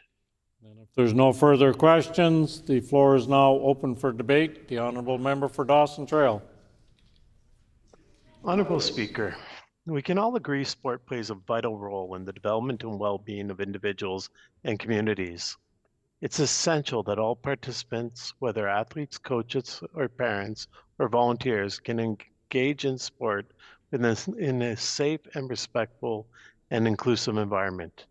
To that end, the Red Deer Declaration, signed in May 2019 by all federal and provincial territorial ministers responsible for sport, marked a national commitment to eliminate abuse, discrimination, and harassment in sport.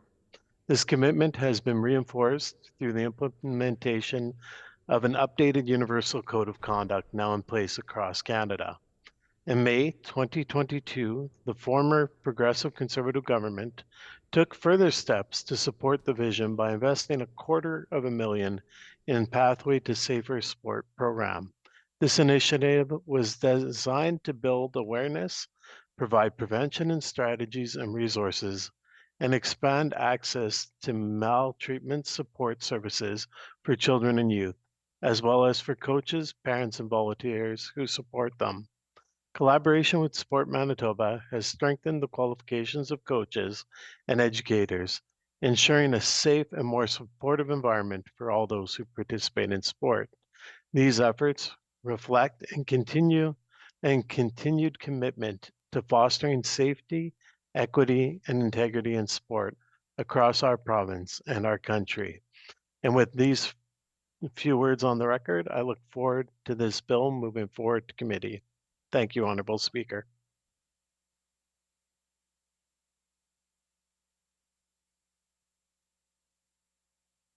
If there's no one further in debate, is the House ready for the question?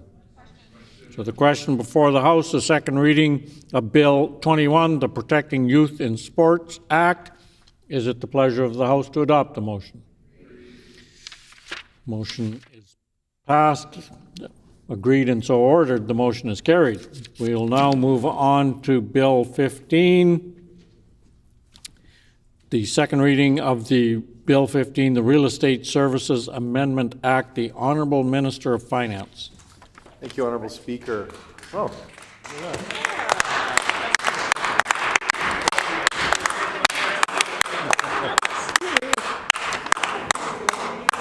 I move, seconded by, thank you. I move, seconded by the Minister of Education, that Bill number 15, the Real Estate Services Amendment Act, loi modifiant la loi sur les services immobiliers, be now read a second time and be referred to a committee of this House.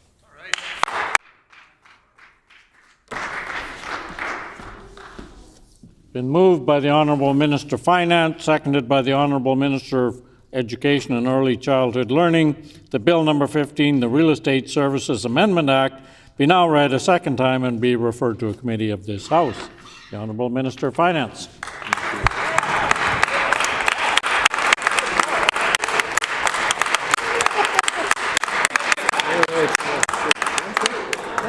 Thank you so much. Well, Honourable Speaker, I'm so delighted to have this opportunity to speak to this important bill, Bill 15, the Real Estate Services Amendment Act. This act governs the regulation of the real estate brokerage and property management industries in Manitoba and is administered by the Manitoba Securities Commission, which is part of the Manitoba Financial Services Agency. The regulatory framework for these industries was updated when the Real Estate Services Act replaced the former Real Estate Brokers Act on January 1st, 2022, under the previous government. Since coming into effect, however, significant deficiencies in that legislation have been identified. Let me explain. As it stands, the Manitoba Securities Commission is seriously impaired in its ability to perform its public interest function. The current legislation, drafted by the previous government, does not give the Securities Commission the power to freeze bank accounts maintained by a person or a company that is required to be registered under the Act, but have not registered.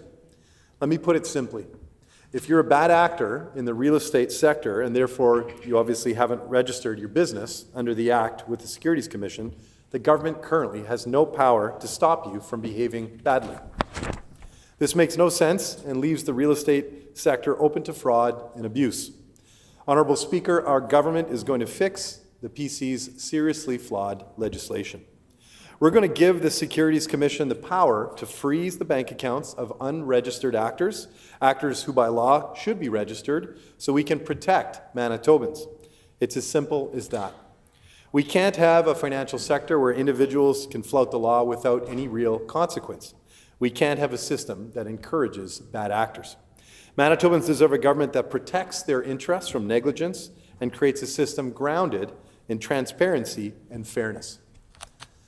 Honourable Speaker, I also need to bring your attention, and through you to all Manitobans, to another problem with the PC's legislation that we are going to fix. The current legislation does not contain timing parameters indicating how long the Commission has before commencing prosecution under the Act. By not setting a specific time frame for the Commission to act, the PC's legislation created a regulatory environment where delays and inaction are not only possible, but likely. Our government, however, believes all people and businesses should be treated equally under the law, and therefore our amendments will impose a 2-year limitation period on prosecutions. For the benefit of all members, I should highlight that the 2-year limitation was actually previously in place, but either through an act of omission or negligence or perhaps worse, it was excluded by the previous government when they made their legislative reforms.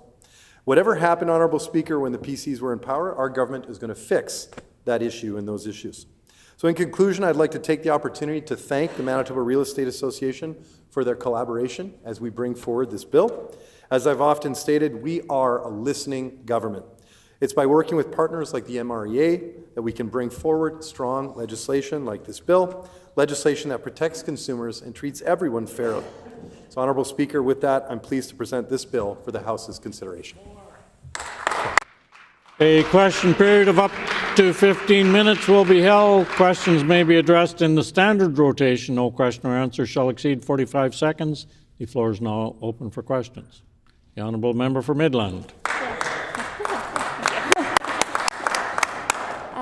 Thank you, Honourable Speaker. So this bill seems to be addressing a relatively minor problem and dealing with a few bad actors. So I'm curious of how often that this has been a problem within the province of Manitoba, or is this a bigger problem in other provinces with higher population and higher housing? The Honourable Minister of Finance. Yeah, this was identified again by our team within the MFSA as a serious concern, as a gap, and again the MREA, the Real Estate Association, also agrees that this is a concern, that we have these holes in the current legislation. So this is something we want to make sure we respond to. We do not want to have legislation that can permit crime or fraud to be perpetrated. And as a government, we want to make sure we close loopholes. That's what this bill does, is it ensures that we're protecting Manitobans, and that we're going to ensure that when Manitobans engage in seeking out real estate services, that they know that they're going to be dealing with good actors who are registered, and that we have all the requirements in place to make sure that in those instances where somebody is a bad actor, that we're going to pursue that and ensure that that action is shut down.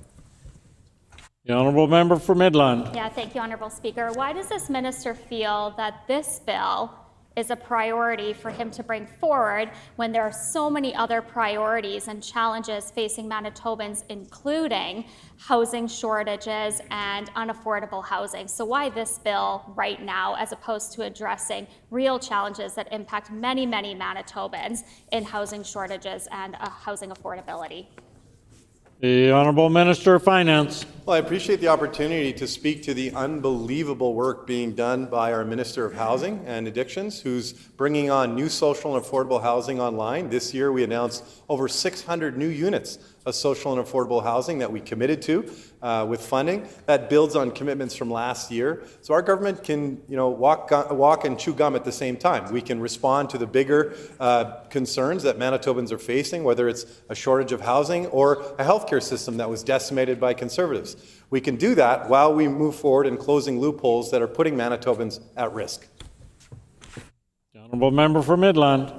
Yeah, so the powers given to the Manitoba Securities Commission within this bill are not universally granted by similar legislation in other provinces. So if the minister could please explain which provinces they looked at when drafting this bill.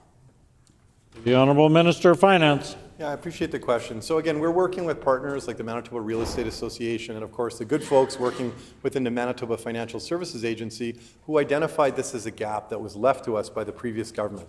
A gap that again could encourage crime, fraud, and abuse of a system that's there to protect Manitobans.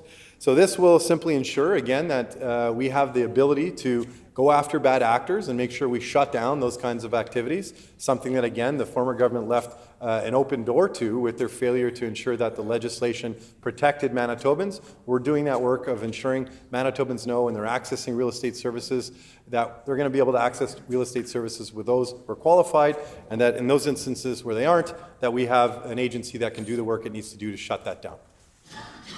The Honourable Member for Midland. Yeah, thank you, Honourable Speaker. Have these bad actors been a significant problem in Manitoba? And can the minister please provide a couple examples as to where this has taken place? The Honourable Minister of Finance. Yeah, this was of sufficient concern that this was identified as a major hole in the legislation. Again, a hole that was left to us by the previous government, just not too dissimilar from the $2 billion hole they left us on a deficit side. This is one of many holes that they've left us to have to fill in. But that's why we're here. We're here because Manitobans know that this team, led by our Premier, is fixing the things that the former government left us to fix, and that there's no shortage of work to do. This is one of many things that we've needed to respond to. And again, we're doing the work of closing holes that the former government left in this important legislation to protect Manitobans from real estate fraud. Honourable Member for Midland. Yeah, Honourable Speaker, thank you. It was actually the NDP under Greg Selinger that introduced and passed Bill 70, the Real Estate Services Act, in 2015, the very same act that this minister now seeks to amend. What other flawed NDP bills will this minister seek to amend in the future? The Honourable Minister of Finance. Yeah, so the Real Estate Services Act replaced the former Real Estate Brokers Act on January 1st, 2022. So last I checked, it was the members opposite who were in government during that time. So again, we're doing the work of cleaning up the mess that the former government left, not just here, but of course when it comes to healthcare, housing, childcare, affordability, across the board, we're getting the work done. They left a big hole and a lot of problems for us to solve, but Manitobans can count on us to get the job done. No further questions. Floor is now open for debate. The Honourable Member for Midland. Thank you, Honourable Speaker. It's my pleasure to rise in the House today to put a few words on the record on Bill 15, the Real Estate Services Amendment Act. Before going into the specific contents of the bill, I would like to first recognize the real estate professionals in our province who contribute to our economy, support buyers and sellers in our market with their market knowledge, and that who provide other expertise and services to their clients. As we know, real estate professionals are regulated in Manitoba through the Manitoba Securities Commission, which does protect investors from scams and frauds that on occasion do happen. The changes to this bill seem to be predominantly focused on the bad actors, as this bill will allow the Securities Commission to freeze the assets of persons who are required to be registered under the Real Estate Brokers Act, but who are not and who have contravened or about to contravene the Act. So this bill appears to close some potential loopholes that may allow unregistered persons to carry on activities that would have otherwise led to a freezing of assets of a registered party. As from our side of the House, it is the utmost importance to protect the public interest and current or future investors in this province. There have been many changes to the Real Estate Services Act in Manitoba over the past number of years. It was first introduced by Ron Lemieux in 2014 and then passed in 2015. Further changes were then made in 2022 by the former PCE government, who introduced a new regulatory framework for Manitoba's real estate industry that provided consumers with enhanced protections while also modernizing and streamlining business for industry professionals. The legislation in 2022 did close further loopholes to enhance public protection because the 2014 NDP bill that was brought forward by Ron Lemieux was deeply flawed, and the PC government fixed that during that time. So to enhance public protection, some of those loopholes that were closed included fines for misconduct, requiring written service agreements between brokerages and home buyers or sellers prior to providing those services. This ensured all parties were fully informed on what service would be provided and or carried out. The Act also enhanced the ability to take action against persons carrying out unregistered activities. This last point is where the piece of legislation brought forward by the minister today is expanded on, with the intent to close another loophole on persons engaging in unregistered activities by allowing the Securities Commission to freeze those assets. Now, it is important, Honourable Speaker, to point out that while this bill closes an apparent loophole, it does nothing to address the housing challenges that Manitobans are facing today, nor will it create growth or create new jobs. Manitobans are facing a worsening housing and affordability crisis on top of cost of living challenges and the highest foodflation in the province. This bill does nothing to address housing affordability or access to affordable housing. In fact, economists are predicting an economic recession in Canada is inevitable, and Manitobans are fearful they will not be able to even pay their mortgages, and some are fearful they will lose their house altogether. This government has clearly shown over their 18 months that they do not prioritize affordability, as was evident with the NDP's most recent budget.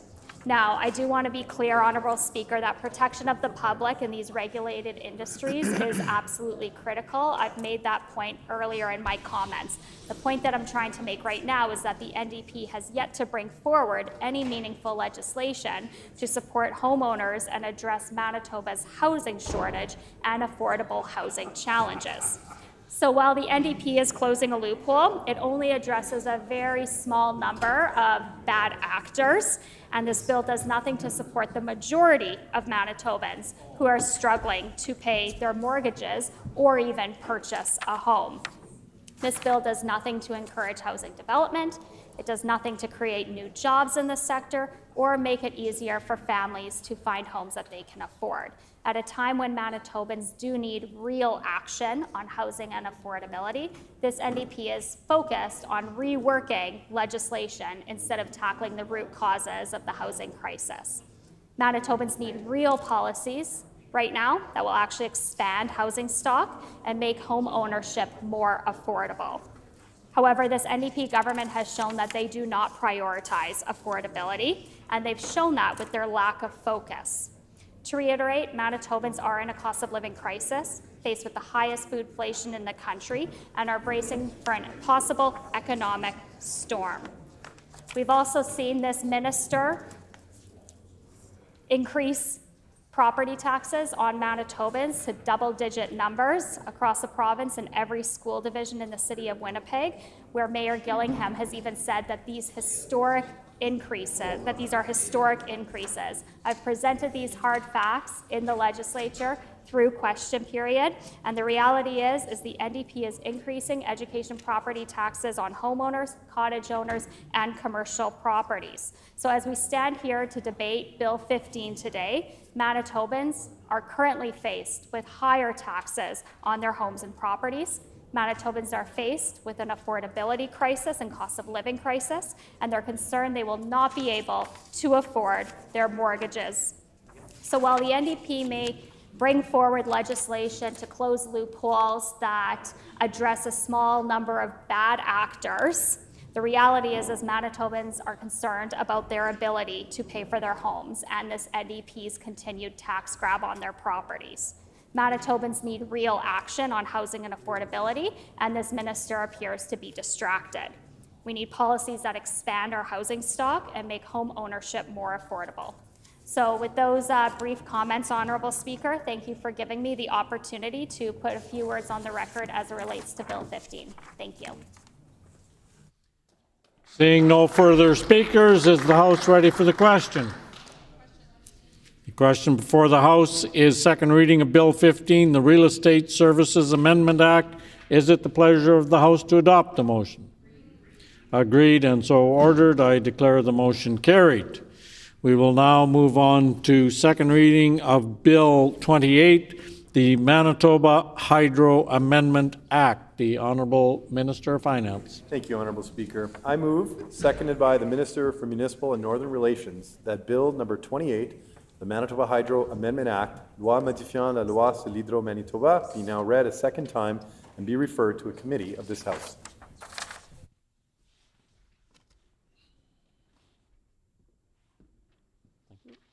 Been moved by the Honourable Minister of Finance, seconded by the Honourable Minister of Municipal and Northern Relations, that Bill number 28, the Manitoba Hydro Amendment Act, be now read a second time and be referred to a committee of this House. The Honourable Minister of Finance. Thank you. Thank you so much, Honourable Speaker. Any day that I get to stand up in this House and talk about Manitoba Hydro is a good day. I'm very pleased to have a chance to talk about Bill 28, the Manitoba Hydro Amendment Act. This is a key piece of legislation that helps to implement our Affordable Energy Plan, which I was very honored to co-develop along with Minister of Education when she was in her previous role, and that we released late last year. For decades, Manitoba's abundance of clean, affordable energy has given our province a unique advantage. Our clean, baseload power has driven our economy and helped build our province. It is our natural advantage. However, as we highlighted in our Affordable Energy Plan, one of the things holding our province back is Hydro's current requirement to energize requests on a first-come, first-served basis, with no consideration of the potential benefits to Manitobans, whether in terms of job creation or economic diversification or provincial revenue generation. Late last year, we committed to ending this first-come, first-served approach to allocating new energy.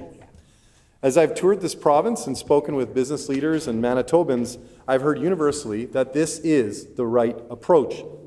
Honourable Speaker, the legislation before this House follows through on our commitments in the Affordable Energy Plan to end the first-come, first-served approach to allocating industrial loads in Manitoba.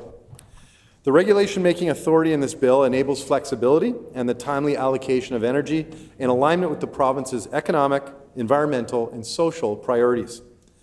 Honourable Speaker, Manitoba Hydro continues to see a large volume of requests for energy from large commercial and industrial proponents. And as the world electrifies, we need to ensure Manitobans get the best value for our clean baseload power. And that's exactly what this legislation is designed to do. Honourable Speaker, I'm very proud of our affordable energy plan. It includes a historic commitment to create 600 new megawatts of new Indigenous-owned wind. It speaks to our commitment to geothermal energy, to rebuilding and refurbishing hydro's infrastructure, to strengthening energy codes for homes and buildings, and to building EV charging stations. I could go on, Honourable Speaker, but simply put, our affordable energy plan is our government's blueprint for the next generation energy that will build our province. It's a vision for our energy future, a vision which the previous government sorely lacked when it came to Manitoba Hydro. Previous government that didn't plan, didn't build one single megawatt, and allowed Manitoba Hydro to fall behind. We're taking a different approach, a better approach. Honourable Speaker, I'm very pleased to present this bill for the House's consideration. A question period of up to 15 minutes will be held. Questions may be addressed in the standard rotation, and no question or answer shall exceed 45 seconds. The floor is open for questions. The honourable member for Midland. Yeah, thank you, Honourable Speaker. This bill, the minister in this bill is giving himself sweeping powers to pick winners and losers when it comes to grid connections. So can the minister please explain what kinds of requests for power will be deemed ineligible by Manitoba Hydro and his office under the new changes in this act? The Honourable Minister of Finance. Well, the members opposite, when they were in government, brought in a moratorium on crypto and energizing crypto operations. The reason they did that was because crypto operations were identified as being low in terms of job density, low in terms of economic potential for Manitoba. That's why they used those powers to put a moratorium to stop Manitoba from energizing crypto operations. This is essentially doing this type of similar work, which is ensuring that as we allocate industrial loads as a province and as hydro, that we're getting the greatest value for Manitobans in doing so in terms of jobs and economic growth. That's right. The honourable member for Midland. Yeah, thank you, Honourable Speaker. How is this minister defining what is an economic priority, and how is he going to avoid not picking winners and losers according to his ideology and what he wants to push to the top of the list? The Honourable Minister of Finance. Well, we're doing a lot of really important work, Honourable Speaker, and my colleague is leading the development of a new economic development strategy. Of course, we're building new trade corridors, so there's a lot of really important considerations that will go into how we determine how we prioritize those loads. But one thing we can say for certain at this point is that we're going to make sure that we get the most for our industrial load allocations in terms of jobs, economic growth potential, and we're going to ensure we solve this issue, which was holding us back. Previously, if a proponent came forward and they had a huge energy ask with a very small number of jobs, if they were next in line, we had to serve them first. What we're going to make sure is that going forward, Manitoba gets the very most out of our very valuable clean baseload power for all Manitobans. Honourable member for Midland. Yeah, thank you, Honourable Speaker. Can this minister please explain who is creating the criteria to determine what is a sufficient economic development project to be prioritized under this act? The Honourable Minister of Finance. We're a listening government, and we're going to be listening to a lot of Manitobans as we do this important work. And that's very different, Honourable Speaker, than what Manitobans had for 7.5 years under the previous government. You know, one thing I know and I'm sure my ministerial colleagues hear all the time in meetings is, oh my God, this is so incredible that we can actually have a conversation with somebody from government. I hear that over and over and over again. The bar was set so low, it's hard to even imagine how hard these guys made it for members of the public or anyone in Manitoba to actually have a conversation with them about things that mattered. We're listening to Manitobans, we're going to engage, and we're going to make sure we get this right to get the very most out of our clean baseload power here in Manitoba. Honourable member for Midland. Thank you, Honourable Speaker. So can the minister please explain to the House if Manitoba Hydro believes that a project should be prioritized, and he disagrees, will they be interfering with Manitoba Hydro's decisions? The Honourable Minister of Finance. Yeah, one of the important things that we're trying to achieve here, Honourable Speaker, is that we create clear and transparent guidelines. And what that means is that this will be visible to proponents who are interested in investing in Manitoba, and they'll be able to see with clarity what those guidelines look like so that they can come to Manitoba and have confidence that when they go to apply for an energy source or apply for an industrial load, that they'll know in advance whether or not they meet those criteria. This will be clear, it'll be transparent. Again, we're going to work with Manitobans to get this right, and we're going to make sure that we do the opposite of what the members across the way did for 7.5 years, which was set Manitoba Hydro back. We're moving the province forward. We're going to make sure we grow our economy, and we're going to do that with the changes we're going to make in this legislation. The honourable member for Midland. Thank you, Honourable Speaker. Again, I ask this minister, who is setting the guidelines? Is it his office and his cabinet colleagues, or is it Manitoba Hydro? The honourable Minister of Finance. Yeah, again, we're going to be working together with Hydro and many other stakeholders to ensure that we get this right. And again, this is about making sure we make the most out of our clean baseload power. Right now, as it stands, there's a first-in, first-out system where a proponent gets in line, and again, if they've got a huge energy ask, 300 megawatts and 2 jobs, and the proponent behind them has a 100 megawatt with 200 jobs, 100 megawatt ask with 200 jobs, we still have to serve that first proponent. So what we want to do is ensure that our incredibly valuable clean energy, which is very costly to produce and very scarce, and of course we know increasingly valuable in our current energy landscape, that we make the most out of those megawatts to create the greatest number of jobs and the greatest amount of economic growth possible with our energy. Time has expired. Honourable member for Midland. Honourable Speaker, if a project proponent puts in a proposal and this minister bumps it to the back of the list, what sort of appeal mechanism does that project proponent have under this act? Honourable Minister of Finance. Again, we're going to set out to create clear, transparent guidelines that will ensure that proponents will understand what it is that we're focused on when it comes to allocating industrial loads. Look, this is simply about getting the most for our energy.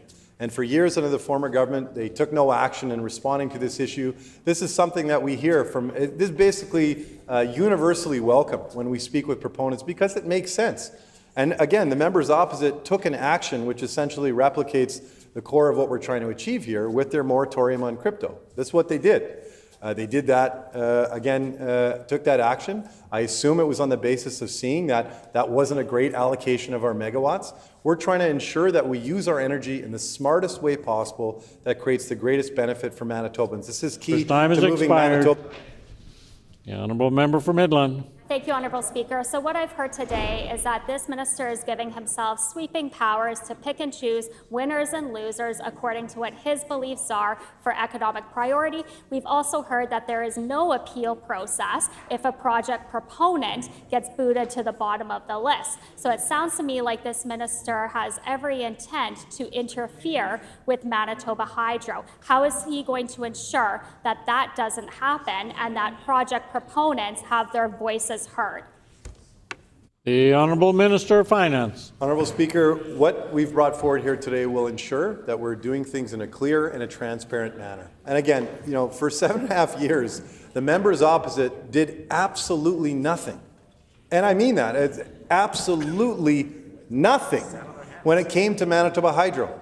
I asked the member who's asking the questions, my critic, can she speak to a single thing that the former government did, one positive action when it came to hydro or energy?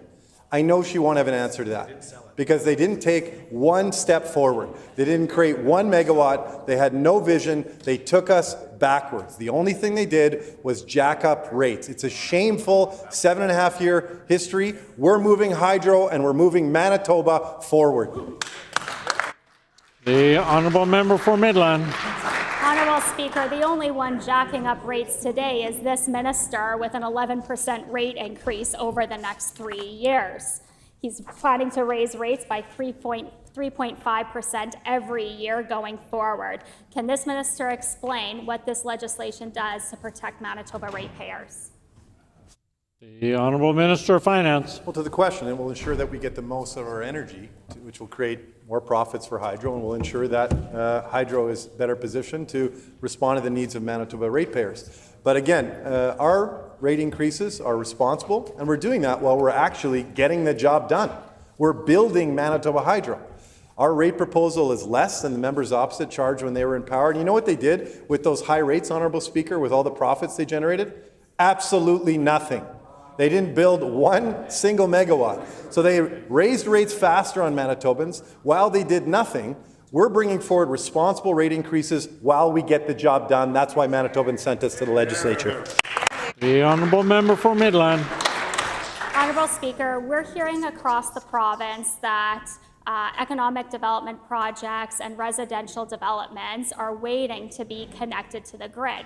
So with this bill in practice, does that mean that residential communities in southern Manitoba and Westman will be prioritized? The Honourable Minister of Finance. Residential developments and the like will always receive priority. And that will ensure that, again, Manitoba can move forward. What we're talking about is industrial load requests for economic development purposes. This is the kind of thing that right now we have a major issue with, that the former government never responded to over 7.5 years. And again, that's because they didn't do anything over 7.5 years when it came to moving hydro forward. That record is unbelievably shameful, Honourable Speaker. Why? Because they left us in a challenging position. They left us in a position where our government, and we've taken up this challenge, has needed to move at a very fast pace to ensure that we brought forward a plan to have the energy we need to meet the needs of our businesses and homeowners. They left us behind. They want to talk about economic development. Time has expired. The honourable member for Midland. Honourable Speaker, I'd like the minister to explain if he already has the directive to ensure projects move forward, then why is this legislation needed to begin with? The Honourable Minister of Finance. One of the challenges we have is we have a long queue of proponents, many of whom, again, have major megawatt requests but have really low job density or economic growth potential attached to it. We want to make sure that we get the most out of our energy. This is not hard to understand, Honourable Speaker, and that's why Manitobans are responding to this very positively when we go out and we have conversations. This is something that seems to be universally supported in our conversations with stakeholders because they know that it makes sense for us in this current context. We're in an environment where clean energy has never been this valuable, that we work to get the most out of it. We are going to move Manitoba ahead. We're going to grow our economy, and we're going to keep doing the good work that we're doing of moving Manitoba forward. The honourable member for Midland.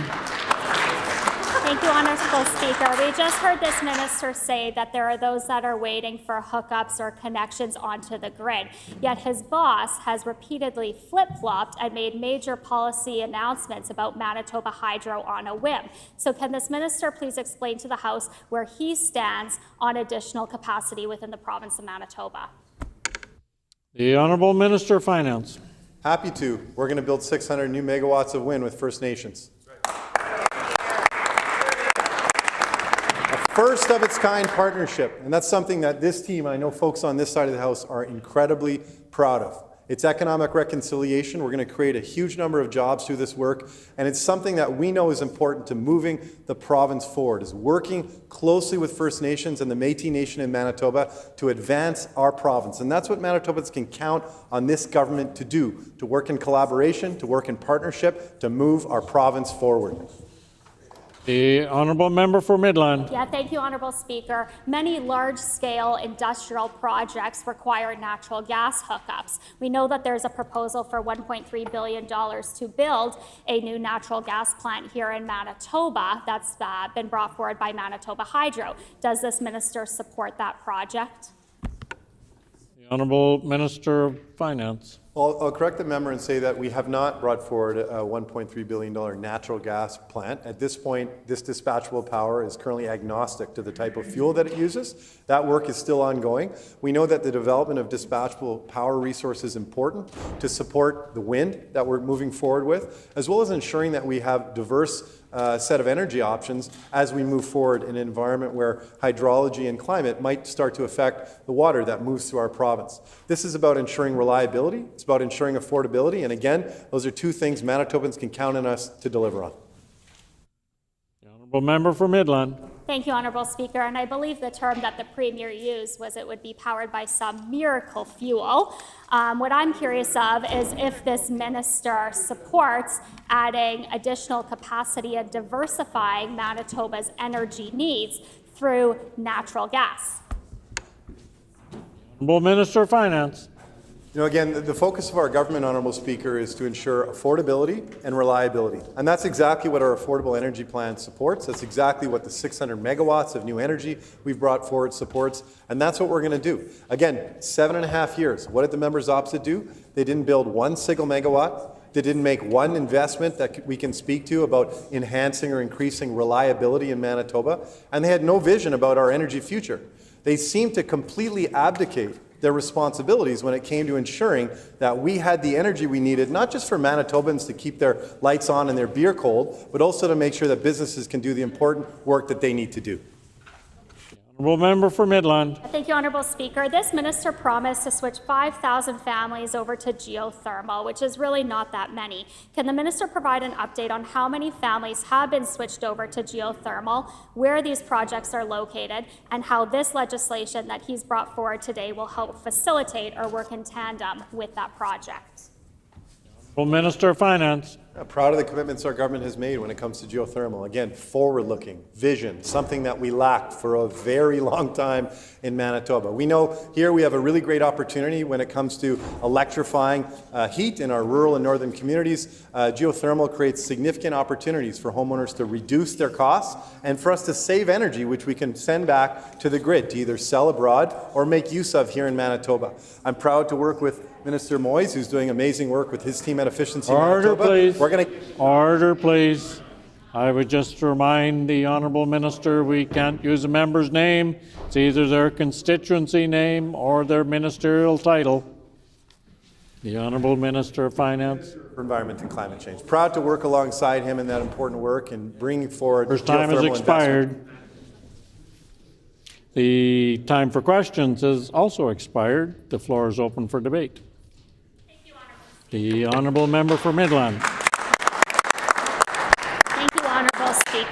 I appreciate the opportunity to rise in the House today to put a few words on the record on Bill 28, the Manitoba Hydro Amendment Act. First and foremost, I do want to put on the record that Manitoba Hydro should be prioritizing grid connections to grow our economy because their mandate is to deliver safe, reliable services at a fair price to its customers. I am, Honourable Speaker, however, very skeptical of this NDP government bringing forth legislation to decide who gets electricity and when. This minister and this premier have consistently mismanaged Manitoba Hydro since taking office. Phony rate freezes that didn't save Manitobans significant dollars while jacking up rates by 11% over the next 3 years was a political stunt that Manitobans will be paying for well into the future. At the same time, this premier is regularly on the record flip-flopping on Manitoba Hydro and creating major policy decisions on a whim like we saw this week without costing it out.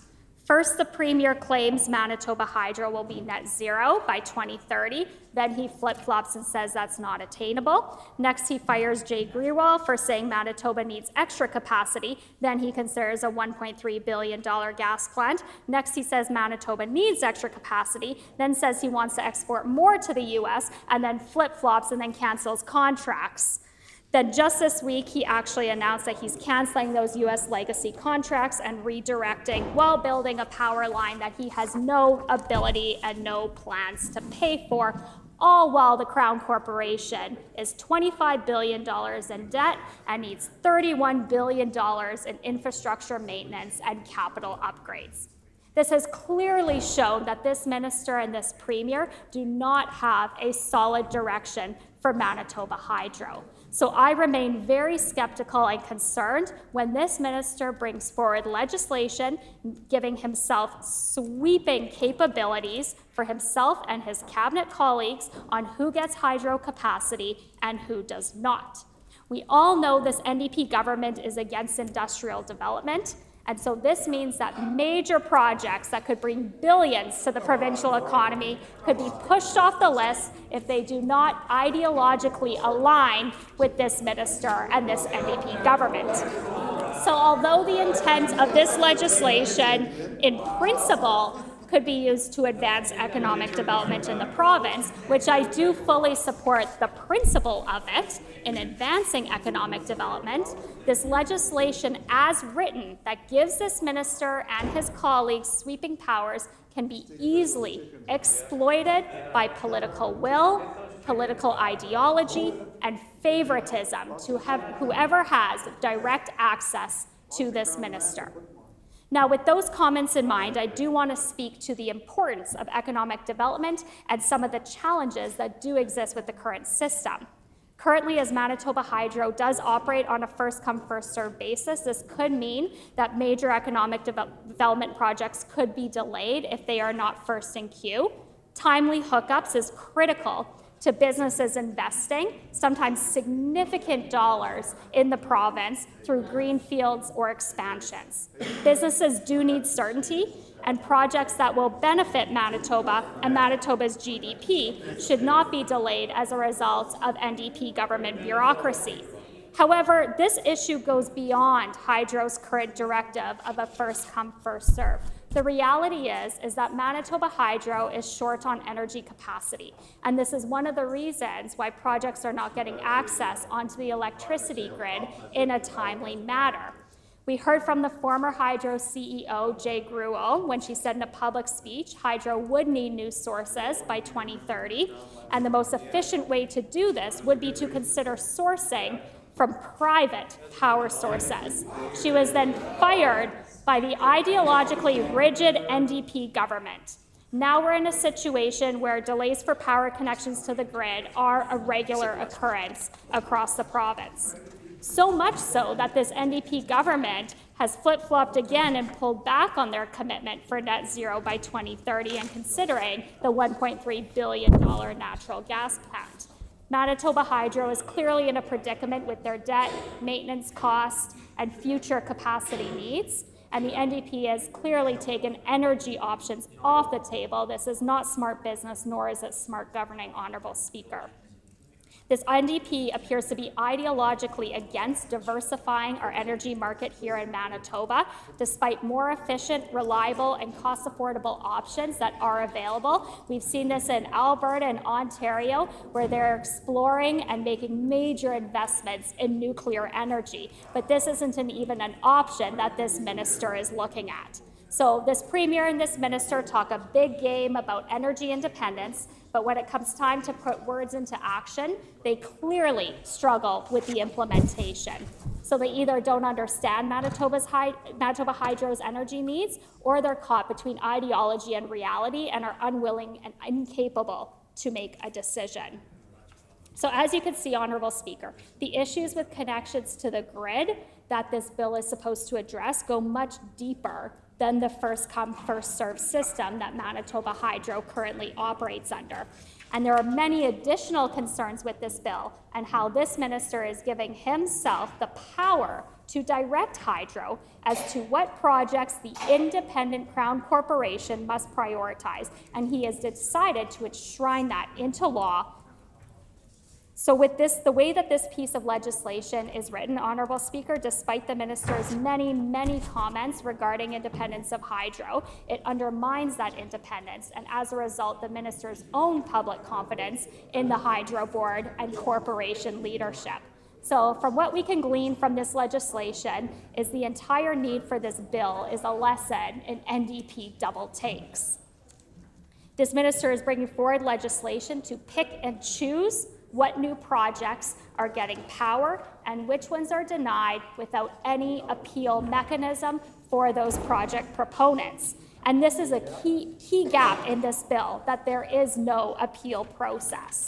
If a development project does not align with this minister's ideologies and this minister kicks it down the list, despite being an important economic investment for Manitoba, there is no mechanism to appeal that. This is particularly concerning as it again gives this minister sweeping powers to pick and choose winners and losers with no recourse for those selected as losers.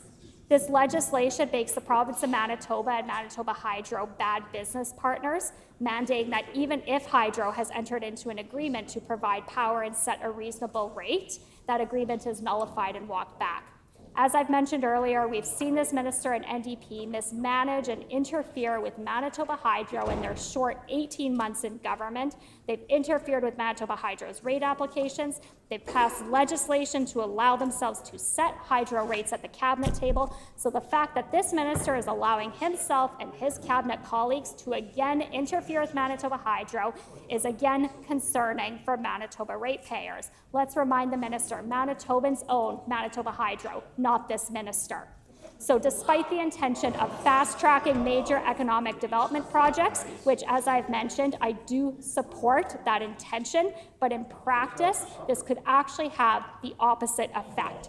So there are clearly a lot of concerns that we have with this legislation, Honourable Speaker, that this minister has brought forward.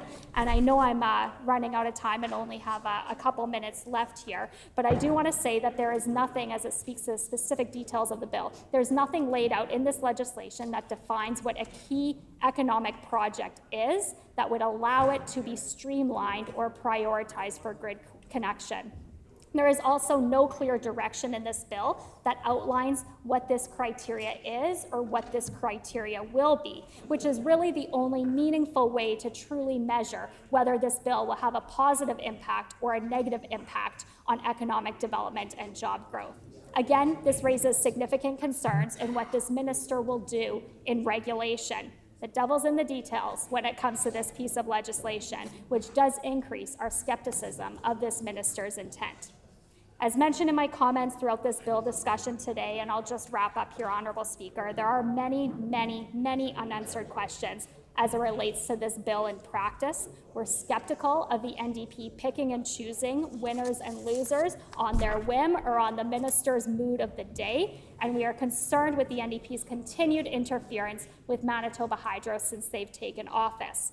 So giving these sweeping powers to this minister and this NDP government who do not seem to have a grasp on the energy needs of our province is incredibly concerning and should be concerning for all Manitobans. Thank you, Honourable Speaker. No further members wishing to debate. Seeing none, is the House ready for the question? Question before the House is second reading of Bill 28, the Manitoba Hydro Amendment Act. Is it the pleasure of the House to adopt the motion? Agreed, and so ordered. I declare the motion carried. We will now move on to second reading of Bill 37, the Manitoba Financial Services Authority Act and amendments to various other acts. The Honourable Minister of Finance. Thank you so much, Honourable Speaker. I move, seconded by the Minister of Agriculture, that Bill number 37, the Manitoba Financial Services Authority Act and amendments to various other acts, loi sur l'autorité des services financiers du Manitoba et modifiant diverses autres lois, be now read a second time and be referred to a committee of this House.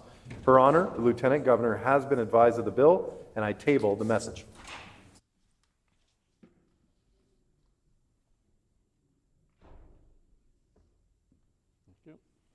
Been moved by the Honourable Minister of Finance, seconded by the Honourable Minister of Agriculture, that Bill number 37, the Manitoba Financial Services Authority Act and amendments to various other acts, be now read a second time and be referred to a committee of this House. Her Honour, the Lieutenant Governor, has been advised and the message has been tabled. The Honourable Minister of Finance.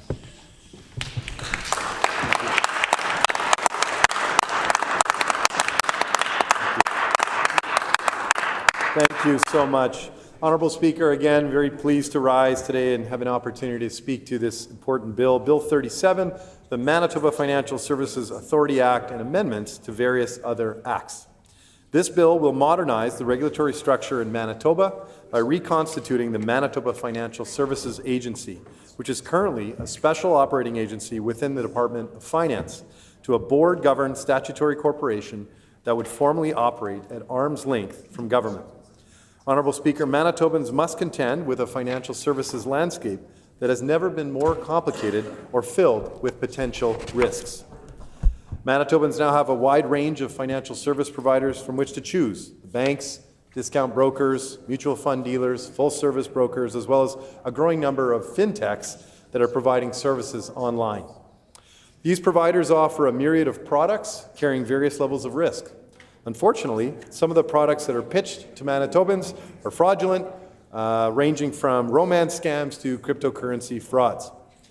In this environment, it's important that the financial services regulator be equipped to deal with the challenges of the modern financial services landscape. That's why we're modernizing the structure of the Manitoba Financial Services Authority. Honourable Speaker, this legislation will bring Manitoba in line with provinces who've taken the steps we're proposing today many, many years ago. British Columbia made this change in structure in 1996. Ontario in 97, Alberta in 2000, Quebec in 2002, New Brunswick in 2003, Saskatchewan in 2012. Honourable Speaker, you have to wonder why the previous PC government failed to modernize our financial regulator as well. Did the former government not care about the financial sector? Were they too preoccupied with other affairs? We'll never know, but we're here to fix this issue. So I don't know, the answer to those questions. Our government does take financial regulation very seriously. We take consumer protection seriously, and that's why we're modernizing the Financial Services Agency and bringing it into the modern world. The agency will have statutory responsibility for the administration of 6 financial statutes, including the Securities Act, the Commodity Futures Act, the Real Estate Services Act, the Mortgage Brokers Act, the Insurance Act, and the Credit Union and Caisse Populaire Act. It will be led by an expert board appointed by Lieutenant Governor and Council that would oversee the regulation of securities, real estate, insurance, and credit union sectors in the province in a way that is streamlined, consistent, and efficient. As I said, Honourable Speaker, we are bringing the MFSA into the modern world. I'm very pleased to present this bill for the House's consideration. A question period of up to 15 minutes will be held. Questions may be addressed in the standard rotation, and no question or answer shall exceed 45 seconds. The floor is now open for questions. The honourable member for Midland. Honourable Speaker, who did the minister consult with in the development of this legislation and this new authority? Honourable Minister of Finance. Proud to bring this forward, knowing that every single other province in Canada has taken this action, and for good reason. As I outlined in my opening speech, Manitobans face an increasingly complex financial services landscape. They deserve to have a modern regulator in the MFSA, and that's what we're doing. We're bringing forward modernization here. We're going to ensure that they have the tools they need to protect Manitobans when it comes to financial services. The honourable member for Midland. Yeah, thank you, Honourable Speaker. So as the authority is also giving statutory responsibility for the Insurance Act and the Credit Unions and Caisse Populaires Act, what has the Credit Union Central and Manitoba Credit Union said about this legislation? The Honourable Minister of Finance. We know that our good folks at the Manitoba Financial Services Agency have identified the importance of making this change. We know that this is something that's been done in every other province in the country, and for good reason, because this shift, to give it this, again, added degree of independence, will offer the MFSA the ability to provide the quality services that Manitobans rely on when it comes to this wide swath of different financial services that they oversee. So again, a change that modernizes Manitoba, something that, again, the members opposite didn't seem interested in doing for 7.5 years that they were in government. We're bringing it into the modern age. The honourable member for Midland. Thank you, Honourable Speaker. So the fact that credit unions will now be included under this new authority, were they asking for this legislation? The Honourable Minister of Finance. Again, what we know is Manitoba was behind in this area, and it was because 7.5 years the members opposite didn't seem interested in modernizing this act to ensure that Manitobans could be afforded the important protections that they needed to be afforded when it came to their financial services. This is just simply bringing us into alignment with what's in place in every single other province in the country. Thanks. The honourable member for Midland. Yeah, thank you. What kinds of administrative efficiencies will this new financial authority generate? The honourable Minister of Finance. I can't speak to specific efficiencies, but I can say that we have an incredible team at the MFSA. I'm very proud. I want to call out Dave Chop, who's currently running the Manitoba Financial Services Agency, for the amazing work that he does in support of Manitobans. He's an incredible individual, does really great work on behalf of all of us. And again, we know that they're going to do more good work as we bring this agency into the modern age with this change. The honourable member for Midland. Yeah, thank you. How does this bill make this new regulator, new authority, more arm's length from the government and from the minister's office? The honourable Minister of Finance. Well, again, we're simply moving into the same direction that other provinces have gone for the last, I think, 30-something years, to create one step removed from government to ensure that, again, we're giving this MFSA team the tools that they need and the ability to protect Manitobans. Again, it's an increasingly complicated financial services landscape that Manitobans need to navigate. This will help to modernize the work of the MFSA, help them to be able to do what they need to do to protect Manitobans as they navigate their financial needs. The honourable member for Midland. Thank you, Honourable Speaker. If the minister can answer how this legislation will ensure better protection of the public. The honourable Minister of Finance. Again, we know that Manitobans are facing an increasingly complicated financial services landscape. Fintechs, for example, offering a variety of services online that have never been offered before. As that landscape gets increasingly complicated, we need to make sure that we have a Manitoba Financial Services Agency that can meet the moment and respond to these complexities that Manitobans are navigating to make sure they're protected as they access financial services in our province. The honourable member for Midland has no further questions. The floor is open for debate. The honourable member for Midland. Thank you, Honourable Speaker. And it is again, I appreciate the opportunity to put a few words on the record tonight, this time on Bill 37, the Financial Services Authority Act. So as we've already heard, this bill establishes a new financial authority, replacing the regulatory and adjudicative functions currently carried out by Manitoba Securities Commission, and it sets to expand the authority's oversight over the Insurance Act and Credit Unions and Case Populaires Act, in addition to the existing oversight of the Securities Act, Real Estate Services Act, Mortgage Brokers Act, and Commodity Futures Act. So in a nutshell, this is an extensive bill, and it essentially serves as a consolidation bill of the regulated financial services sector. Under the previous PC government, quite a bit of consolidation was done of various financial regulators to bring them under a single roof at the Manitoba Securities Commission, which did create a significant amount of synergies and share of resources in areas of financial, pensions, securities regulations. So Bill 37 does appear to be following that next logical step of consolidation with the implementation of this act. However, it is a very extensive piece of legislation and does require the appropriate scrutiny. So I would be interested, and we do want to hear from stakeholders and the public on what they think about this new financial regulator during committee. And the minister needs to better explain how this will better protect Manitobans and the public and the financial sector. So it still remains to be seen whether this minister has gotten this bill right and who he's consulted with on these major changes to legislation and the regulatory framework. So with that said, Honourable Speaker, there's still quite a few unanswered questions with the bill and its intent. I do look forward to hearing more at committee and more from the industries that have been impacted or will be impacted by these changes as the bill moves through the next stages of the legislative process. It does seem to be like it's moving in the right direction for consolidation, and as mentioned, with the consolidation that did take place under the previous PC government, this appears to be just the next logical step. But again, Honourable Speaker, I appreciate the opportunity to rise to put a few words on the record as it relates to these changes and to have had the opportunity to speak to Bill 37, the Financial Services Amendment Act. Thank you, Honourable Speaker. Good job. Any further speakers? Seeing none, is the House ready for the question?